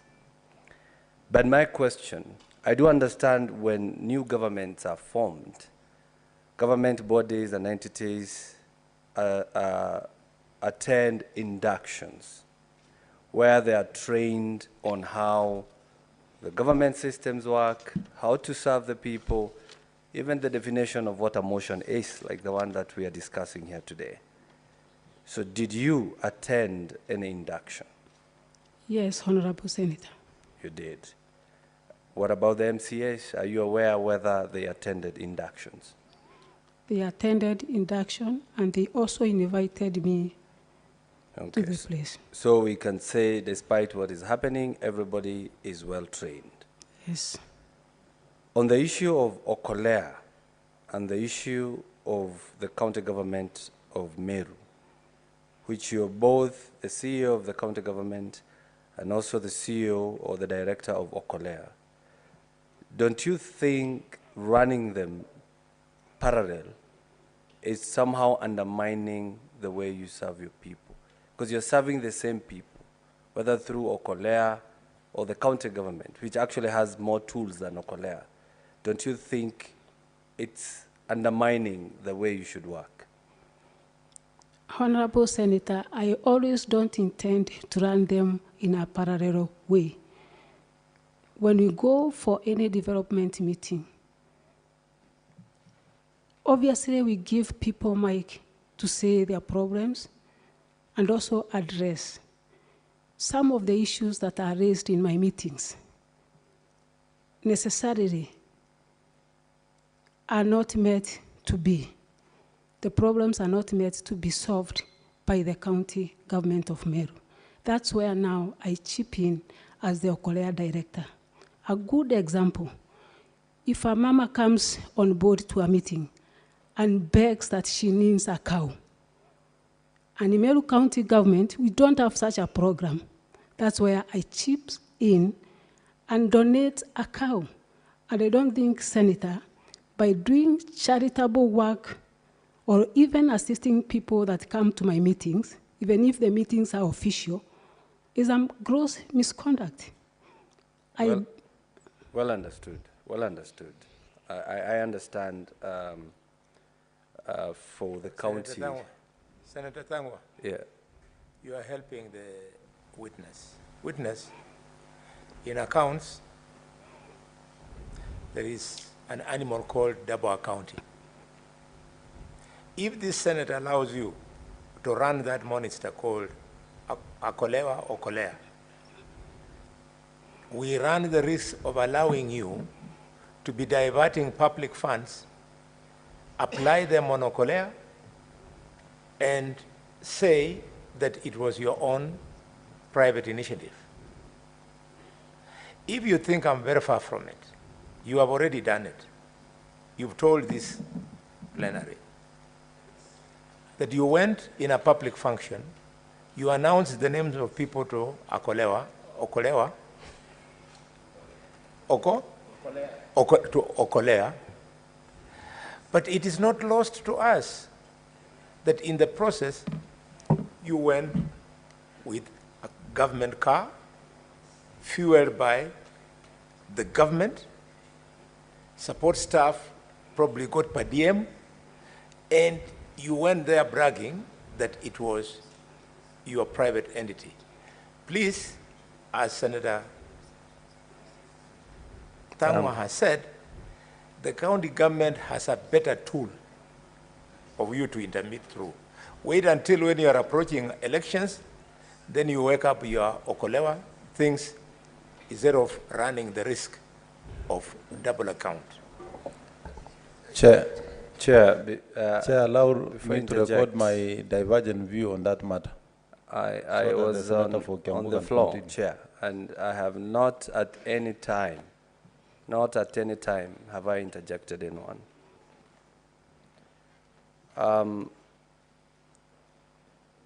Your Excellency, Governor, if somebody said you're still in campaign mode, would they be wrong? Yes. Do you know the role of the MCA? Yes. Okay. I won't ask you what are the roles, but do you at least know that they are not your employees? Yes. And of course, do you know you cannot order around an MCA to either explain an issue, to either execute a mandate, or to either even sing or dance? Yes. So from the videos that we saw, do you think that was right what you did to the honorable member, was he Mwenda? Honorable Mwenda Idhiri came to a meeting and the residents asked him to apologize. If you listen to the video clips, I'm the one pleading with the crowd that should I apologize on his behalf? They said no. I repeated again, I want to apologize on behalf of Mwenda. They said no. Okay. You said the issue is the ward fund, and it has really been mentioned here. And the way I understand, for us or for any county to have a ward fund, there must be a legal framework, which should either emanate from the county executive, but passed by the assembly, or emanate from the assembly, but still passed by the assembly. Now that you have said that's the only issue, what measures have you taken to at least try to show the goodwill that if at all this legal framework is there, we can just implement this ward fund? Honorable Senator, there is no legal framework that is there that I've seen in my office. What I made is an approved budget where the previous governor and allocated 10 million ward equalization fund. I went ahead, invited all the MCAs that we have 10 million that is allocated to every ward. Can you come on board so that we can go to the ground and identify the projects that are going to be implemented by the same 10 million? So it's only one MCA who came on board, and he is now at the ground doing what he's supposed to do by the law. Okay, so if the MCAs were to pass this ward fund, and of course it passes all the elements of being a good law, would you assent to it?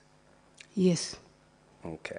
As I conclude, Chair, you have been accused of working with others in place of MCAs. I did not get that. So working with others in place of MCAs, does that mean you have a different assembly that would pass laws for your side and you don't do that with the MCAs who are elected by the people? Honorable Senator, unless the accuser is trying to misquote or to show that there are Korea programs that are run by myself and the church, which are done every Sunday in the afternoon, maybe that is an issue to them. And that one is not a political meeting. It's a charitable program whereby we help the poor, educate the poor, build houses to the poor. I don't see the reason as to why MCAs should complain about the Korea program, which is not managed, financed by the county government of Meru. Yesterday it was said that the governor is at war with everyone. So I want to put a question. Is it that the governor is at war with everyone, or everyone is at war with the governor? Maybe the vice versa, that everyone is at war with the governor, but not the governor at war with everyone. Why would they be at war with you? Some are the issues that I've said. It's about the fund. The fund. Yes. Finally, Mr. Chair, the governor has been referred here as Hitler. So allow me to ask this question. She has been referred to us as Hitler. And others have also accused her of revering them as Mbirwa. So in these two terms, Hitler and Mbirwa, if you were to choose one, which one would you choose to be referred as to? None. None. Thank you very much, Chair. Members, now we are remaining with two. We have 1 hour for closing statements. So Just I'll one, allow Chair. my vice 2 bites. Come out 2 bites. Yes, come out. Thank you, Chair. It's called come out. Yes. Thank you very much, Chair. Madam Governor, I just want to ask you one question. Chair, I will only ask one question. It's a kind of a clarification that I want from the Governor. In an event, Governor, that this committee finds no merit in your impeachment motion that has been brought before this committee, how are you prepared, or how will you demonstrate the spirit of collegiality between you and the members of County Assembly that, according to me, it is the one that lacks? And at the same time, I wanted you to demonstrate how will you do, or how will you deal with that problem, because this is something that you would have dealt with there before, but you left it at that. Being the senior-most politician in Meru, it exploded until it reached here. So how will you do, or how are you prepared to deal with that problem in an event that one will happen? Just that, Chair. Yes, Governor. Thank you, Honorable Senator. Thank you, Chair. I will go ahead and extend olive branch to the MCAs. I've not done it once, but I will again and again invite them so that we can sit together as leaders. If the issue is Wadford, they fast track and see that there is a legal framework for us to have the fund increased so that they will be satisfied. Senator Kavintu. Thank you, Chair. Madam Governor, we know you've been standing there for a long time, but just bear with us. I'll have only one question, and this is from the volume 1 of the MCAs, accusation. And this is in page 18, which is incitement, bullying, vilification, and misleading of leaders against, misleading campaigns of against other leaders. Madam Governor, according to the witnesses who stood on that deck there and spoke, majority of them accused you of not having respect for any of the leaders, especially elected leaders of Meru County. What can you tell this committee about that allegation, and what are you prepared to do moving forward to make sure that you can work with the Meru people, and even if not now, in future, and for your own goodness, being a bishop, somebody who is called by God? What can you say about this allegation? Because it came out more than anything else. Thank you, Honorable Chair. One of the reasons as to why maybe we are here, it is about the funds, and at the same time, being an independent governor. When I assumed office, a lot of people came on board, including leaders. And I want to bring to your attention that it is too early for one to judge a person. I'm in the process of learning a lot of things. I'm in the process of trying to organize my government. And maybe there are some people who feel that I should come to aid or do what they want me to do within a very short period. This is too early for me, maybe to give people some favors, which I don't believe in, Honorable Senator. But I'm ready, and I've been ready to work with all leaders, not only elected leaders, but any other leader, including the Nyumba Kumi and chiefs and everybody else. And if I was rude and the behavior as it has been narrated by the MCAs, I don't think the Meru people would have given me such a big position. In fact, to be very clear, not only the MCAs and not only the leaders of Meru, that goes to even the Catholic Church. The father who stood in that deck yesterday, he was really, really bitter. To an extent, he said that, I don't know if you were here, but I think you were here. He said that there is no forgiveness in such a case like this. Yeah, and if a man called of God can say that there is no forgiveness, and Jesus says that we should forgive 77 times 7 in a day, then that really left me with a lot of questions. And I know at times things happen and things are said. When I was campaigning last year, many things were said about me. But you know what? I went above the things. Governor, I would advise you to go above the issues that you are going through. And I know it is doable because I did it myself personally. And I know you can do it and you can overcome. Thank you. If you go to the Leadership and Integrity Act of 2012, page 9,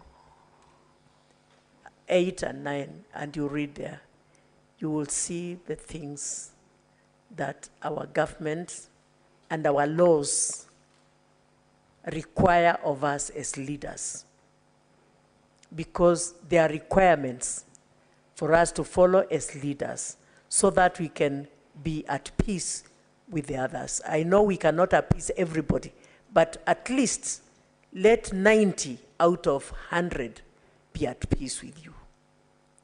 Then that way you'll be able to deliver your mandate. And Chair, if you allow me, I will speak to Madam Governor as an elder sister now and advise you. Please, I know it is hard. It is not easy to handle a whole county. And it was not easy also for you to go through the campaigns. I know you were hurt by many people. But that hurt now, take it out of your heart so that you can love those people and serve them. Because they are your people now. And you are their governor. And they should all come to you as the CEO of the county, as the overseer of the properties of the county of Meru. And if you do that, God also will bless you. And what do you think people think about you, a bishop, and then they're accusing you of all those things that they are saying? you know, the name of God is looked down upon. And that is not godly. Just raise above the bar. And God will bless you. Thank you, Governor. Thank you, Honorable Senator. And maybe in just 2 minutes, I humbly request to put this clear, that the felicitation of the Catholic priest who was here is not that I don't want to work with the men of God. It was purely an issue of finances, whereby I'm supposed to pay invoices and funds out of law. And I don't think that is my mandate, Honorable Senator, not to be accountable so that I please everyone. It is against the law that I should bend and break the law to appease or to please everybody. Honorable Senator, I want to bring to attention that all the wrangles and all the problems, the only source is funds.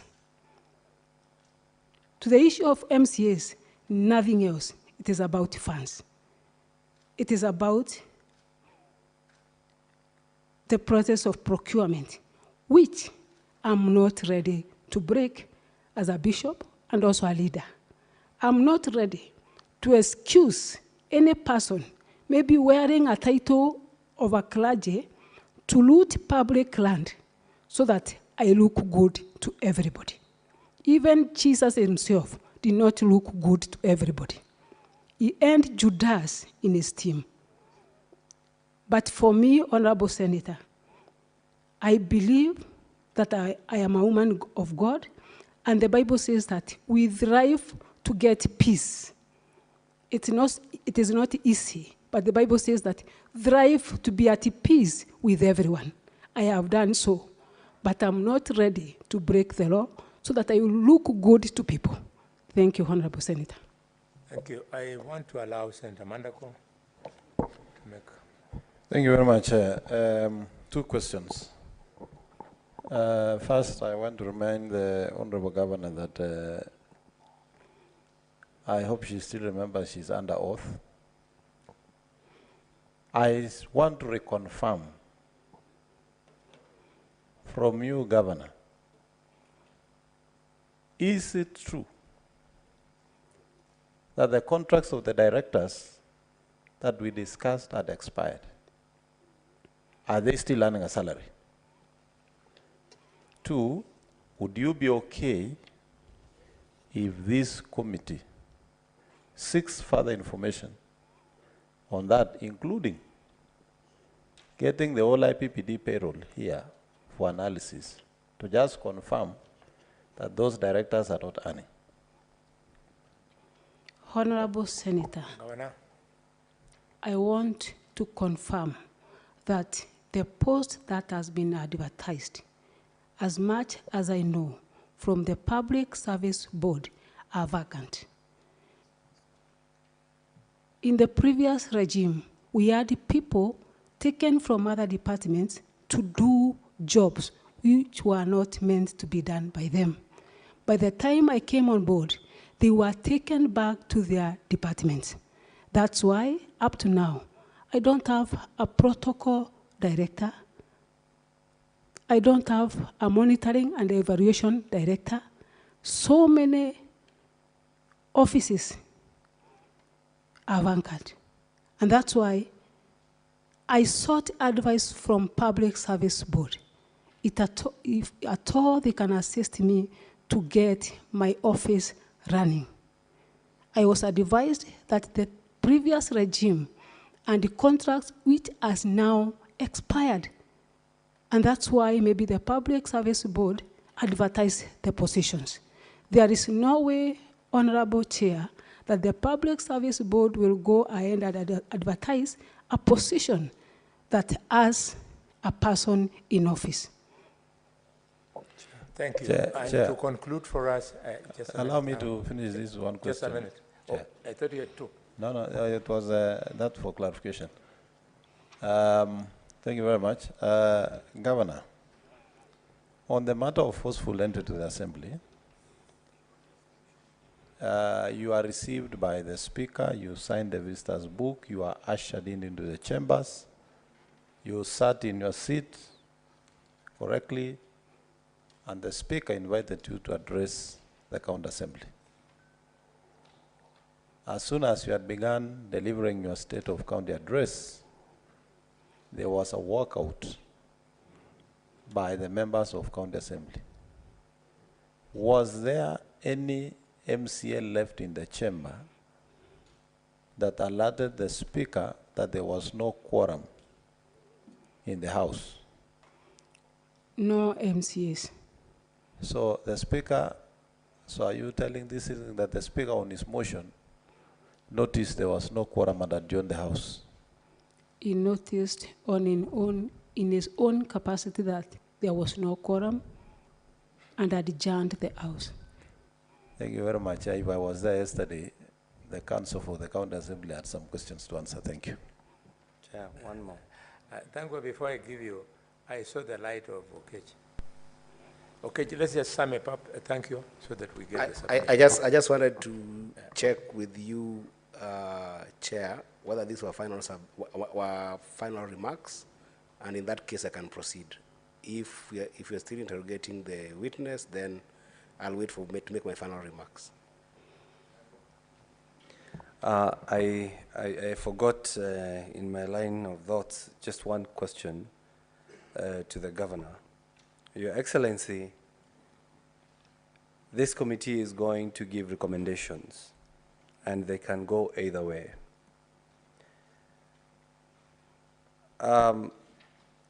What if, I want to hear your thoughts, because I said here yesterday, I think it was yesterday or in the morning, that from what I have seen here, the problem is more egocentric than constitutional crisis in the county. What if this county, this Senate, was to propose that the President invokes Article 192 of the Constitution that says the President can dissolve a county government if a commission of inquiry has been formed to investigate. But if this committee was, the Senate was to propose that, because it seems that nobody wants to work with the other, what would be your comment? Thank you, Honorable Senator. I think, to me, it would be unfair to me, because it is barely 3 months that I've been in the office. It is good to give some issues time. There's a saying that says, time heals. Maybe we are in the process of, or we are in the teething problem, whereby the governor and the MCAs, because during my campaigns, I was doing it all alone. I've never had a chance to mingle with the MCAs, not any one of them. We just met after elections.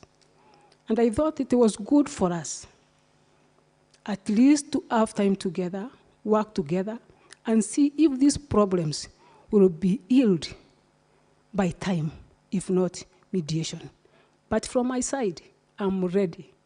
And I have been doing so from the word go, trying to bring them on board, including appealing to the President of the Republic of Kenya to try and unite us.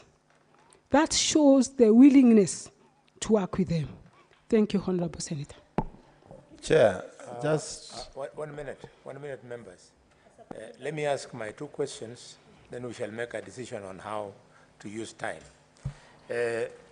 We need to sort out some issues so that I can contribute during report writing. One, The County Assembly has filed a document, and on page 59, the County Assembly has attached a letter from the Ethics and Anti-Corruption Commission. I would like you to clarify whether you have ever appeared before EACC to respond to charges. The EACC wrote to me after a letter. Have you appeared to EACC? No. No.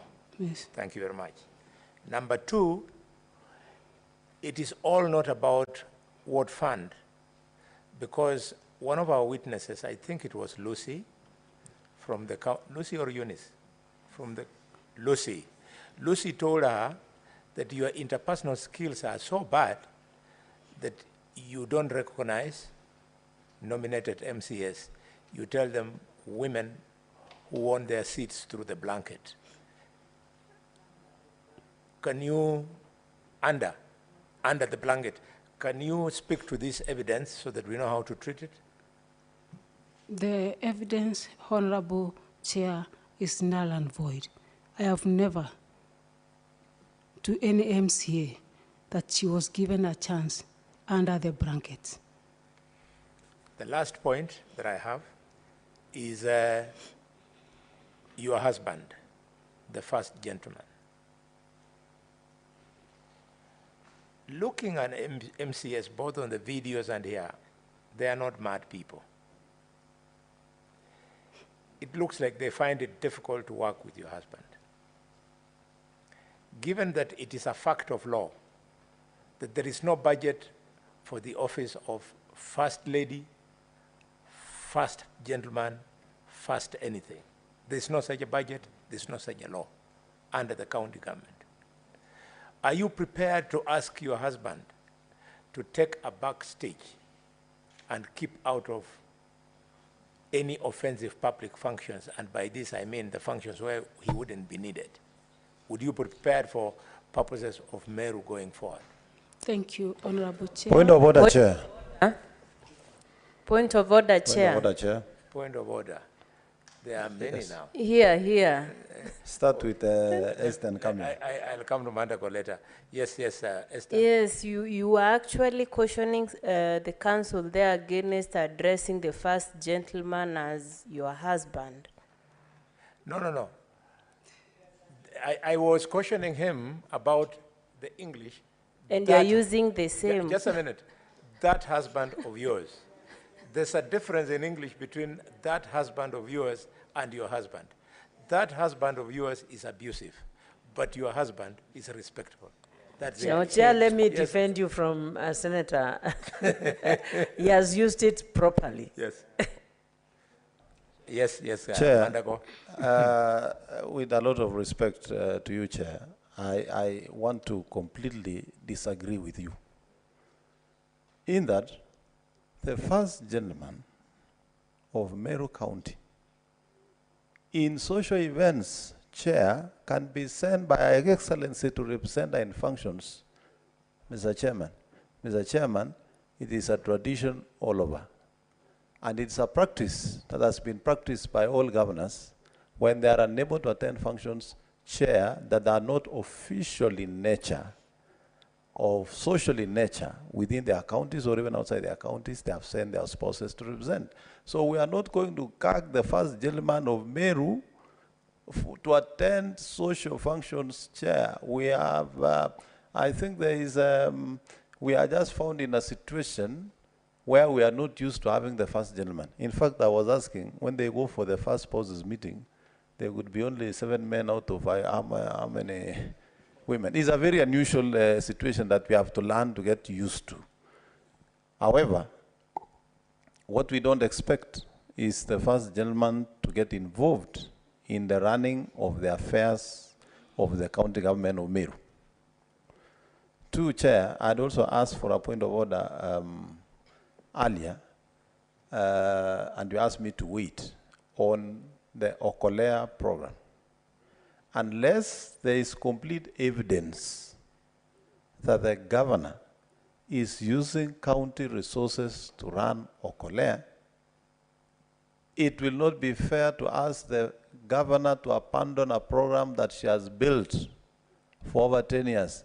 Chair, you are aware that leaders run their personal foundations, not necessarily for official work they are doing, Chair, but to address other societal social issues that cannot be addressed using public resources unless there is completely evidence that Okolea is being run by public funds. It would, in my considered opinion, it would not be fair to ask the governor to abandon a program she has started and run for 10 years. And for 10 years, she was not the governor of Meru and the program was running. So I think we have to get evidence that Okolea is using county resources for us to really ask the governor to abandon that kind of program. Point of order, Very well. so I that think, when you rule, let me handle this point of order. You can rule for I both. think you have a point of order? Yes. Okay.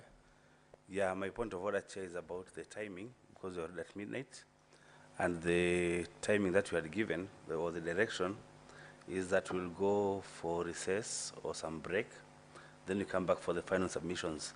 It's already midnight, and if we continue like this, then we'll stay up to morning. Please, I seek your indulgence. Thank you. That is for you, with your intelligence. Members, we try to be reasonable when we are in session.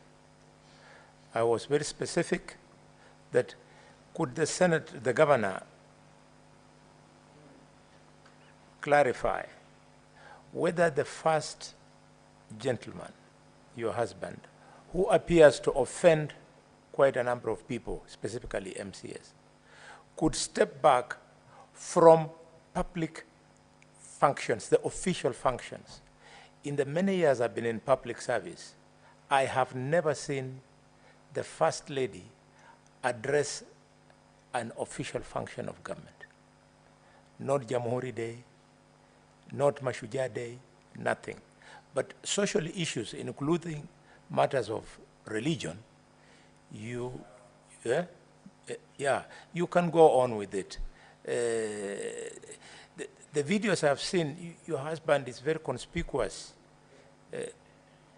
Not in a bad way, but he likes his music. He's like me. I'm very conspicuous with my bulls. So that's how people are. So is it possible that we step back?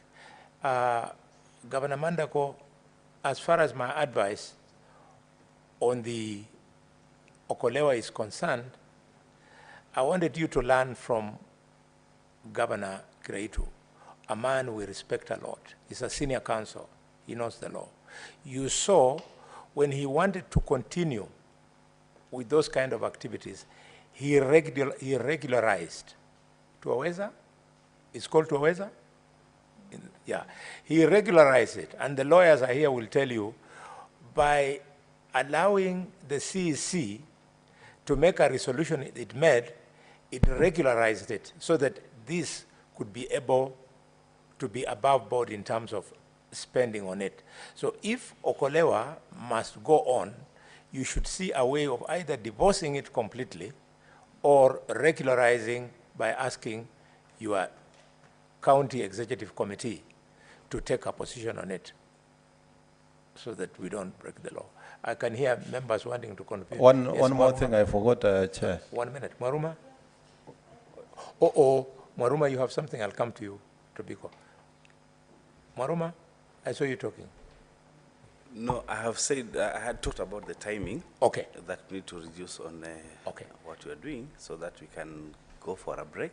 Okay. And come back for the final submissions. Okay. Others would spend the whole night here. Tobiko?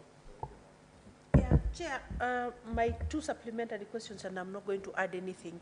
One, Governor Kawera, do you have a technical team of advisors? Yes, I have a because legal this advisor. looks like there are too many goofs in the short term you have been there. I have advisors. Two. State their names and what they advise you on. I have a legal advisor by the name Adero, political advisor by the name George Mungania, and economic advisor by the name Kiambi.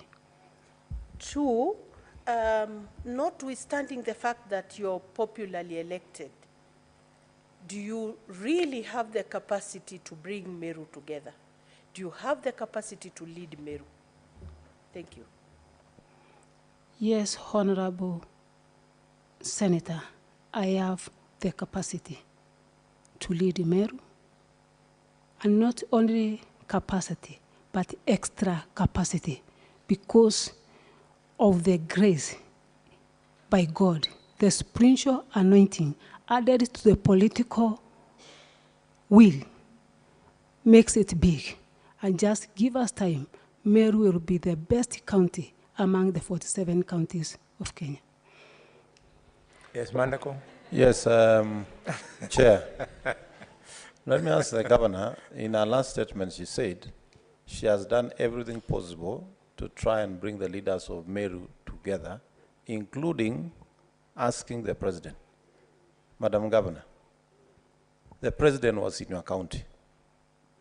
You deliberately skipped to attend that function. Is it true, really, what you are telling us? Thank you, Honorable Senator. Some issues I will not discuss in this place, given to the sense that the one I may discuss I'm not mandated, but I did not skip the meeting just for the sake of doing it. There was communication, and I don't want to lay it to this house.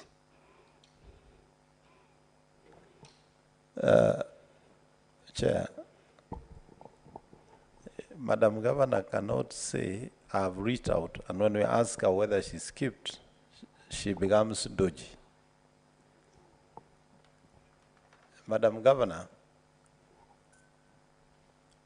if you read again the County Government Act and the functions of the various organs, the senior most leader in the county is the governor.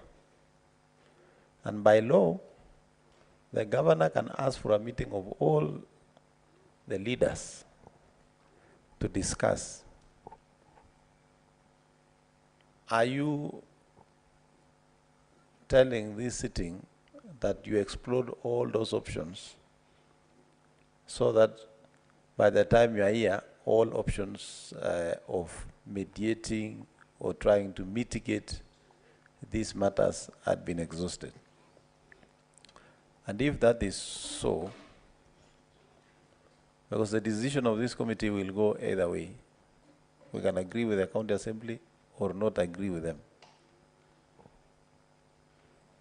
Would you be comfortable, you as the senior most leader of Meru, if the decision of this committee is to agree with the impeachment and Meru County has to go to election 3 months after general election?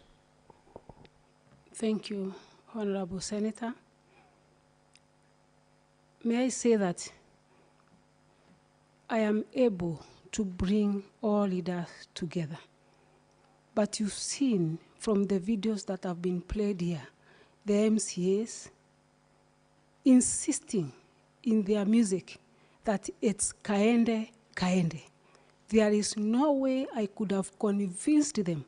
We sit down, they said, unless they bring their governor to Senate.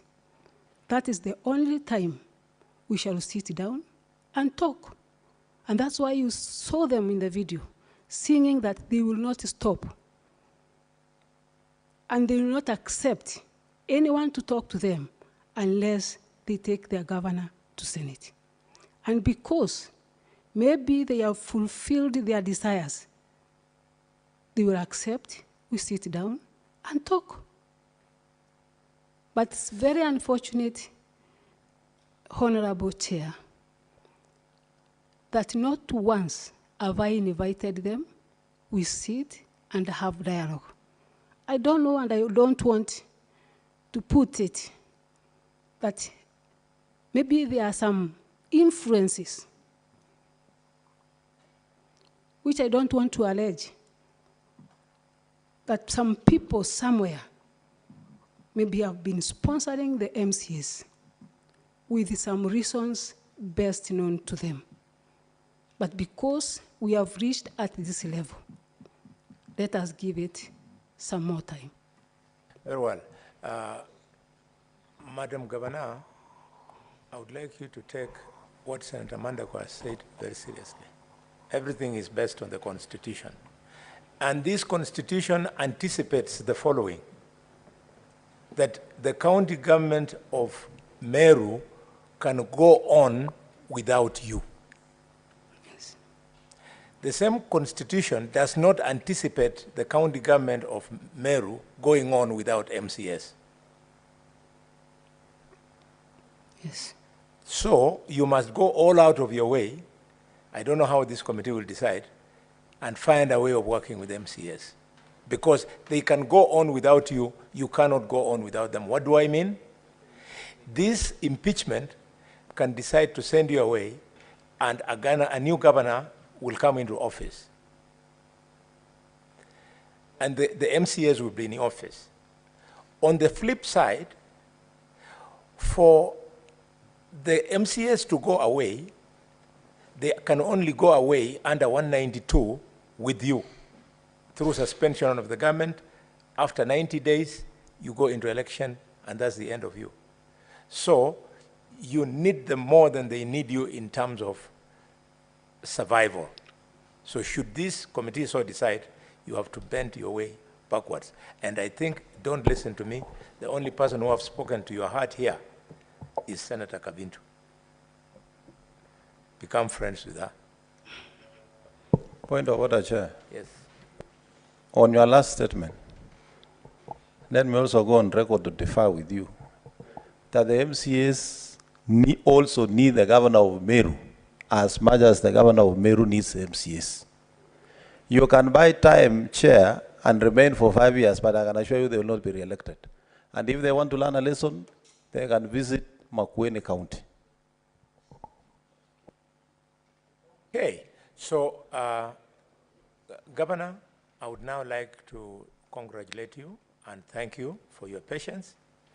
There are many who came on my page and attacked me that you have allowed the governor to take the podium and she's going to destroy herself. She's going to destroy the evidence because she's a very temperamental person. I started panicking because I didn't want us to spoil this beautiful process that we have achieved. You've come out very well. You've maintained your composure. You've been able to respond to all questions. We thank you.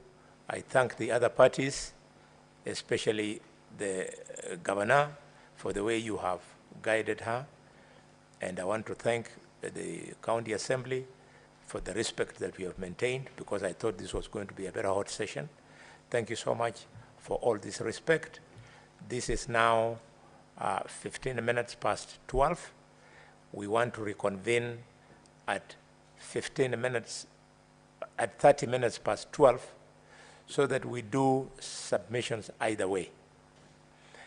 Do I take it that you want to submit for 30 minutes? Council for the County Assembly? Yes, Chair, we would pray for 30 minutes, and I'll be sharing that 30 minutes with my colleague, Mr. Jacob Ngwele. Thank you. The Governor? Equally, Honorable Chair, 30 minutes will do for us. We'll share it between myself and my learned friend. Very good. So, my good kid sister, Her Excellency the Governor of Meru, please step down. Your session is now over. Thank you.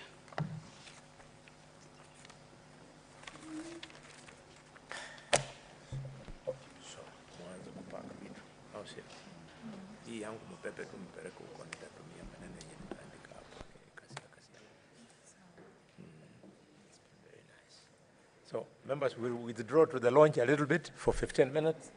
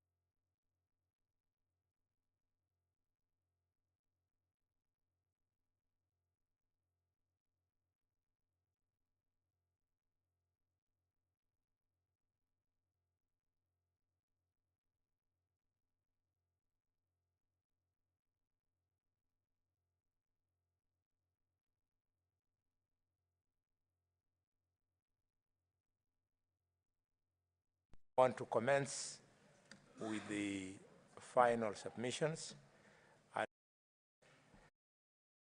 for the County Assembly to share his 30 minutes with his colleague in the manner he wants. Thank you very much, Chair, for the opportunity. Chair, when I was in primary school and in secondary school not long time ago, we were often asked to engage in an exercise called composition writing.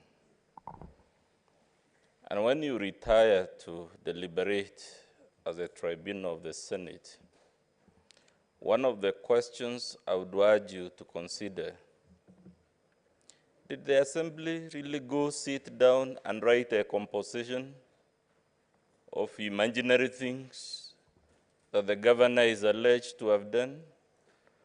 Or from the evidence, the Assembly had a good cause to bother you over Christmas period? Number two, can we in good conscience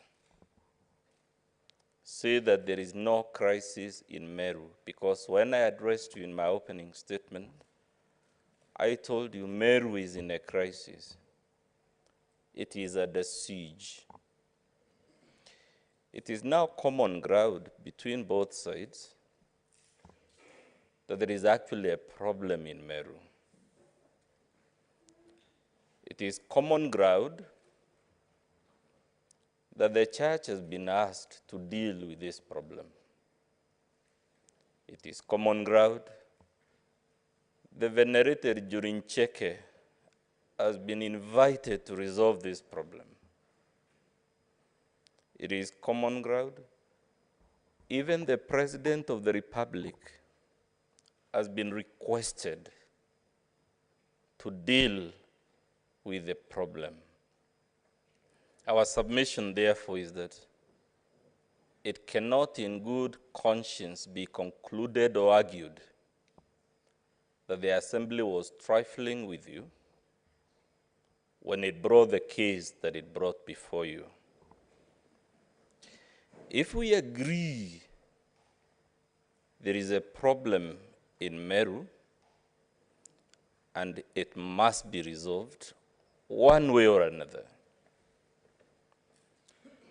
the solution we have asked you, Chair, to provide is a solution provided by our Article 181 of our Constitution. The consequences that ensue in the event you agree with the Assembly are spelled out in Article 182 of our Constitution. And in short, the consequence is that the Deputy Governor assumes over as the Governor of Meru, and he nominates a new Deputy Governor. Luckily, Chair, and this is why I salute the makers of our Constitution, the Deputy Governor was on the ballot box. So we shouldn't be too worried whether you're moving too far away from the choice of the people. There is a reason I now realize why our Constitution requires presidents and governors to have a running mate, and why it says if the solution we're asking you to give Meru is allowed, it is the Deputy Governor. This should allay your fears, Chair, that there is some hidden hand pushing this process so that it can benefit, because it must be taken that the deputy is a comrade of the governor. Chair, we urge you to ask yourself, by law, because this is not often mentioned, we must mention it, by law, Chair, the County Assembly is permitted, should this crisis persist, to introduce the very same motion before you, not anyone, the very same motion after 90 days. But that's not really the point, Chair. What I want you to ask yourself, would it be fair to the people of Meru, if it is common ground, there is a fundamental problem in that county, that they remain held hostage in these circumstances prevailing in that county? It is our submission that it will be very unfair. Are there guarantees, Chair? Because there were many submissions on mercy, on forgiveness, on giving second chances. Are there guarantees you've been given that you can rely and bank? That if you give this governor a new chance, Meru will return to normal? Our submission is none. The governor before you keeps insisting the problem is that someone is sponsoring the MCAs. She keeps telling you, in answer to your questions, that the problem is the ward fund. She keeps telling you the problem is everybody else and everything else except the governor. Whether you believe or not, that's up to the committee. I cannot direct you. But for me, the question is, would it be fair to the Republic of Kenya, to the people of Meru, to our Constitution, to allow this situation to fester? And more importantly, given the things you've seen and heard on both sides, do we even want to take that gamble if we were to assume, for argument's sake, that the aggression against other leaders will persist, that the aggression against MCAs will persist? Chair, your mandate under the law is to consider every one of the 62 allegations separately and independently, not collectively. That's what Section 33 of the County Government Act, subsection 6 and 7 say, that if you find even one of them to be substantiated, it's very interesting, Chair, because ordinarily the law actually talks of proved. Here you're being told substantiated, not even necessarily proved, whatever the semantics lie. But the law, Chair, is that if you find any one of the 62 violations to have been substantiated, then the Senate in plenary is to take a vote on that finding by your committee, and if a majority of the delegations uphold that finding, then the governor starts removed from office.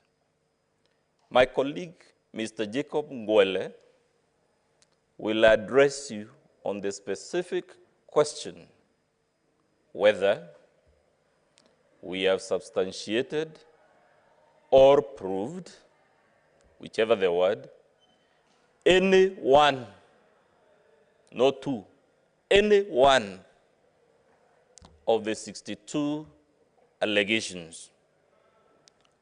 When you retire to consider that question, Honorable Chair and Honorable Senators, we invite you to note from the evidence, it is not in contest whether the appointments were done, the illegal ones. It is whether they were meant to occur, whether appointment letters were actually ensued after those declarations and whatnot. It is not in contest, Chair, whether the allegations against other elected leaders were made. It is not in contest whether the utterances against the Catholic Church were made. What is in contest between the parties is not whether any of the things we have alleged, any of the things in our videos took place, but the meaning to be attributed to them or the context in which they were uttered or done. We take comfort, Chair, in your assurance that this being an inquisitorial committee, the Senate has its own independent translators from Kimeru to English and vice versa, from Kimeru to Kiswahili or wherever. And we'll urge you to ask those translators to tell you from the videos whose accuracy is not in contest between the parties, there was vilification of other leaders, whether there were illegal appointments. Chair, we'll urge you to note, because it's easy to be lost in the legalese. I'm a lawyer and I'm often guilty of this. That for virtually every official institution set up by national and county laws, from the evidence before you, the governor has a parallel structure, parallel appointments that supplant the one known to the law. Can MCAs be faulted, whether it is the municipal board, whether it is the hospital, whatever it is, you'll find there is a law. The law has established the official organ to deal with a need of the people or a problem of the people. The picture that has emerged is that for every one of them mentioned in the impeachment motion, the governor came and set up an official parallel system and chose not to work with the one set up in the law, and also chose not to work with the people officially holding the office responsible for that function. And the question, Chair, how long can we, in fairness, expect any county to be run like that? Lastly, because my colleague will address you on the evidence, the county assembly gave the governor notice, 7 good days. She tells you, and it's up to you to give it whatever weight you want, that she was advised. She didn't have to appear before the county assembly, and specifically that if she appeared, she would have been in breach of a court order. She has not shown you the court order that forbade her from appearing before the assembly. But that's not the reason I am raising this issue, Chair. The reason I'm raising it is because there is a fundamental question of principle. The governor has an opportunity to place her defense. Never mind, she says the assembly is already prejudiced. She doesn't. She has now before you documents that were in existence, even if the order forbade her, which is not the record, from appearing before the assembly, it was still open to her to send her a lawyer if there was an order forbidding her. Because the options are you appear either in person or by lawyer. So the question, Chair, is can we in good faith fault the assembly for making the decision it made when the opportunity to place all this material? Can the assembly be faulted for not considering the matters you're now being asked to consider in favor of the governor when the window to avail that material was there? Lastly, Chair, I am not actually worried as a lawyer whether your decision will be legally correct or incorrect. And the reason I'm not worried, all of us, including me, Chair, every day make legal arguments and decisions that are shown to have been incorrect once in a while. At the University of Nairobi, there is a course they teach called Law and Economics. And in that subject, Chair, which I actually teach, we are told the value of a decision, whether by a judge, whether by a tribunal like this one, we are told, secondly, the value of a law, whether it's the Constitution, whatever law, Chair, is not what it says or doesn't say. So the value of your decision is not what you will say or you won't say. Scholars of law and economics tell us the true value of your decision is the scheme of incentives for either good behavior or bad behavior that your decision will establish. I very humbly tell you, Chair, that if you let this governor off the hook, the scheme of incentives you'll be sending to other governors, both now and in the future, is that you can engage in whatever number of violations of the law, whatever the nature of those violations, whatever the potential consequences of those violations, but the Senate of the Republic of Kenya, for one reason or another, can let you get away with it. That is what the priest meant by the difference between justice and forgiveness. He was actually addressing on moral and legal philosophy, and I'm not sure he was understood. The matter before you is about justice.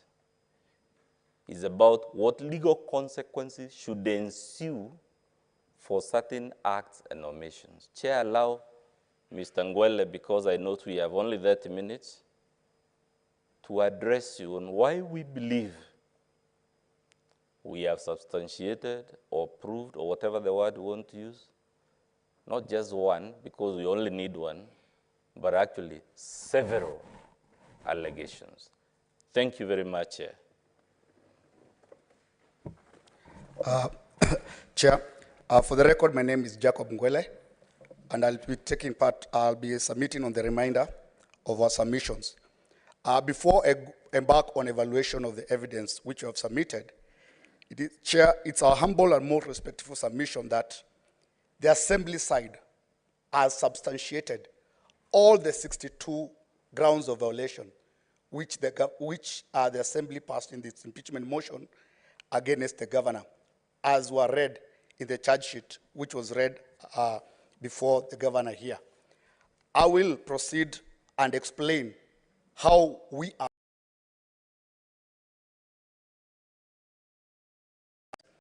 One of the ground was the issue of illegal appointments, nepotism, and illegal usurpation of public offices.